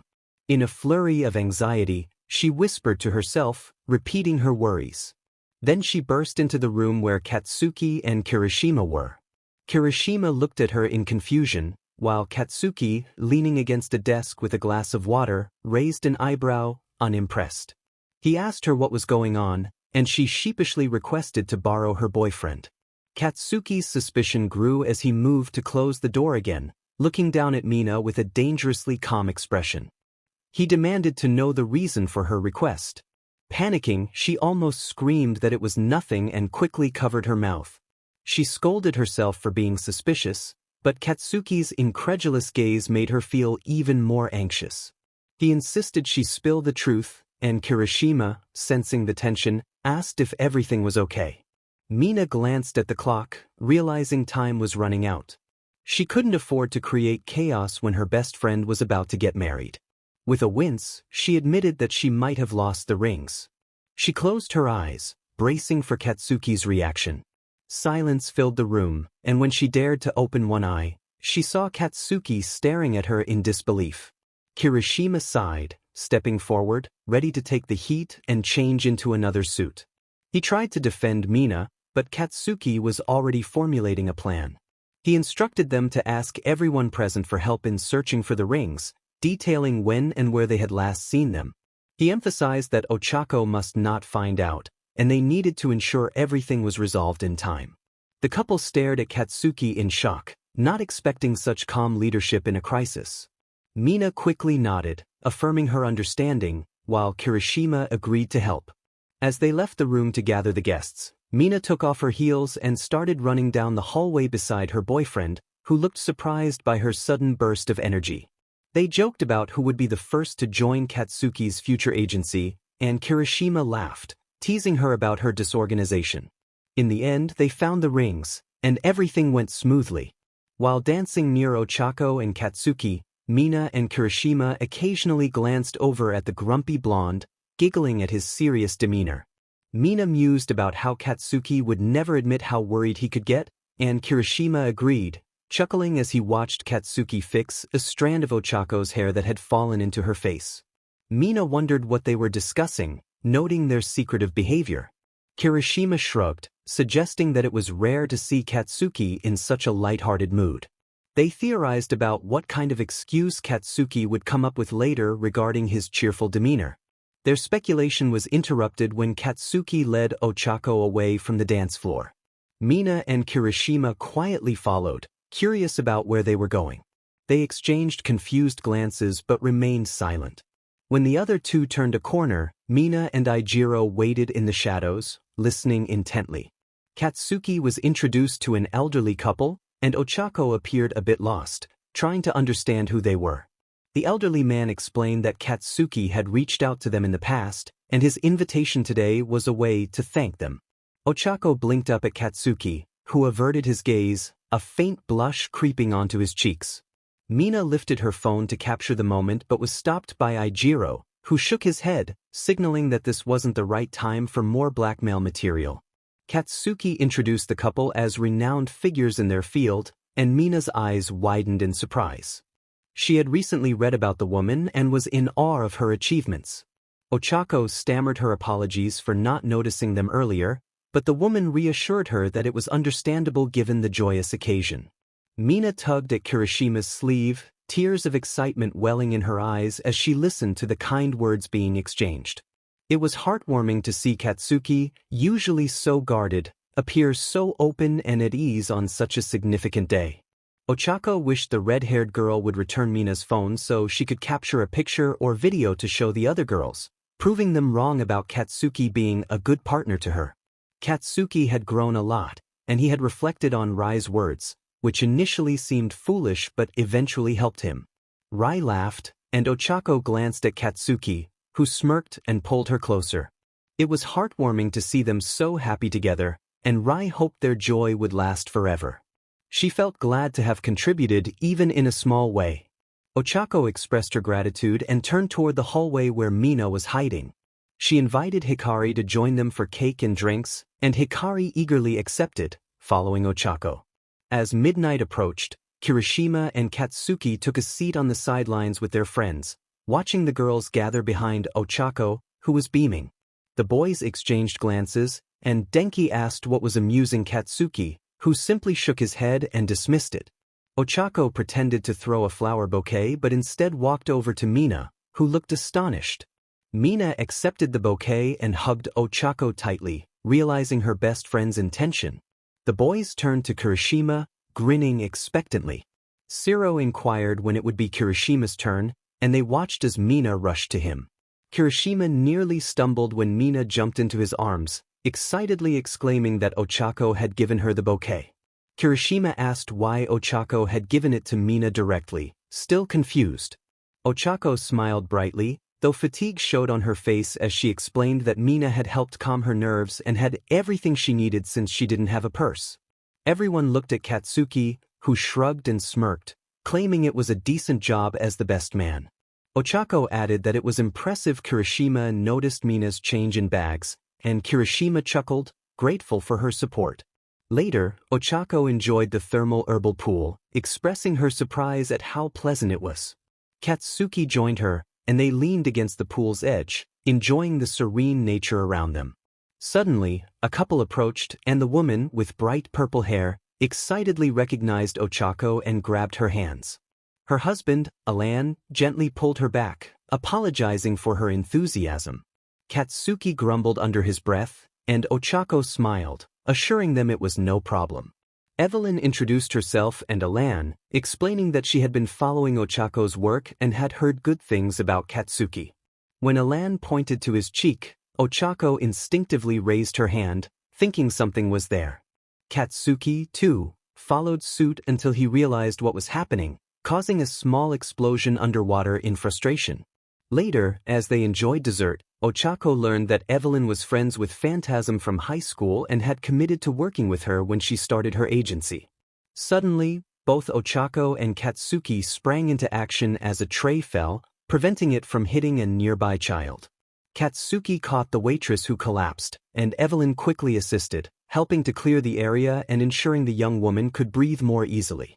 Alan called for an ambulance, responding quickly to Katsuki's demand. Katsuki had already picked up the woman and was following one of the hospital's staff members. He smiled as he approached Katsuki and Ochako outside the hospital, congratulating them on their marriage and apologizing for the chaotic evening. It certainly wasn't what they had envisioned for their honeymoon. Phantasm expressed her gratitude for their quick assistance, even though they were on vacation. Ochako, concerned for the woman's well-being, remarked on how pale she looked. Katsuki reassured her, gently caressing her shoulder and reminding her that the doctors were capable and would have the woman back on her feet soon. Phantasm teased Katsuki about his unusually calm demeanor, noting the absence of his typical curses and calling him cheesy. Katsuki grumbled in response, but Phantasm continued, mentioning the news of his new agency and complimenting him on his success. They exchanged friendly banter, and Phantasm offered her help if he ever needed it. Katsuki acknowledged her offer before they prepared to leave, but Phantasm pointed out the car where Evelyn and Alan were getting in, suggesting they could offer a lift. Later, Katsuki collapsed onto the sofa, exhausted. Ochako approached him and began to massage his shoulders, prompting a deep sigh of relief from him. She reminded him that he had finished setting up the interior of their new place and only had the organizational tasks left, where Fumika and Takashi would be helpful. Katsuki nodded, appreciating her support. Ochako then revealed that she had organized a group chat to celebrate Katsuki's new agency. As she read the messages from their friends, Katsuki's interest peaked. The group was excited about his agency and eager to join him, which made him feel grateful. He leaned his head against Ochako's, thanking her for her efforts. In his office, Katsuki was approached by Fumika, who seemed nervous. She reminded him about a reporter scheduled to visit that day but admitted she had accidentally double-booked with the head of the nearby police department. Katsuki took a moment to gather his thoughts, reminding himself to be patient with his new team. He decided they could manage the situation by having Fumika give the reporter a tour while he addressed the police department head's questions first. Fumika was relieved by his understanding and dashed out of the room, grateful for his consideration. Katsuki's friends commented on his newfound patience, noting that it was a different side of him, but they supported this change. The blonde hero darted around, glaring at the two younger ones. He expressed his frustration, questioning why Denki was not at the dispatcher's place. Denki shrugged, mentioning that they had breaks too, but Katsuki held him back. The younger hero flinched at the intensity of Katsuki's glare. Katsuki firmly reminded Denki that he had only just started working an hour ago and that if he thought his workday consisted of completing 1 or 2 requests followed by a long break, he was mistaken. He urged Denki to work like a true pro hero if he wanted to rise in the rankings. Denki waved his hands in a calming manner, acknowledging Katsuki's message, and then retreated toward Kirishima, who nodded in Katsuki's direction before turning away to head back to the main hall. Fumika sighed deeply, leaning against the wall beside the front door. Katsuki looked at her with curiosity, raising his eyebrows in question. Fumika expressed her disbelief that their plan had worked, noting that the two had not seen each other at all. Katsuki calmly acknowledged her contribution while turning away, leaving Fumika a bit confused. She felt uncertain about deserving his praise after her earlier mistake in organization. Nevertheless, she bowed and thanked him before straightening up again. Denki returned, sighing about the unfairness of receiving a near-death threat from Katsuki while Fumika had received kind words. Fumika encouraged Denki, suggesting that if he worked diligently, Katsuki would surely have something nice to say to him as well. Suddenly, a commotion erupted in the hallway as Denki, followed closely by Mina, who was being chased by Katsuki, rushed past. Mina hid behind her fiancé, casting a displeased look at Katsuki. She quickly explained that she had submitted her reports, but Katsuki had only glanced at them before shouting at her for not working properly. Fearing for her life, she had fled, seeking help from Kami, only to find that Katsuki had threatened him as well. Katsuki held up one of Mina's reports, pointing at it with frustration. He insisted that he had every reason to be upset, questioning how she could submit such a poorly written document to Takashi. Kirishima took a look at the report, his eyebrows furrowing as he read. He turned it over, finding the back blank, and then returned to the front. He asked Mina if she realized that this was a work report, not a lifestyle blog. Mina protested, insisting she knew what she was doing. Kirishima pointed to a sentence in her description, calmly explaining that it was confusing. She had written that Capman saved the day by stuffing Beastie Boy in the back of the Zurumi. Denki mumbled his concern about her choice of words, questioning her mental age. Mina crossed her arms defiantly, stating that she wanted to make the paperwork more enjoyable for Takashi. Katsuki, however, was frustrated, demanding to know how anyone could understand her report.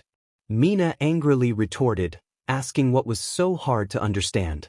Katsuki exploded with questions about the characters she mentioned, incredulous that she expected anyone to know what she meant. Mina rolled her eyes, explaining that Capman was the police officer, Beastie Boy was the villain with the transmutation quirk, and Zurumi referred to the car.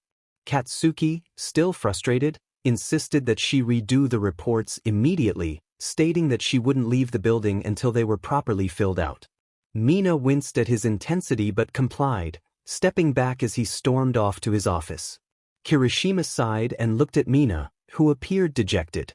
He reassured her that he would prepare dinner for when she returned home, reminding her not to mess up again. Mina whispered her gratitude and took her old report back to her desk to redo everything. After some time had passed, Mina nervously approached Katsuki's office, asking if she was done with the reports. Katsuki growled, questioning her tone. She confidently placed her stack of reports on his desk, stating that she had completed them and was ready for him to double-check. Katsuki scrutinized the reports, reading through them carefully. After a moment, he sighed, acknowledging that at least she hadn't invented new words this time. Mina protested, frustrated that he still found fault with her work. Katsuki pointed out that she had signed where the management should have, questioning if she was now part of their department. Realizing her mistake, she felt embarrassed for not noticing the duplicate personal data on the sheet. Katsuki decided to overlook her error this time, but he made it clear that she needed to be more careful in the future. But from now on, take this seriously. Mina sighed, acknowledged the blonde's words, and walked to the door to retrieve the reports for the management office. Start 1 hour later tomorrow so you can catch up on sleep. You seem worn out. Mina paused at his words and glanced back to see him focused on his work. She smiled gratefully and calmly stated that she appreciated his consideration and wished him a nice evening before leaving. Katsuki grumbled in annoyance, rubbing his eyes as he leaned back to look at the ceiling, questioning whether he had made the right decision. Dynamite. Katsuki looked up when he heard Fumika's voice from across the desks. She stood up and walked around the tables to hand him a printed list. He eyed it in confusion, reading the various names that meant nothing to him, and furrowed his brows. What's that? A crossword? No. Those are all people who applied. I sorted out the most promising ones already and sent you their applications so you can have a look at them, but those are the most promising? There are like 30 names or more. How many did you have initially? Katsuki exclaimed, and Fumika pressed her lips together before almost whispering that there were around. I'm sorry I couldn't shrink it any further. No, don't get me wrong. I'm grateful you did that, but what happened? Why this all of a sudden? The office door opened, and Akemi entered, kicking it shut with her heels. She walked over to the two and placed her tablet on Katsuki's desk. Because you're a big shot now. Working under the number 1 or any other top hero is a great reference for your CV. I'm pretty sure Ochako is dealing with the same situation and has to find a strategy to select those who fit her team, Akemi explained. Katsuki only glanced at the articles about him and his friends, which likely caused the sudden influx of applications. If this continues, we have to move again, Akemi sighed, looking at the list Fumika handed her. She curled her lips and mumbled about some notable heroes and promising graduates, suggesting they should at least give them a shot. Can you say that again? Akemi raised an eyebrow, asking if he meant the notable heroes and promising graduates. Katsuki shook his head, gesturing that he meant the previous statement. Moving in what sense? Moving like to a bigger place, Akemi elaborated, and Katsuki folded his hands, sighing deeply into them. Bigger, huh? Yes, bigger. More spacious, to accommodate more heroes and employees. We should also consider expanding our management and publicity team. But we can discuss that later with Takashi, she mumbled dryly, ignoring Katsuki's internal struggle. Fumika leaned in, genuinely concerned, asking if he was all right. No, I'm not. I don't want to move again. That was horrendous. I don't know what you mean, Akemi grinned, and Katsuki glared at her. She smirked triumphantly before gesturing for him to stay silent. She opened the door just as Katsuki's friends passed by with their tea and coffee cups. Surprised by the sudden opening, they paused and looked at the three in the office. Now you have people who can help, and they won't have to work their last shift the day you're moving. You've said before that you hate paperwork and phone calls. Fumika will surely help you with that. While you review the heroes list with her, I'll discuss the management expansion with Takashi. Nothing for you to worry about. Did we just sign up for something we weren't aware of beforehand? Shiro asked quietly, and Denki shrugged, equally confused. Katsuki sighed deeply before standing up and looking at Fumika. Can you look for some places that might fit? The pink-haired girl smiled brightly and nodded, responding with a clear affirmation. Akemi. What is it, snarky? Set a meeting with Takashi so we can at least review this together once. Preferably this week. Invite Fumika too. Sure. I can do that, she chuckled, walking away with a grin while Katsuki approached his friends. They looked at him a bit apprehensively, realizing only now that it was about moving. As for you, I'll definitely need your help too. But I'll try to give you enough notice. Sure thing, Bakugou. I still don't really have a clue what's going on exactly, but count me in, Kirishima grinned, pointing at himself. Denki chuckled, adding that he couldn't say no if Kaken asked for help, noting that this might be the only time in his life that it happened.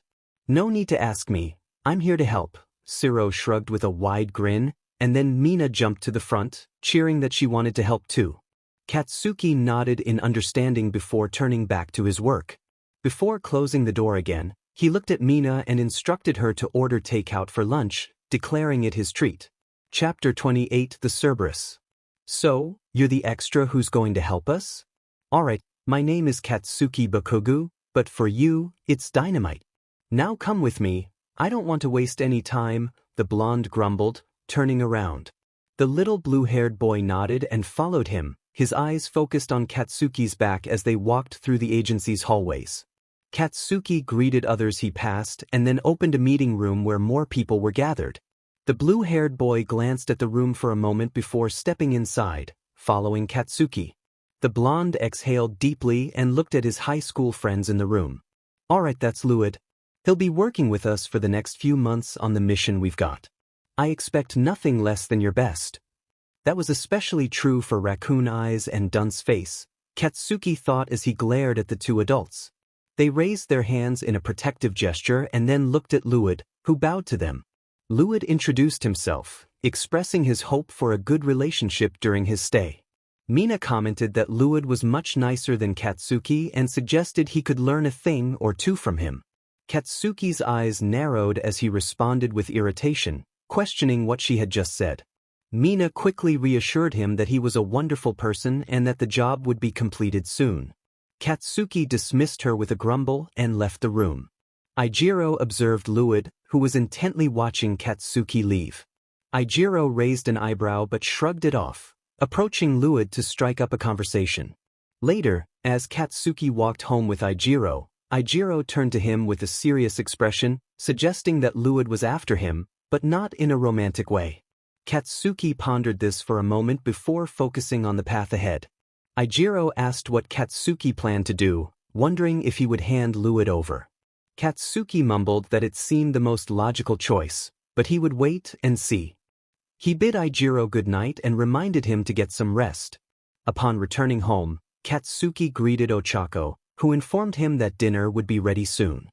He washed up and changed into comfortable clothes before joining her at the table. As they began to eat, Ochako asked about his day. Katsuki bluntly revealed that their intern was an assassin who wanted to kill him. Ochako choked on her food, quickly recovering to express her concern for his safety. Katsuki reassured her that he had not been harmed yet, but Luid's behavior was suspicious, even noted by Ijiro. Ochako urged him to call the police for a background check, fearing for his safety. Katsuki remained quiet, lost in thought about Luid's situation. He wondered if Luid lacked a place to call home and what that might mean for someone so young. Ochako snapped him out of his thoughts, questioning his hesitation. Katsuki explained that Luid was only 19, which made him reluctant to act. Ochako was surprised to learn Luid's age and expressed concern over his actions. Katsuki acknowledged that calling the police could ruin Luid's chances for a decent future, which was not what Ochako wanted. He reassured her that he would find a way to handle the situation. Later, Katsuki headed to the coffee corner, frustrated that he had to work longer due to a meeting with Phantasm and another agency from America. He prepared a cup of coffee to help him through the meeting when he heard a faint noise that piqued his interest. Realizing Luid was making his move, Katsuki turned to see a shadow approaching. He quickly grabbed Luid's wrist and threw him to the floor, pinning him down with ease. Katsuki growled, accusing Luid of being after him. He acknowledged that he hadn't noticed Luid's intentions at first but warned him that he had made a promise to someone important and had no intention of breaking it. Luid struggled against Katsuki's grip but found it nearly impossible to escape. Katsuki demanded to know who had sent Luid, threatening to break his will if he didn't cooperate. Luid defiantly snapped back, but Katsuki found amusement in his resilience, promising to make him confess. Luid attempted to confront Katsuki again during the weekend at the agency's gym. After checking the agenda, he discovered Katsuki's reservation for Sunday afternoon. He stealthily made his way through the hallways, keeping low and occasionally glancing inside rooms until he found Katsuki, who was focused on perfecting his moves with headphones on. With Katsuki unaware of his presence, Luid quietly opened the door and entered the room, preparing to approach him once more. The blonde reached his hand out lazily and remarked in a low voice that windows have reflections too, not just mirrors. The younger one gasped in surprise and stumbled back, but Katsuki quickly unleashed an explosion that struck him directly. The younger rolled across the floor but quickly regained his footing, facing the blonde who glared at him. Katsuki reminded him that he had made a promise, and that the reservation list lying around so openly was his doing it was a trap. Luid's eyes widened in shock before narrowing in anger. He had actually walked right into the trap without realizing it. But that was irrelevant now. He needed to devise a new plan to catch Katsuki. It felt impossible to catch the older one off guard and accomplish his mission. It was as if Katsuki had eyes everywhere. Yet Luid refused to give up, and Katsuki noticed his determination. He could see how the younger one searched for new opportunities, trying his luck repeatedly and failing each time. But Luid remained resolute, waiting for Katsuki to return from his extra training after work and enter the changing rooms. When Luid heard the locker door open and the rustling of clothes, he stealthily emerged from his hiding spot and approached Katsuki. The older one turned around, shirt in hand, with a confident smile. Luid froze, disbelief washing over him. He had failed. He couldn't complete his task, no matter how hard he tried. He whispered, questioning how Katsuki had noticed him despite his careful checks. Katsuki explained that he had seen Luid disappearing into the changing rooms multiple times, only to emerge unchanged and empty-handed. This led him to suspect that Luid was lying in wait. Feeling defeated, Luid sank down to sit on the floor, pulling his legs close. Katsuki observed him, noting the tension in his body and the slight shiver that ran through him. This confirmed Katsuki's suspicion that Luid was not acting on his own accord, someone else was directing him. Katsuki asked Luid if he wanted to know why he had never succeeded in his attempts. Luid looked up, ready to hear the answer. Katsuki pointed out that Luid was just as observant as he was, if not more so, which indicated weakness on Luid's part. He quietly acknowledged that the information he had received might not have been entirely accurate or up to date. Katsuki shook his head, leaning against the locker wall with his arms crossed. He reached into the pocket of his jacket and pulled out a small item, showing it to Luid, who looked at it with confusion. It was a picture of Katsuki, Ochako, and their families. Katsuki explained that he had made a promise to them and couldn't break it, as promises were meant to be kept. Luid, unimpressed by the reason, asked if that was all. Katsuki smirked and put the picture away, adding that many people counted on him and looked up to him. He couldn't let them down. Luid's expression fell into a frown as the first tear rolled down his cheek. Katsuki smiled, thinking of his friends, and expressed his desire to see them happy. He mentioned that Raccoon Eyes wanted a child, and he was curious about what they would become, whether they would be heroes or choose different paths. He also noted that Ears and Sparkplug were contemplating parenthood but were hesitant. There were many children waiting to start their careers. Luid gulped, liking his lips before whispering that Katsuki sounded like he would be a good father. Katsuki expressed his appreciation and offered condolences for Luid's father, whom he believed was an admirable man. Luid sighed deeply, recalling how his father had been before tragedy struck, leading to his family's demise while he played outside. Everything had spiraled downward from there, with him being adopted by the wrong people and trained to be an assassin. Katsuki revealed that he could have reported Luid to the police the night he first attempted to attack him but chose not to for a specific reason. Luid tilted his head, pondering this. Katsuki had indeed had the option to call the authorities and avoid dealing with Luid's attempts altogether. He explained that he had wondered why someone so young would try to harm him, so he decided to let it go for the time being and requested a background check on Luid. This was how he learned about Luid's father and his subsequent disappearance. Although the names of Luid's foster parents were listed, they could not be found. Luid furrowed his brows, questioning why Katsuki hadn't turned him in after discovering the truth. Katsuki responded that Luid was only 19 and had the potential to make a name for himself as a hero. He couldn't just end a promising career, even if he could have. He grumbled about how Cheeks would likely never speak to him again if he did. Luid blinked in disbelief, then snorted, trying to suppress a laugh before bursting into genuine laughter. He couldn't believe he had missed that crucial detail. If he had known, his job would have been much easier. Katsuki snapped back at Luid, warning him not to call him that again, which only made Luid laugh harder. Katsuki felt a sense of relief seeing the younger one laugh, as he had always seemed so stoic. Pushing himself off the locker wall, Katsuki approached Luid and extended his hand. Luid looked at the hand and then back at Katsuki, puzzled. Katsuki offered to help Luid escape from whoever was trying to control his life, asking in return that Luid try to reintegrate into society. Katsuki informed Luid that he would show him the do's and don'ts of the country if he chose to stay. However, if Luid continued with his mission, he knew what awaited him. Luid considered what returning home would mean and ultimately accepted Katsuki's help. He allowed himself to be pulled to his feet and sighed. He revealed that the organization that sent him was called Null, and their leader was known as Sage.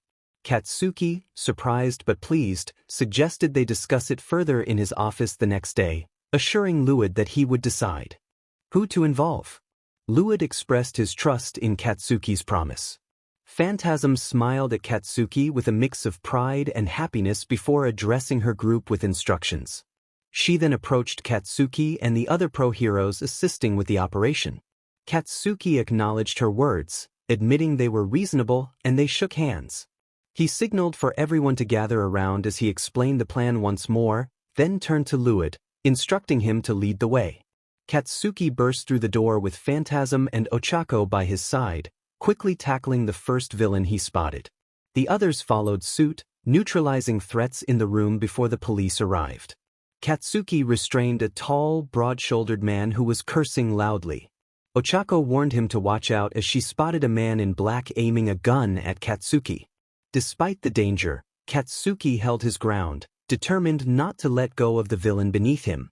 Just as the man in black was about to fire, Luid intervened, kicking the weapon aside and sending the assailant stumbling back. Luid stood confidently, his expression serious. The villain, Bane, taunted Luid, challenging him to show what he had learned. Katsuki felt a twinge of uncertainty, wondering if Luid might betray them. However, Luid leaped at Bane, overpowering him and bringing him to the ground. Katsuki winced at the sound of cracking bones, recognizing the force of Luid's actions. Bane dismissed Luid's claim of not being an enemy, but Luid remained resolute, warning the members of Null to surrender or face the same fate as Sage, whose lifeless body lay on the floor. The atmosphere grew tense as silence enveloped the room, even Phantasm appearing taken aback by the brutality displayed. Luid's commanding voice broke the stillness, and the villain in Katsuki's grip ceased struggling, complying with Luid's demand. The remaining villains surrendered as they were taken away by the police, leaving Ochako to gaze at the stretcher covering Sage's remains. Katsuki turned to Luid, noting that the next decision was his to make. Luid shook his head, indicating he had already made up his mind. He declared that he would stay and continue working as a hero. Ochako's eyes widened in surprise as she looked at Katsuki, who smiled at Luid's decision. Katsuki confirmed that he would rely on Luid to protect them all from any threats that might emerge. Luid chuckled, expressing confidence in his ability to guard against any dangers. Later, Katsuki approached Luid with a young man named Vulcan, who greeted Luid with a friendly smile. Luid regarded him skeptically but nodded in acknowledgement. Katsuki introduced Vulcan as a member of Luid's team for the upcoming mission. Vulcan extended his hand, but Luid, maintaining a stoic demeanor, passed him by, stating he wanted everyone to be ready by 7 p.m. in the garage. Vulcan, taken aback, watched as Luid walked away. Katsuki chuckled and advised Vulcan not to take it personally, explaining that Luid was simply reserved. As Vulcan prepared to head out, he found Katsuki and Luid already waiting by the car. Katsuki praised Luid for being on time, and they set off for their mission. Vulcan mumbled in response to Luid's comment, tossing his bag into the back seat before taking his place in the rear while Luid settled into the passenger seat and Katsuki took the wheel. Luid shared the details he had gathered. Their target was a man in his mid-40s, a businessman at a bank who frequented a downtown bar and played poker monthly with friends who likely had secrets of their own. They always played in a private room at the back of the bar. The motive for the murder of his boss seemed to stem from greed, as the company was substantial and he had the qualifications to become the successor. Luid directed Katsuki to make a right turn, and Vulcan leaned forward, intrigued. He asked where Luid had obtained all that information, admitting he had tried to gather some himself but had come up empty. Luid explained that he had shadowed the man for the past few months, nothing out of the ordinary. He then provided Katsuki with new directions, and soon they parked the car. Vulcan followed the two as Katsuki maneuvered into an alley near the bar. Luid entered the building calmly, and Vulcan mirrored his demeanor, sitting beside him at the bar. When the bartender approached, Luid gestured subtly and requested 2 old fashions. The bartender nodded and motioned for Luid to follow him. The blue-haired young man glanced back at Vulcan, signaling him to follow. Vulcan was impressed by Luid's professionalism. He seemed entirely in control. The bartender instructed them to go ahead, assuring them he would bring their drinks shortly. Luid thanked him and entered the room with Vulcan close behind. Once inside, they found themselves staring down a long hallway. Luid whispered directions and confidently walked toward a door. He gestured for silence and held up 3 fingers, counting down slowly. When he lowered the last finger, Vulcan opened the door abruptly, revealing a group of men playing poker. Several of them immediately stood and drew weapons, aiming at the 2 heroes. Vulcan instinctively hardened his skin, shielding them from the incoming fire. Luid swiftly moved past him and subdued the man they were after. One of the men shouted in outrage, questioning their presence in a room meant for a select group. Just then, the back door burst open, and Katsuki entered, flanked by police officers. The officers quickly apprehended the individuals present and ushered them outside. Katsuki approached the 2, nodding in approval for their swift actions. He expressed gratitude for their teamwork, allowing him to coordinate with the police. Vulcan admitted he had mostly followed Luid's lead. He noticed Luid scanning the area silently, then suddenly perked up and turned to the door as the bartender entered, aiming a weapon at them. Vulcan transformed his body into granite just in time to deflect the shot. The bartender screamed, and Vulcan joked about the situation, causing Katsuki to laugh. Vulcan approached the bartender, who was now kneeling on the floor with a slightly burned wrist, and restrained him firmly. Luid observed as the red liquid slowly seeped back into the floor through the cracks it had emerged from, then looked at Vulcan, who was carrying the bartender. Vulcan grinned and nodded toward the exit, asking if they were ready to leave. Luid inquired if Vulcan was staying or leaving again. Vulcan explained that he planned to leave by the end of the month, prompting Luid to express disappointment. Vulcan, intrigued, complimented Luid's impressive demeanor, noting how he seemed much older than his age. Luid took a sip of his coffee, and Vulcan followed suit with his tea. Vulcan mentioned he was considering staying longer, impressed by Luid and eager to learn from him. Luid regarded him cautiously, asking for clarification on what longer meant. Vulcan admitted he wasn't sure how long that would be but hinted at the possibility of staying if he found a connection with the place and its people. Luid turned fully to Vulcan, pointing a finger at him, and asked if he didn't already have the answer. Vulcan hesitated, feeling the weight of the question, but Luid smirked slightly, encouraging him to consider what was holding him back: friends, family. Luid assured him he would find plenty of camaraderie in their midst, speaking from experience. Vulcan felt a mix of uncertainty and intrigue, realizing he had already begun to bond with the people he had met in his short time there. Luid's words resonated with him, and he asked if Luid considered him a friend. Luid raised an eyebrow, confused by the question, but Vulcan pressed for a straightforward answer. After a moment of hesitation, Luid extended his hand, agreeing to be friends if it meant Vulcan would stay. Vulcan accepted the handshake firmly, expressing his eagerness to work alongside Luid. Later, Katsuki was surprised to see a new face among them. The blonde introduced himself as Bo Coburn, or Glitch for short, confirming he was the intern for the month. Katsuki acknowledged him with a grin, introducing him to the others. Katsuki said he had to go and patted Denki's shoulder before walking away. The blonde sighed and smiled a little, explaining that Katsuki didn't mean it in a negative way. Everyone had their own special nickname for Dynam. Glitch, feeling a bit uncertain, followed Denki down the hallway as he began to explain the rules and the upcoming morning meeting. Denki mentioned that Katsuki's quick departure was due to his preparation for the meeting. He encouraged Glitch to ask any questions, assuring him that Katsuki would likely have the answers. As the meeting concluded, Katsuki dismissed everyone, and one by one, they left the room. Glitch followed Denki to start their patrol, greeting those returning from the night shift and wishing them a good rest. Denki asked Glitch how he felt about his time there, and Glitch expressed his enjoyment but also his sadness about leaving at the end of the month. He wanted to learn more to reach Katsuki's level. Denki chuckled, noting that it would take time, but reassured Glitch that he would get there eventually. Glitch nodded, understanding the encouragement. As they walked, Glitch looked toward the office he had wanted to visit for days. He took a deep breath, trying to calm his nerves, and reassured himself that everything would be fine. He knocked on the door and entered when invited, apologizing for the interruption. Katsuki looked up and gestured for him to sit down. Glitch took a seat, feeling a mix of excitement and anxiety. He asked Katsuki if it would be possible for him to work there after finishing his studies. Katsuki leaned forward, curious about Glitch's motivation. Glitch explained that he felt at home there and wouldn't mind being away from his own home. Katsuki considered this and smiled, saying it would be great to have him. He encouraged Glitch to finish his studies and promised to wait for his application, which made Glitch beam with excitement. About a year and a half later, Katsuki sat at his desk, puzzled by a pile of papers that had arrived during his coffee break. He opened a file and was pleasantly surprised to see that Glitch had graduated with excellent scores and had even trained a first-year student. Intrigued, he wondered if Deluge was still awake and decided to call him. When Deluge answered, Katsuki informed him that Glitch had applied to his agency.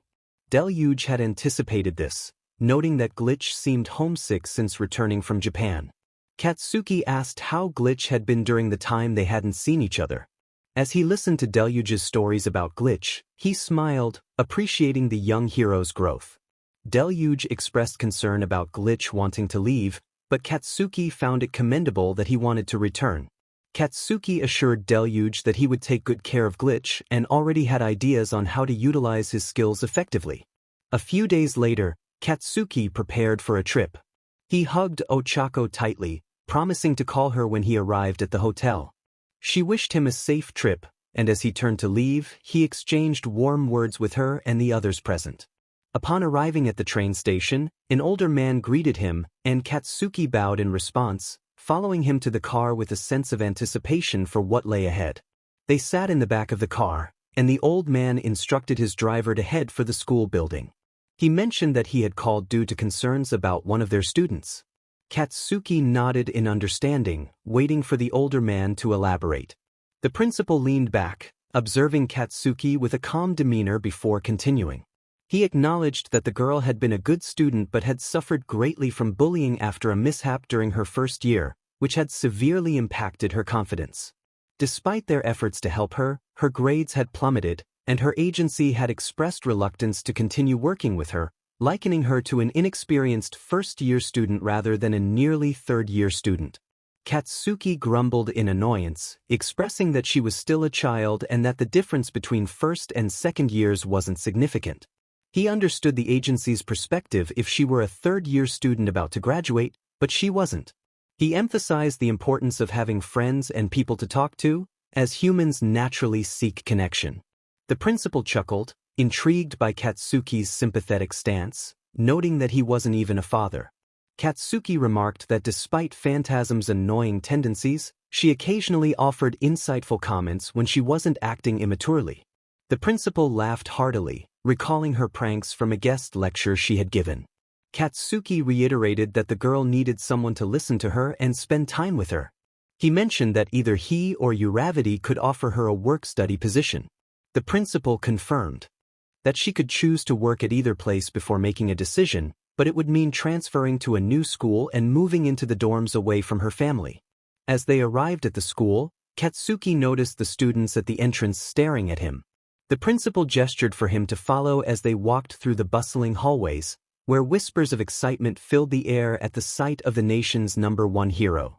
Katsuki maintained his indifferent expression and entered a room with the principal, where 2 other teachers and a student were present. The young girl with pale pink hair and blue eyes regarded him with a raised eyebrow. She questioned whether he intended to make her fight the #1 hero, dismissing the idea with a laugh before looking away. Katsuki ignored her tone and took a seat, while her teacher scolded her for her behavior. The principal intervened, suggesting they all take a deep breath and focus on talking rather than fighting. Katsuki observed the girl thoughtfully and introduced himself, acknowledging her as Fujihara Kasami. Kasami responded sarcastically, expressing her pride in his ability to remember her name. The teacher's frustration grew, but Katsuki gestured for calm, recognizing that Kasami had adopted a confrontational attitude after previously being kind. He understood that personality all too well. He cut to the chase, stating that he or Uravity were offering her a work-study position, which would require her to transfer to a school near their agencies. Kasami raised an eyebrow, crossing her arms and smirking as she noted the potential downsides to the offer. Katsuki explained that transferring would mean moving into the dorms and being separated from her family, suggesting she discuss it with them. However, Kasami interrupted, accepting the offer and leaning forward, indicating that she felt she had no real choice. Katsuki silently assessed her before standing up, informing the principal that he would send the necessary documents and contact the school for her transfer. He warned her not to regret her decision. Kasami grinned, unfazed by her teacher's scolding as Katsuki left the room with the principal. She exchanged playful banter with her teacher, who attempted to regain control of the situation. Katsuki shrugged off her remarks, reminding her that they needed to catch the train. She half-heartedly raised her arm in excitement and followed him. Katsuki took her suitcase and stored it before they sat across from each other. Kasami appeared disinterested as she looked at her phone, pursing her lips slightly. Katsuki noted that she hadn't hesitated when he made the offer, even with the mention of being separated from her family. Kasami acknowledged that it was hard to be separated from someone who no longer existed. Katsuki looked at her curiously, but she remained silent. He scrolled through her information and discovered that her family had died during a villain attack, leading her to move in with her uncle and aunt in the north, where she started high school. Initially, everything had been fine, but the trauma from the attack and her parents' deaths had affected her, resulting in a mistake during another incident. Her classmates had picked on her the entire time, but one thing caught Katsuki's interest: her quirk. He lowered his tablet and glanced at the girl with blue eyes, who was focused on her phone. Out of curiosity, he asked if she was worried about Uravity. She replied that she was concerned, and then showed him her screen, which displayed a live stream. Katsuki recognized the city and leaned in closer. Kasami pointed out that Uravity was currently in a fight. Katsuki felt a wave of anxiety wash over him, realizing he was hours away and couldn't reach her in time if she needed help. He had to trust his agency's members, who were already on the scene. Just then, Luid and Glitch intervened and fought off the villain as Uravity was attacked while rescuing someone else. Katsuki was impressed by their speed and explained to Kasami that they were members of his agency, assuring her that she would meet them during her internship. He took a deep breath, feeling relieved that even though he was far away, he could still be assured of her safety. Chapter 31: The Chaos Squad. Katsuki concluded the morning meeting, instructing Luid, Vulcan, Mistral, and Glitch to stay behind for a moment while dismissing the others. The remaining members exchanged anxious glances, especially at the young girl among them. Once the room was empty, Mistral grinned and teased Luid about his demeanor. Luid shot her a warning look, telling her to be quiet. Katsuki, with a smirk, explained that Mistral would be their new student. Both Luid and Glitch reacted with disbelief, insisting they didn't want to mentor her. Katsuki found their reactions amusing and held back laughter as he reassured them that Mistral would be under Luid's supervision. Glitch was excited about the mission they would undertake, while Luid expressed his discontent about the situation. He laid out the mission details, emphasizing its simplicity and warning them not to mess up. Mistral scoffed at his comments, questioning the bias in the agency's mentorship system. Luid explained that every student was supervised by a hero, and reports were regularly submitted to ensure proper tracking of their progress. Mistral grumbled about the system, but Luid remained focused on the mission, which involved a quirk user causing trouble in a restaurant. He instructed Mistral to stay behind and keep an eye on the events outside, warning her to report anything suspicious immediately. Mistral complained about the boredom but reluctantly accepted her role, plugging in the intercom to listen in. As they arrived at the restaurant, Mistral kept watch, her attention drifting until she noticed someone suspicious in the alley. The figure was dressed entirely in black and wore sunglasses even though it was dark. She quickly reported her observations to Luid, who decided to send Glitch to investigate. Glitch stealthily approached the figure, managing to subdue him without anyone noticing. Mistral watched in surprise, intrigued by the unfolding events. He was only a few years older than her, yet he moved so quickly and stealthily. Mistral heard Luid's urgent voice instructing her to get out of the car and run back towards the agency. Confused, she hesitated, but the sound of crashing cutlery and frightened cries from others outside compelled her to obey. As she stepped out of the car, a sense of déjà vu washed over her, reminiscent of past villain attacks. She spotted a woman reaching for her daughter, who was trapped under debris. The mother wanted to rush in, but the girl urged her to find safety. Mistral watched the frantic exchange until the father pulled his wife and younger son away from danger. She felt the need to move, to help, and took a shaky step forward, her determination battling her fear. Finally, she found herself by the girl's side, attempting to free her, but her trembling arms were ineffective. When a shadow loomed over them, Mistral's heart raced, and she dropped to her knees, tears blurring her vision. Memories of past encounters with villains paralyzed her, leaving her feeling helpless. Suddenly, Luid appeared, striking the shadow creature with a powerful blow that sent it crashing to the ground. He then cleared the debris from the girl's leg. Vulcan approached, looking at the girl and then at Luid, instructing him to take her to her family for medical help. Mistral remained on the ground watching Luid, who had just protected her and the girl. He questioned her about why she hadn't listened and why she hadn't run away. She flinched at the intensity of his gaze, staring at the ground as she apologized, explaining that she thought she had to help the girl who was in danger. Luid, lowering himself to her level, pressed her for more. She looked away, trying to hold back her tears. She confessed that she often felt paralyzed by fear during villain encounters, unable to act despite her desire to help. Luid listened, surprised by her honesty. He shared that he had been assigned to watch over someone similar to himself and encouraged her to open up. Mistral hesitated, feeling as though there was nothing left to lose. She revealed that she had become a hero after losing her family to a villain attack, hoping to find motivation but instead feeling like she had failed in every battle. Understanding her struggle, Luid pulled her into a loose hug, surprising her.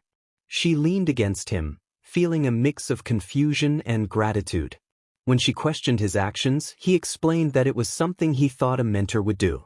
Mistral protested, insisting that such gestures should come with familiarity, but Luid teased her about needing to learn more. He reassured her that she had shown a willingness to help and suggested they work together to overcome her fears. Later, Mistral entered Katsuki's office, holding a folder. As she approached, she noticed his expectant gaze. She handed him the documents, feeling a newfound confidence. Katsuki was surprised by her assertiveness, noting how she had grown over the past 2 years. He took the papers and gestured for her to sit, curious about why she hadn't simply given a copy to the others in the office.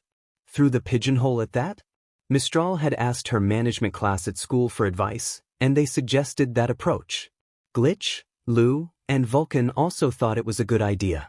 She answered shyly, watching Katsuki as he flipped through the pages. So the others from the Chaos Squad looked at her application too? Yes, she admitted, feeling a bit flustered. She had thought they got along well, so they might be the right people to ask. Katsuki chuckled, amused, before checking something on his PC again. Mistral waited nervously, fidgeting with her fingers. Fujihara Kasami, also known as Mistral.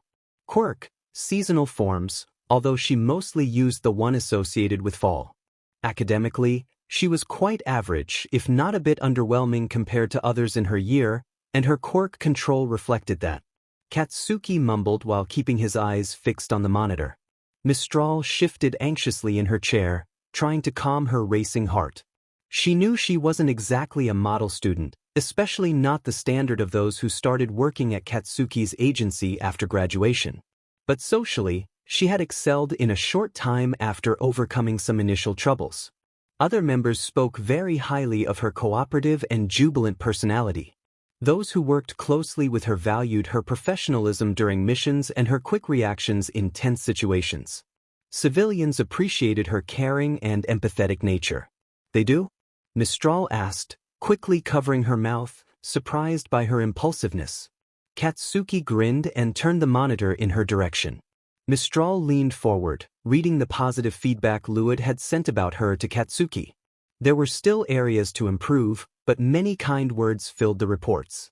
Katsuki normally evaluated students who did their work studies at his agency, typically those with high grades in their general subjects. However, he believed that someone could break that standard. He hadn't conducted an evaluation for her since he had invited her directly, and despite her struggles in school, she never gave up. Instead of succumbing to her weaknesses, she worked on them.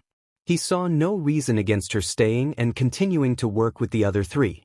Mistral watched as Katsuki agreed to her application, changing the status to pending management. Her eyes sparkled with excitement as she gazed at the green field on the monitor, and a bright smile spread across her face. Thank you. Thank you so much. Did you really think I had bad intentions? Katsuki asked, raising an eyebrow at her as he turned the monitor back. Mistral hummed thoughtfully before responding slowly. Well, you sometimes seem quite unapproachable. Luda's too, but I never quite figured you out. One moment you were friendly, and the next, you were serious again. That's my job, he replied. I'm not your friend, I'm your boss. There's nothing wrong with getting along with you, but I have to keep an eye on you and ensure you do your work correctly. Oh, she mumbled, blinking at her nervously fidgeting hands. She folded them together and looked at him quizzically. So, you never held a grudge against me for my initial behavior? I mean, I wasn't exactly nice when we met. I don't care how you acted back then. You changed and showed that you can be professional, right? So why should I care? And there you go again, cursing wholeheartedly. I thought you were sick, she chuckled, raising her eyebrows at him. He smirked as he got up and stored her application away. Thanks. What for? Katsuki asked, turning back to her. Mistral stood up and replied calmly, for being so patient with me and giving me another chance. I really thought I'd never find a place I could call home or ever find friends again. But you proved me wrong. I guess the number one has more skills than just fighting and cursing. She turned away lightly and skipped to the door, a happy smile on her lips and her blue eyes shining with gratitude and excitement. I better head off now. Lou is probably already waiting for our afternoon shift, and I don't want to keep him waiting. Thanks again, Dynamite. Yeah, whatever. Bug off now, Brett. The blonde looked over his reports, playing with his pencil. Today felt strange. An unidentifiable feeling had followed him since he woke up, irritating him throughout the day. Luckily, it hadn't negatively impacted his work. He managed to push it aside while on patrol and while going over paperwork with his publicist and managers. You look so gloomy today. What is it, Bakugou? Kirishima stepped into the room, closing the door behind him. He was back in his casual clothes, likely clocked out for the day. He placed his bag on the ground beside Katsuki's desk and sat down, arms crossed over his chest, legs crossed too. Concern and empathy shone in Kirishima's eyes for his best friend, who had carried many responsibilities for years. How should I know? It's just a weird feeling that's been following me since I woke up, Katsuki mumbled, continuing to fill out the reports. Kirishima hummed, watching him fill out form after form, sorrow still etched on his face. I'll be right back, the younger said, getting up to head to the coffee corner for some tea. Katsuki would have been furious if Kirishima returned with coffee at this hour, knowing it would disrupt his sleep. Here, Kirishima smiled, returning with a disposable cup. Katsuki looked up and muttered a thanks as he took the tea in his left hand. Katsuki filled out the last field on the form, double-checked it, and signed it before placing the final sheet on the stack of reports. That would be done for the day. If it weren't for that strange feeling that haunted him. Kirishima offered to help and carefully took a sip from his tea, checking its temperature. Katsuki expressed his confusion, feeling a mix of nervousness and excitement that made him nauseous yet also eager for something he couldn't quite identify. He grunted, set his tea down, rubbed his eyes, and then ran his hands through his hair while staring at the table. Kirishima, suspecting something, asked if Katsuki had done anything special recently. Katsuki thought about it but shook his head, explaining that he had simply watched movies with her, shared dinners, and spent time with friends or relaxed at home. Kirishima suggested that perhaps there was just one little thing missing, raising his eyebrows and flashing a toothy grin at his confused friend. With a sigh, Kirishima stood in front of the window. Katsuki asked where he was going, and Kirishima chuckled, saying he needed a safety distance. He then elaborated on the idea of family, which made Katsuki stop in his tracks, feeling a rush of emotions that gave him goosebumps. He was incredibly nervous, almost nauseous again. Kirishima gestured for him to come closer, and Katsuki complied silently. Kirishima draped an arm around Katsuki's shoulders, a gesture that had become more comfortable over the years. If Kirishima had tried that right after graduation, Katsuki would have reacted differently, but now he felt calmer with Ochako by his side. Kirishima reminded him that there was no need to rush, noting that Katsuki seemed less scared than before and had become quite domestic. Katsuki threatened to retaliate, but Kirishima's laughter interrupted him, causing Katsuki to scowl. Kirishima patted his back and took another sip of his tea while admiring the city as the sunset painted it in hues of orange, red, and yellow, with lights beginning to twinkle in the buildings. Kirishima mentioned that Mina had asked about the same thing, expressing hesitation about making decisions in their unpredictable jobs. Katsuki grumbled about needing to organize substitutes for the time Kirishima and Mina would be away. He emptied his cup and stared at the bottom, contemplating the idea of family. Kirishima gave his shoulder one last squeeze before turning to grab his bag and head for the door. Katsuki took a moment to shut down his computer, file his reports for management, and then left the building with Kirishima. They paused outside, and Kirishima asked if Katsuki was taking a different route. Katsuki shook his head, explaining he was taking a detour. He said goodbye and watched Kirishima head in the opposite direction. As Katsuki gazed at the city, now illuminated by streetlights, his thoughts drifted to a familiar hill. He paused on the sidewalk, looking at the UA building in the distance, the last rays of sunshine reflecting off its surface. It seemed peaceful with school in session, but he knew students were training elsewhere. The third years were likely working at agencies for their hero work studies, while the first and second years were probably practicing, with some second years already involved in hero work studies and a few first years from Katsuki's agency. His thoughts were interrupted by a child's voice and a woman calling for her son. Katsuki turned to see a young boy running toward him. The mother apologized, explaining her son had run off to see him. Katsuki gestured for her not to worry, saying it was natural for kids to get excited. The boy, thrilled to meet him, exclaimed it was his birthday and that he wanted to attend UA to become a hero like Katsuki and Chargebolt. Katsuki found the boy's enthusiasm impressive, noting how the child held a navy blue notebook adorned with the UA logo and the words, Heroes Academy, in golden lettering. The boy asked if Katsuki could sign his notebook, and Katsuki, intrigued by the effort the child had put into it, agreed. He had never seen someone take such care with a notebook before. Katsuki asked if he had created it all by himself, and the boy nodded, his eyes shining with joy. He pointed out where he wanted Katsuki to sign, and Katsuki complied, unable to shake the smile that had formed on his face. He realized he had never felt this way while giving autographs or taking pictures with fans before. He usually approached it with indifference, just doing his job. He couldn't understand how others, especially Ochako and Mina, managed to smile so brightly in those moments. They were enjoying a sunny day, taking pictures and giving autographs. One young fan approached, asking for his name while he wrote. He quickly wrote a happy birthday, followed by the boy's name under his signature and handed it back. The boy looked at it, trying to contain his excitement, but ultimately jumped to his mother, showing her the signed paper with glee.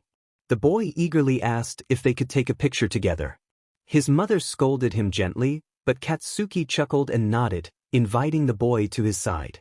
The mother, looking a bit uncertain, took out her phone to capture the moment of her son with his favorite hero.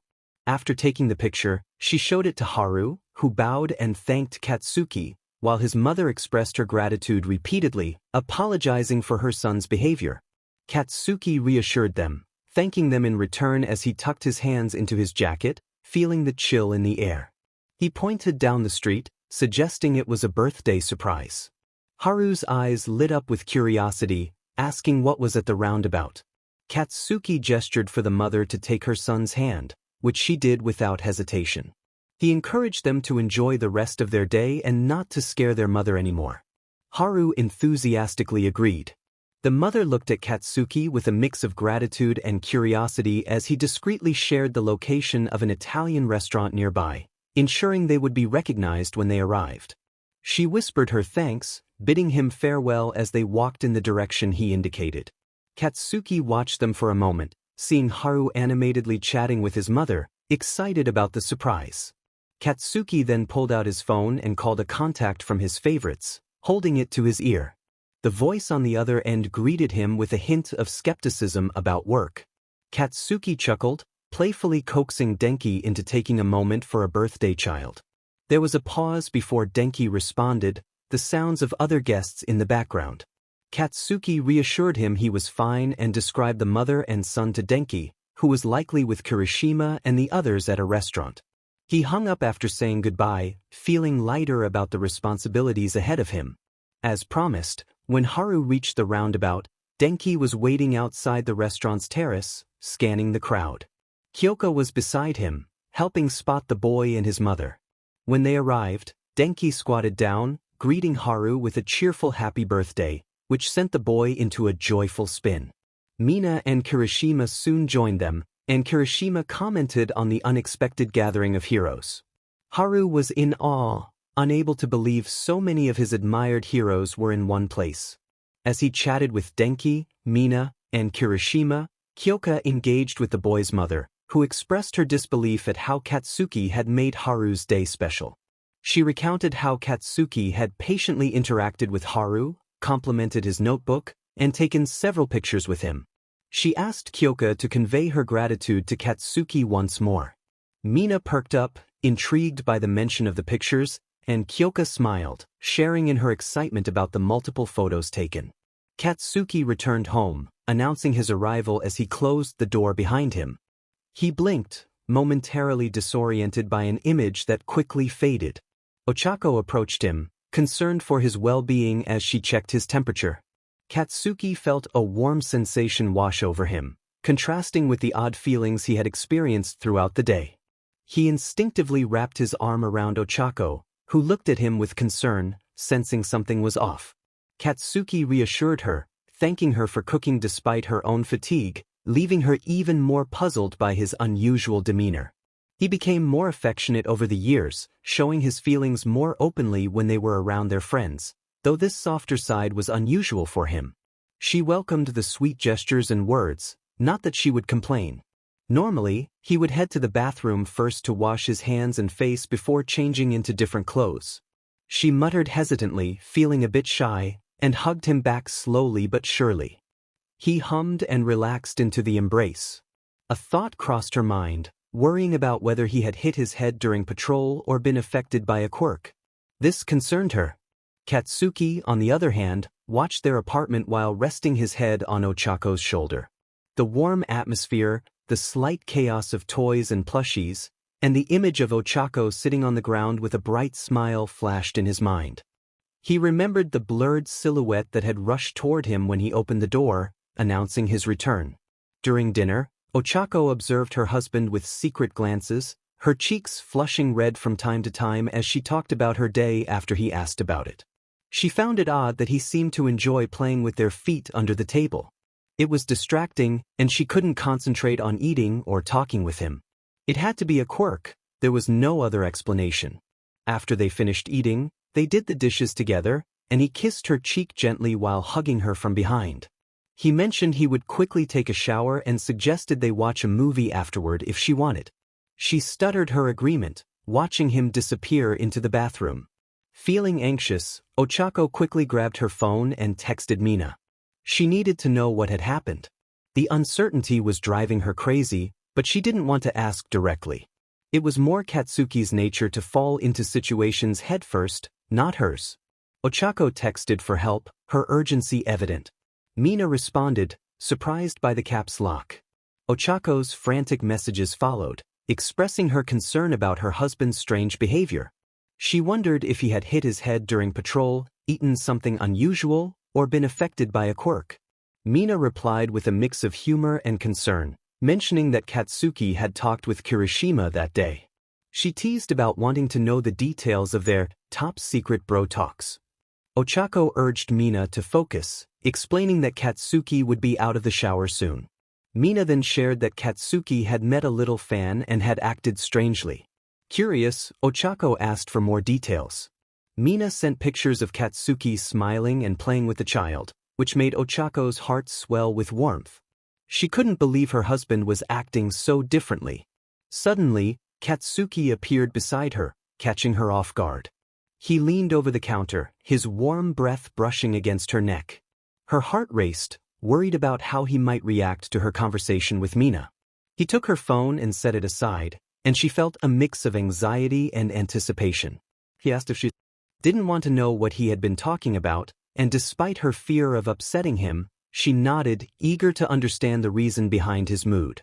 He explained everything, from the feeling that had bothered him in the morning to his conversation with Kirishima and the encounter with the little fan. As he spoke, Ochako turned to face him, searching for any sign of a joke, but he seemed sincere. Her heart rate calmed, shifting from nervousness to happiness and excitement. She wrapped her arms around his neck and gently nudged their noses together, seeking reassurance.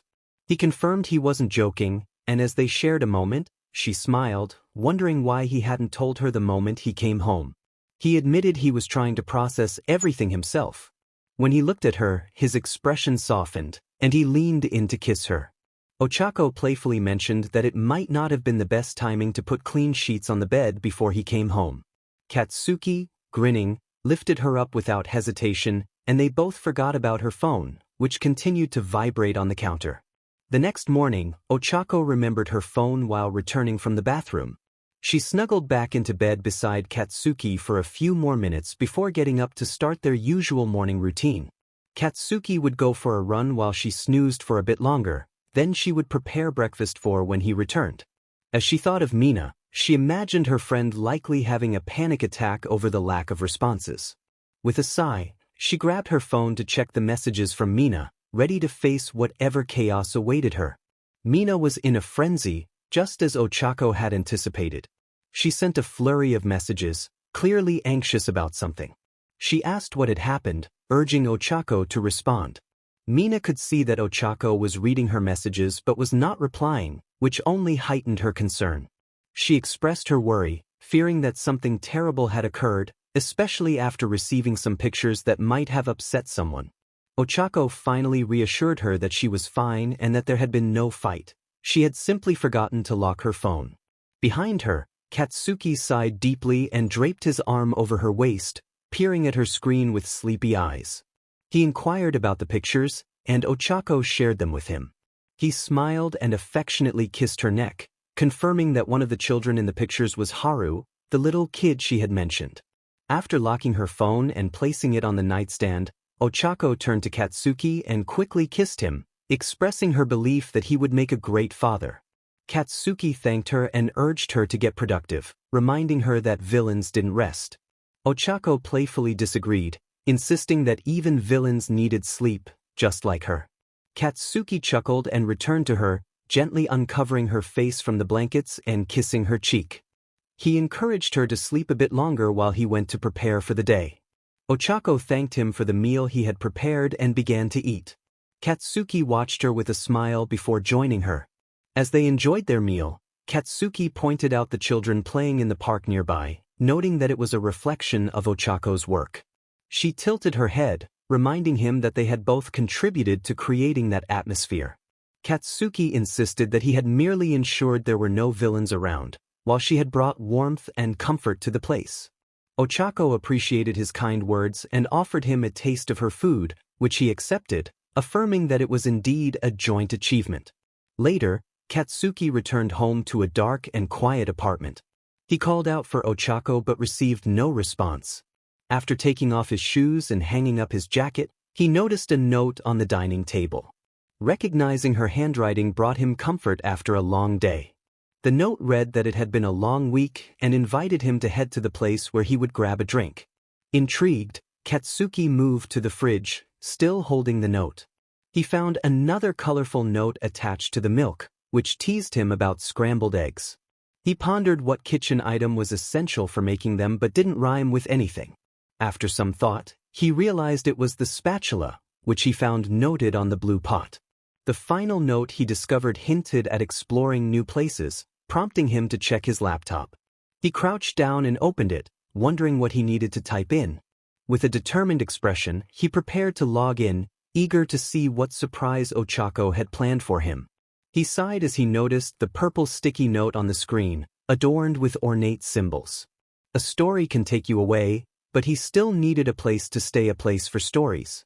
He locked the laptop, took the notes, and approached their little bookshelf, examining it from all angles. In the free spaces, he reached behind the books and spotted a little yellow note attached to the back of the wood. He retrieved it and read the message. To find the next clue, just have a good look. Maybe it's a certain page in a special book? He puffed out his cheeks and raised his eyebrows. There were hundreds of special books belonging to his wife, and there was no way he would go through all of them for this scavenger hunt. His gaze fell on a picture book, and he blinked a few times. A special book filled with memories? That was even more daunting. She cherished each picture in there and could probably give a 15-minute presentation on each one. Nevertheless, he placed his glass on the little shelf and picked up the book with a resigned sigh. A certain page in it, yet which one did she mean? She had stuck almost every picture they took together in it, each with a little caption and decorations, sometimes adorned with hearts and arrows. He read one caption that said, "My hubby," over a curly arrow pointing at him in a picture where he kissed her cheek. Did she mean the wedding picture? He flipped through the pages until he found it. Right under their picture, where the caption would be, she had placed a note, "Forever the number one of my heart." A warm feeling spread through him as he smiled, recalling the joy of their wedding day and the happiness she radiated despite the challenging preparations. His eyes wandered to the red heart-shaped note. "I am a special place. Yet quite a mystery. Depending on age, they love or dislike me. Oh, what could I just be?" He tilted his head, pondering the riddle. Depending on age? Perhaps children liked it while adults did not? A playground? But they didn't have one nearby. Or was it the other way around? Did kids dislike it while adults enjoyed it? The coffee machine? That held no mysteries. The playground would have at least sparked the imagination of the children. He wondered if it could be the bed. Did kids not like beds? He put the picture album away, emptied his glass, and placed it on the kitchen table before heading to their bedroom. He switched on the light and approached the bed. At first glance, there was nothing unusual, but as he lifted the sheets, he found the orange note on the mattress. He reached for it, growing more curious with each passing moment. "You see me in the morning. And then in the evening too. And if you keep me clean, there's the reflection of who?" He muttered to himself, realizing it referred to the bathroom mirror. He put the sheets down and made his way to the bathroom, switching off the bedroom light and turning on the one in the bathroom. His eyes immediately fell on the mirror. The green note invited him to read the words, so he stepped closer and took it. "It's okay to step on me, in fact, you kind of have to. My numbers change up and down, so they're tough to get attached to." He murmured about the changing numbers and stepped around, glancing under the sink until he spotted the scale. He squatted down, examined it from all angles, and found another note on the back. Carefully he took it, set the scale back, and read the note. "You might want to change out of your work attire. So go find your pants, if you desire." He chuckled, returning to the bedroom to change into casual clothes, a white t-shirt, black hoodie, and dark orange sweatpants. After hanging his clothes in their shared wardrobe, he noticed Ochako standing there in one of his hoodies and her sweatpants, a blush on her face and her hands behind her back. "Welcome home, hubby. Sorry for the hunt. It's over in a sec, I swear," she said sweetly, handing him the last note. It was larger, stuck on a picture completely covered by it. He took his time reading the note, appreciating the effort his wife had put into this surprise. "You did it, the last clue. You have almost found your surprise. Look closely, don't cover your eyes." He looked bewildered, furrowing his eyebrows. She tapped her fingers together, not meeting his gaze, and whispered that he should look at the picture beneath. The blonde peeled the note away, revealing the picture underneath. His eyes widened as a rush of emotions overwhelmed him. Joy, fear, bewilderment, and pride all surged within him. He interrupted her, stating in a monotone voice that he was going to be a dad, staring at the picture of the positive PRDNSY test in Ochako's hand. She began to reassure him, but he repeated his statement, a smile breaking across his face as tears welled in his eyes. Taking a deep, shaky breath, he chuckled, tears rolling down his cheeks. He wrapped his arms around Ochako and kissed the top of her head. Thank you so much, Buttercup. "That's the best scavenger hunt gift you ever gave me," he whispered, tears streaming down his face uncontrollably. She hugged him back and he gently rocked them from side to side. "So you said, yeah." "Hell yeah, I'm ready." With her by his side, he felt 100% sure. He whispered in her ear, and she snuggled closer into his shoulder. The locations of the notes began to make sense to him. She wanted him to explore the entire apartment again. This place couldn't accommodate 3 of them, potentially 4 if they decided to have another child. He expressed his love for her, promising to be there for her through every craving, ready to cook whatever she desired. He assured her that if she went into labor, he would be by her side in an instant. She giggled, leaning back slightly, and he leaned down to kiss her gently. She reminded him that he needed to tell Mina about their agreement, and he scrunched his nose in confusion. She explained how Mina had helped her when she received the news, calming her down and planning the whole surprise. He sighed, realizing that Mina had been both tired and excited all day. Ochako couldn't help but laugh at the thought of Mina struggling to keep the news a secret, knowing it involved her boss. He grunted in response, reaching for his phone, but she stopped him and led him to the kitchen, handing him a cup that read, "Number 1 Dad." He sighed slightly but knew she was right. When she approached him with expectant eyes, he pulled her close, holding her against his chest. As he took a picture, he quickly typed a message to Mina, showing it to Ochako, who pressed her lips together in amusement. He shrugged off her concerns about the message sounding harsh, sending it without a second thought. The response came quickly, as Mina had likely been waiting for it. Mina's excitement was palpable as she expressed her joy at being named the future child's aunt, declaring it better than Christmas and birthdays combined. Later that night, Ochako whispered his name, waking him from a light sleep. He turned to her, his voice raspy as he asked what was wrong. She confessed her craving for fried chicken wings, and he chuckled, announcing that he would prepare them at 3 in the morning. As he moved to the kitchen, she followed slowly, knowing he meant it when he said he would cook for her cravings, no matter the hour. She settled at the kitchen table, scrolling through social media, anticipating the announcement of her PRGNCY break and maternity leave. The sizzling sounds from the kitchen made her mouth water. His cooking was always exceptional. He brought her the first round of food, whispering for her to let him know if she needed more. She smiled at the plate, grateful for his effort, and began to eat, praising him for the delicious meal.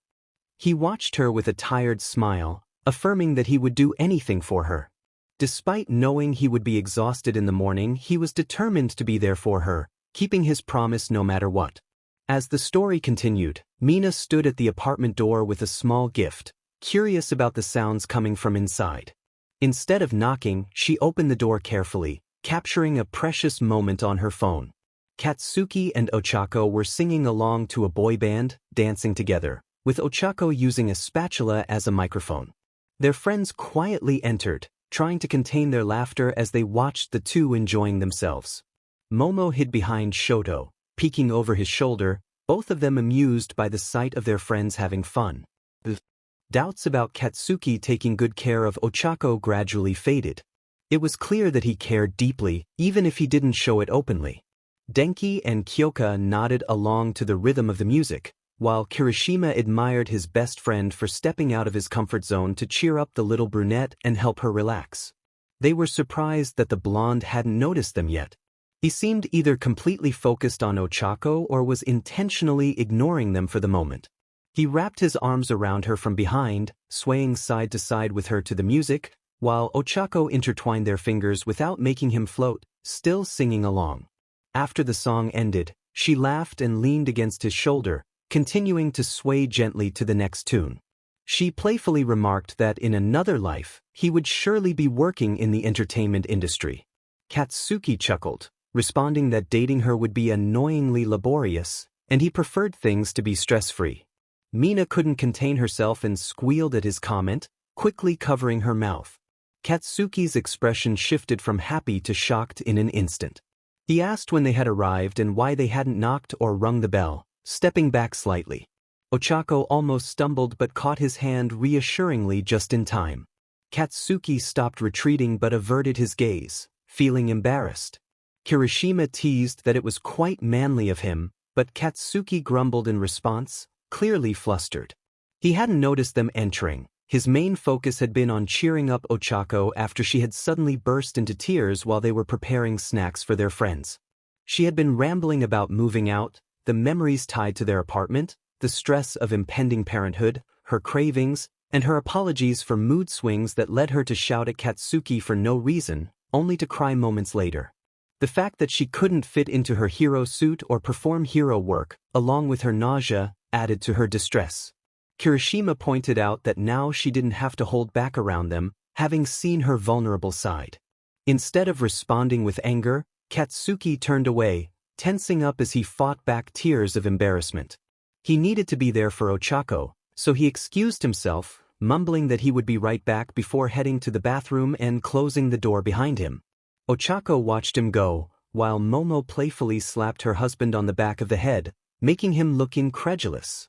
He protested, asking why she had done that, insisting it was just the truth. Momo scolded him for not picking up on social cues, noting that Katsuki had been visibly uncomfortable. Kirishima quickly comforted Mina, nudging her toward Ochako before heading toward the bathroom himself.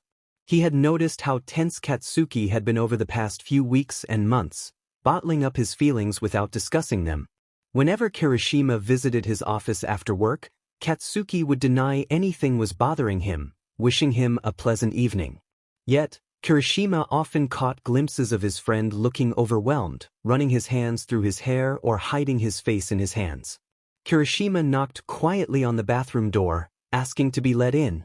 After a moment, the lock clicked, and the door opened just a crack, allowing Kirishima to slip inside and close it behind him. Katsuki stood at the sink, drying his washed face with a towel. Kirishima urged him to stop bottling things up, speaking softly so the others outside wouldn't hear. Katsuki froze, lowering his hands. Kirishima noticed the weariness in his friend's expression reflected in the mirror and saw him take a deep breath. Katsuki admitted that he had expected it wouldn't be easy, especially with work piling on top of everything else. Kirishima asked if it was draining, and Katsuki nodded silently, looking down as he leaned against the counter. Kirishima felt empathy for him. He had always seen Katsuki as someone with boundless energy, able to work late into the night and still rise early, ready to face the day. Katsuki shared his promise to be there for Ochako, knowing the emotional challenges she would face.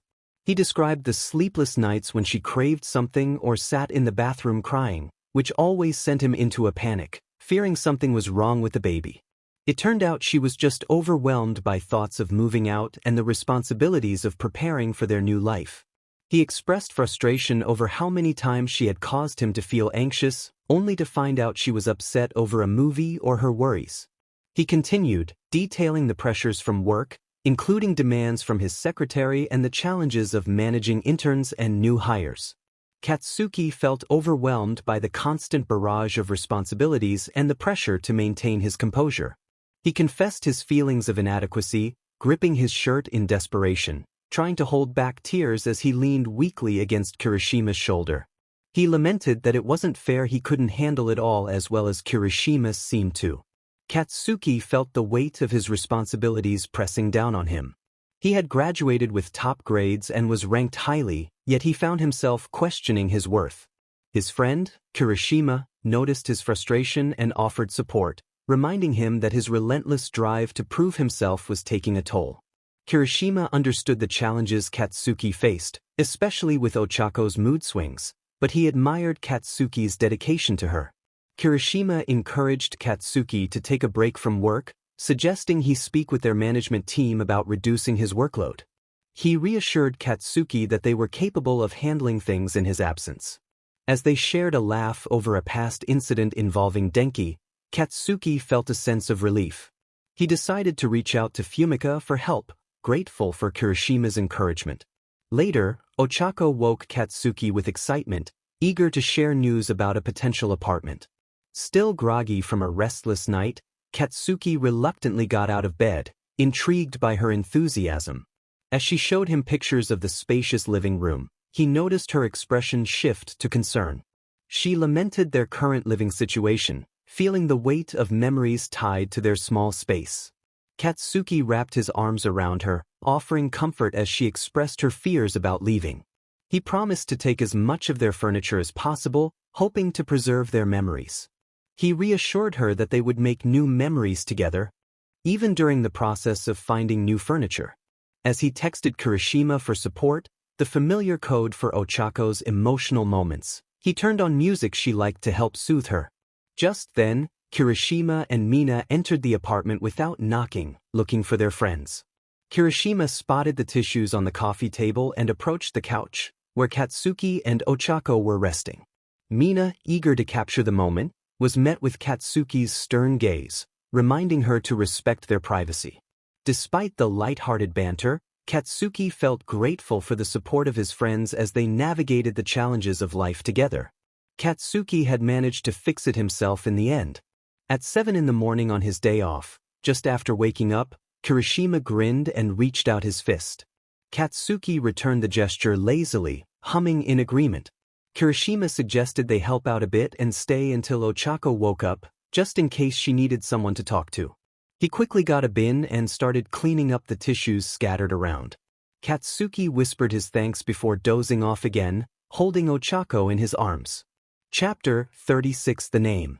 Katsuki was called to see something exciting. Kirishima and Mina had done a wonderful job, and he laughed from the hallway, asking if he could watch it with them. When he heard a thud, he wondered if he had heard whining. He snapped back at Icy Hot, appearing seconds later at Ochako's side in a room with pastel blue walls. He admitted they had done a decent job. Ochako laughed quietly, leaning against him as he wrapped his arm around her. They both expressed how much they would miss their old apartment, but it simply wasn't big enough for three. Meanwhile, Mina was anxiously pacing the hallway, frustrated that Bakugou wasn't answering his phone. Momo, concerned but trying to stay calm, reminded her that it wasn't good for her baby to stress out. She suggested calling Shoto, who might be able to reach Bakugou. Momo quickly dialed Shoto's number, explaining the situation urgently. After a brief conversation, Shoto promised to try and reach Bakugou. As Shoto continued his patrol, he called Bakugou over the intercom, greeting him with congratulations. Bakugou's startled reaction was loud enough for Shoto to hear, and he took off in the direction of the hospital, ignoring the surprised looks from passers-by as he rushed inside. He demanded to know where Ochako was, startling the receptionist. Just as he was about to lose his patience, a nurse appeared and guided him to Ochako's room. He removed his gauntlets and tossed them aside as he entered, his expression a mix of worry and determination. Momo and Mina exchanged glances, noting the emotion in his eyes. They were impressed by how much he cared, especially since it had been a while since they had seen him so vulnerable. After what felt like an eternity of waiting, the door opened, and a nurse informed them they could enter the room. Relieved, they stepped inside. Kirishima was the first to greet Ochako, asking if she was okay. She whispered that she was fine, leaning against Katsuki, who gently wiped the sweat from her forehead. They looked at the new family, with Ochako holding their son while Katsuki tenderly caressed both of their cheeks, his expression softer than they had ever seen. Momo asked what they had named the baby, and Ochako mumbled, "King Explosion Murder Jr." Silence fell over the group as they processed her words, incredulous at the name. Mina nervously laughed, reminding Ochako they weren't talking about hero names. Ochako smiled fondly and nodded, acknowledging the joke. Katsuki couldn't hold back his laughter any longer, showering Ochako's temple with kisses, expressing his love for her and his surprise at her playful spirit. She simply replied that she had to lighten the mood, basking in his gentle touches and affection. Mina sighed but accepted the situation as it was. Seeing her friends so happy brought her joy as well, and it was clear how much pride and love Katsuki felt for his wife. It showed on his face as he looked down at his son and smiled, proudly stating his name. Denki entered the apartment behind Kyoko, who held their son in her left arm. He greeted Katsuki with enthusiasm, wishing him a happy early birthday. Katsuki grumbled in response, reminding Denki that it was his son's birthday, not his own, and warned that congratulating someone early could bring bad luck. Kyoko smirked, noting that Katsuki seemed to curse less around his children, and walked past him to join Ochako, who was playing with her daughter on the floor. Kyoko sat beside her, chatting with her high school friend while the two kids began to play together. Katsuki waved Denki inside, who looked around in confusion, asking where the birthday child was. Katsuki explained that his son was still in his room, likely waiting until he heard them talking. He chuckled and asked Denki what he wanted to drink. As the apartment gradually filled with guests, Katsuki spotted his son peeking out of his room. The little boy cautiously approached the other children and settled down beside his sister and Mina's son.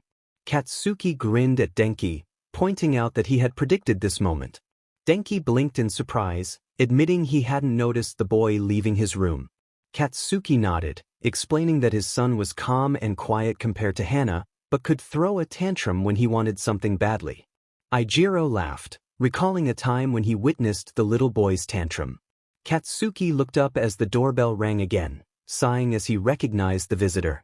He had reluctantly agreed to this guest's arrival, primarily because Ochako had insisted. Ochako eagerly opened the door, welcoming Momo and Shoto inside.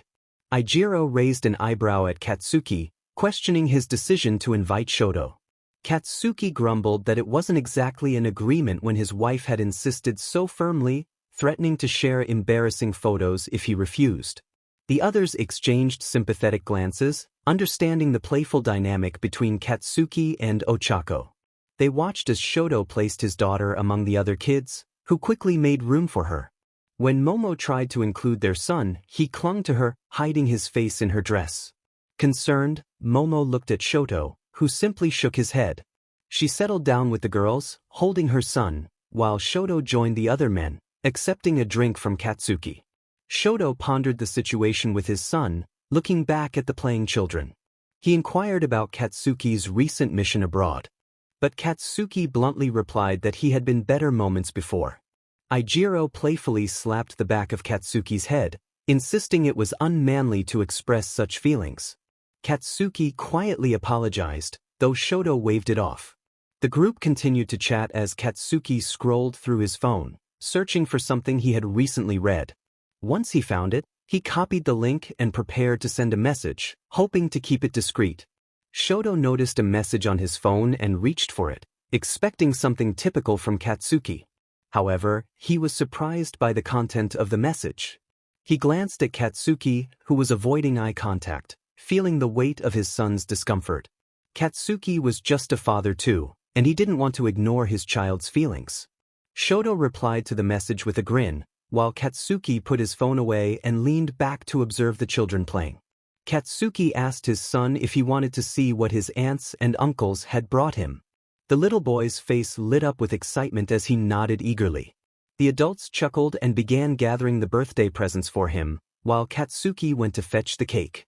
Momo complained about the gifts, reminding everyone that they had agreed not to give presents on the children's birthdays, as it was important for them to learn that they couldn't have everything. Ochako smiled warmly at Momo, holding beautifully wrapped gifts for the other kids. Momo sighed, playfully accusing Ochako of looking for every opportunity to spoil her daughter. Miyuki expressed her gratitude with a sweet voice and a bright smile before curiously examining the present. Ochako giggled and turned to the red-haired boy in Momo's lap. The black-haired woman tapped him gently and called his name to get his attention. He looked anxiously at Ochako, who handed him a present with a card attached that bore his name. He eyed it skeptically before reaching out for it hesitantly, quietly thanking Ochako for the gift.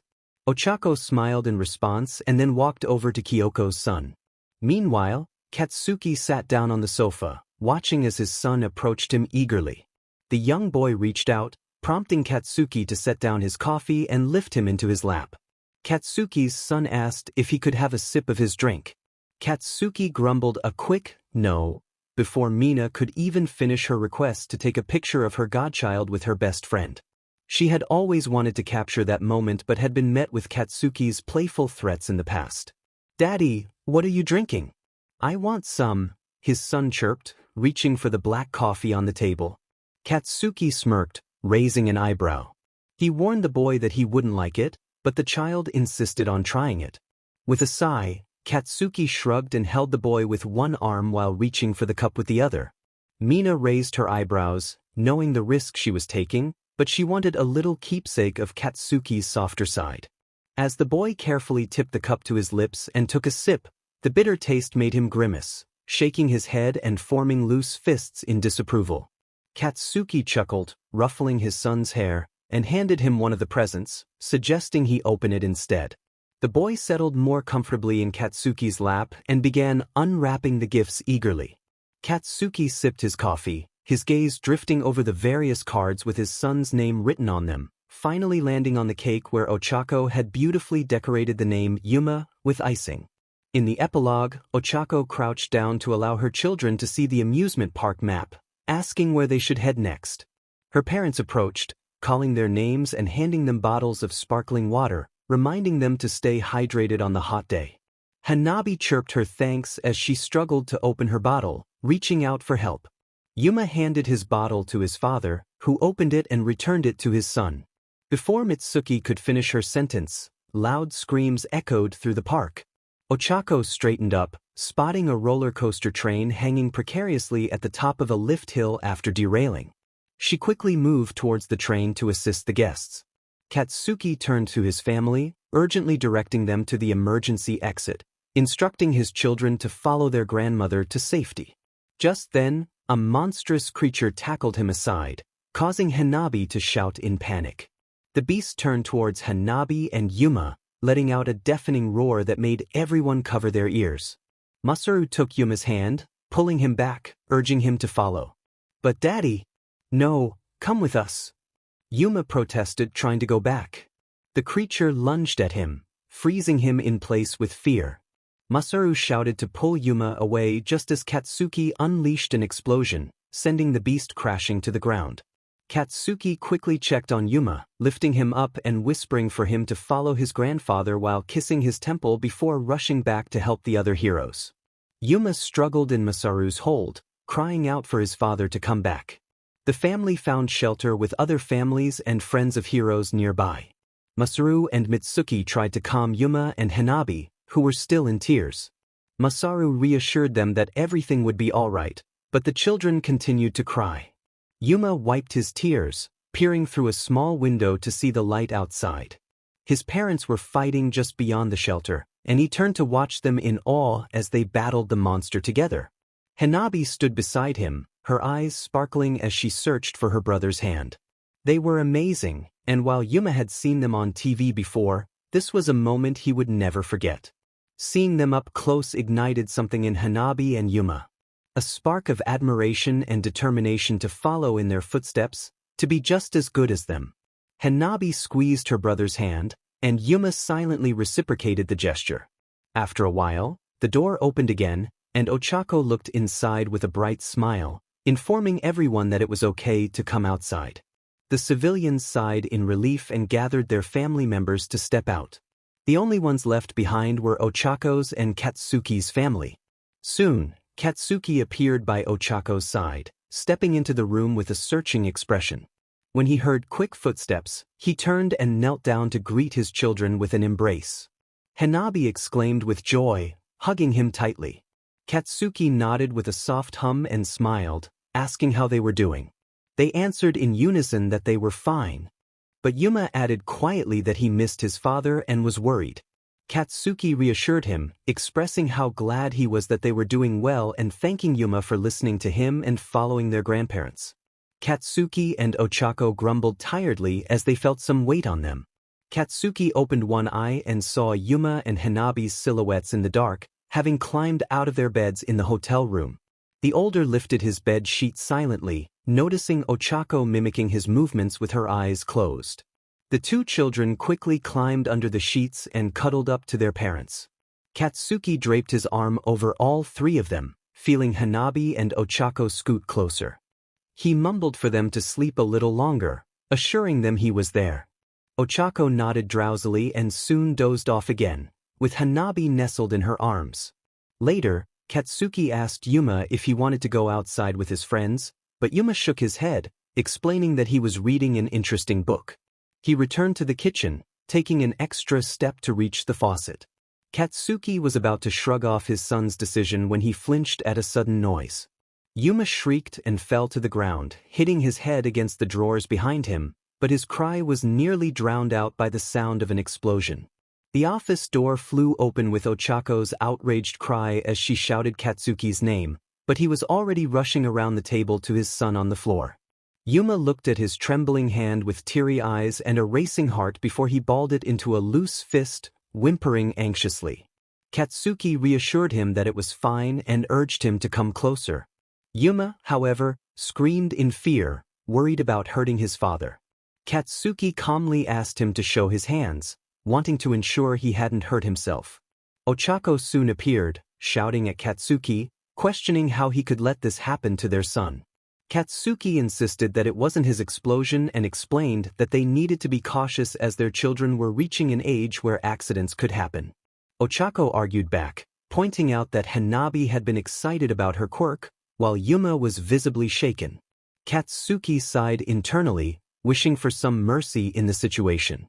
He reassured Ochako that he would never hurt their children, even when frustrated from work.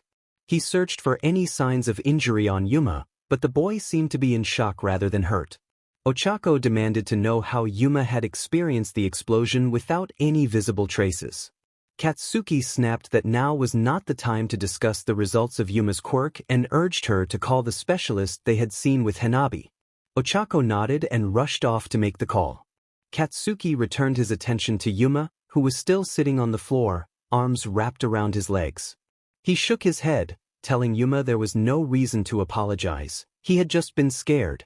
Yuma looked at his father silently before scooting closer for a tight hug.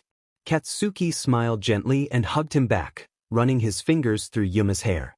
He informed Yuma that they had an appointment in 30 minutes and encouraged him to get ready so they could complete the necessary paperwork. Yuma nodded, and when Katsuki asked if he felt okay or dizzy, Yuma shook his head, clinging to his father's shirt. He admitted he was just scared, explaining that it had been loud and overwhelming. Katsuki understood, recalling that Yuma had never liked loud places much. He stood up with Yuma still holding on to him. As they entered the room, Yuma watched the specialist and the doctor, both wearing white coats. They greeted him and his parents before showing them the results right away, confirming that it was indeed his quirk. He exhibited the typical signs of having a quirk, and after conducting tests, the doctor had a clear understanding of what kind it might be. The doctor tapped on a cream-colored folder in front of him. Yuma eyed it curiously and reached out for the folder, which contained papers from the previous questions and tests he had undergone.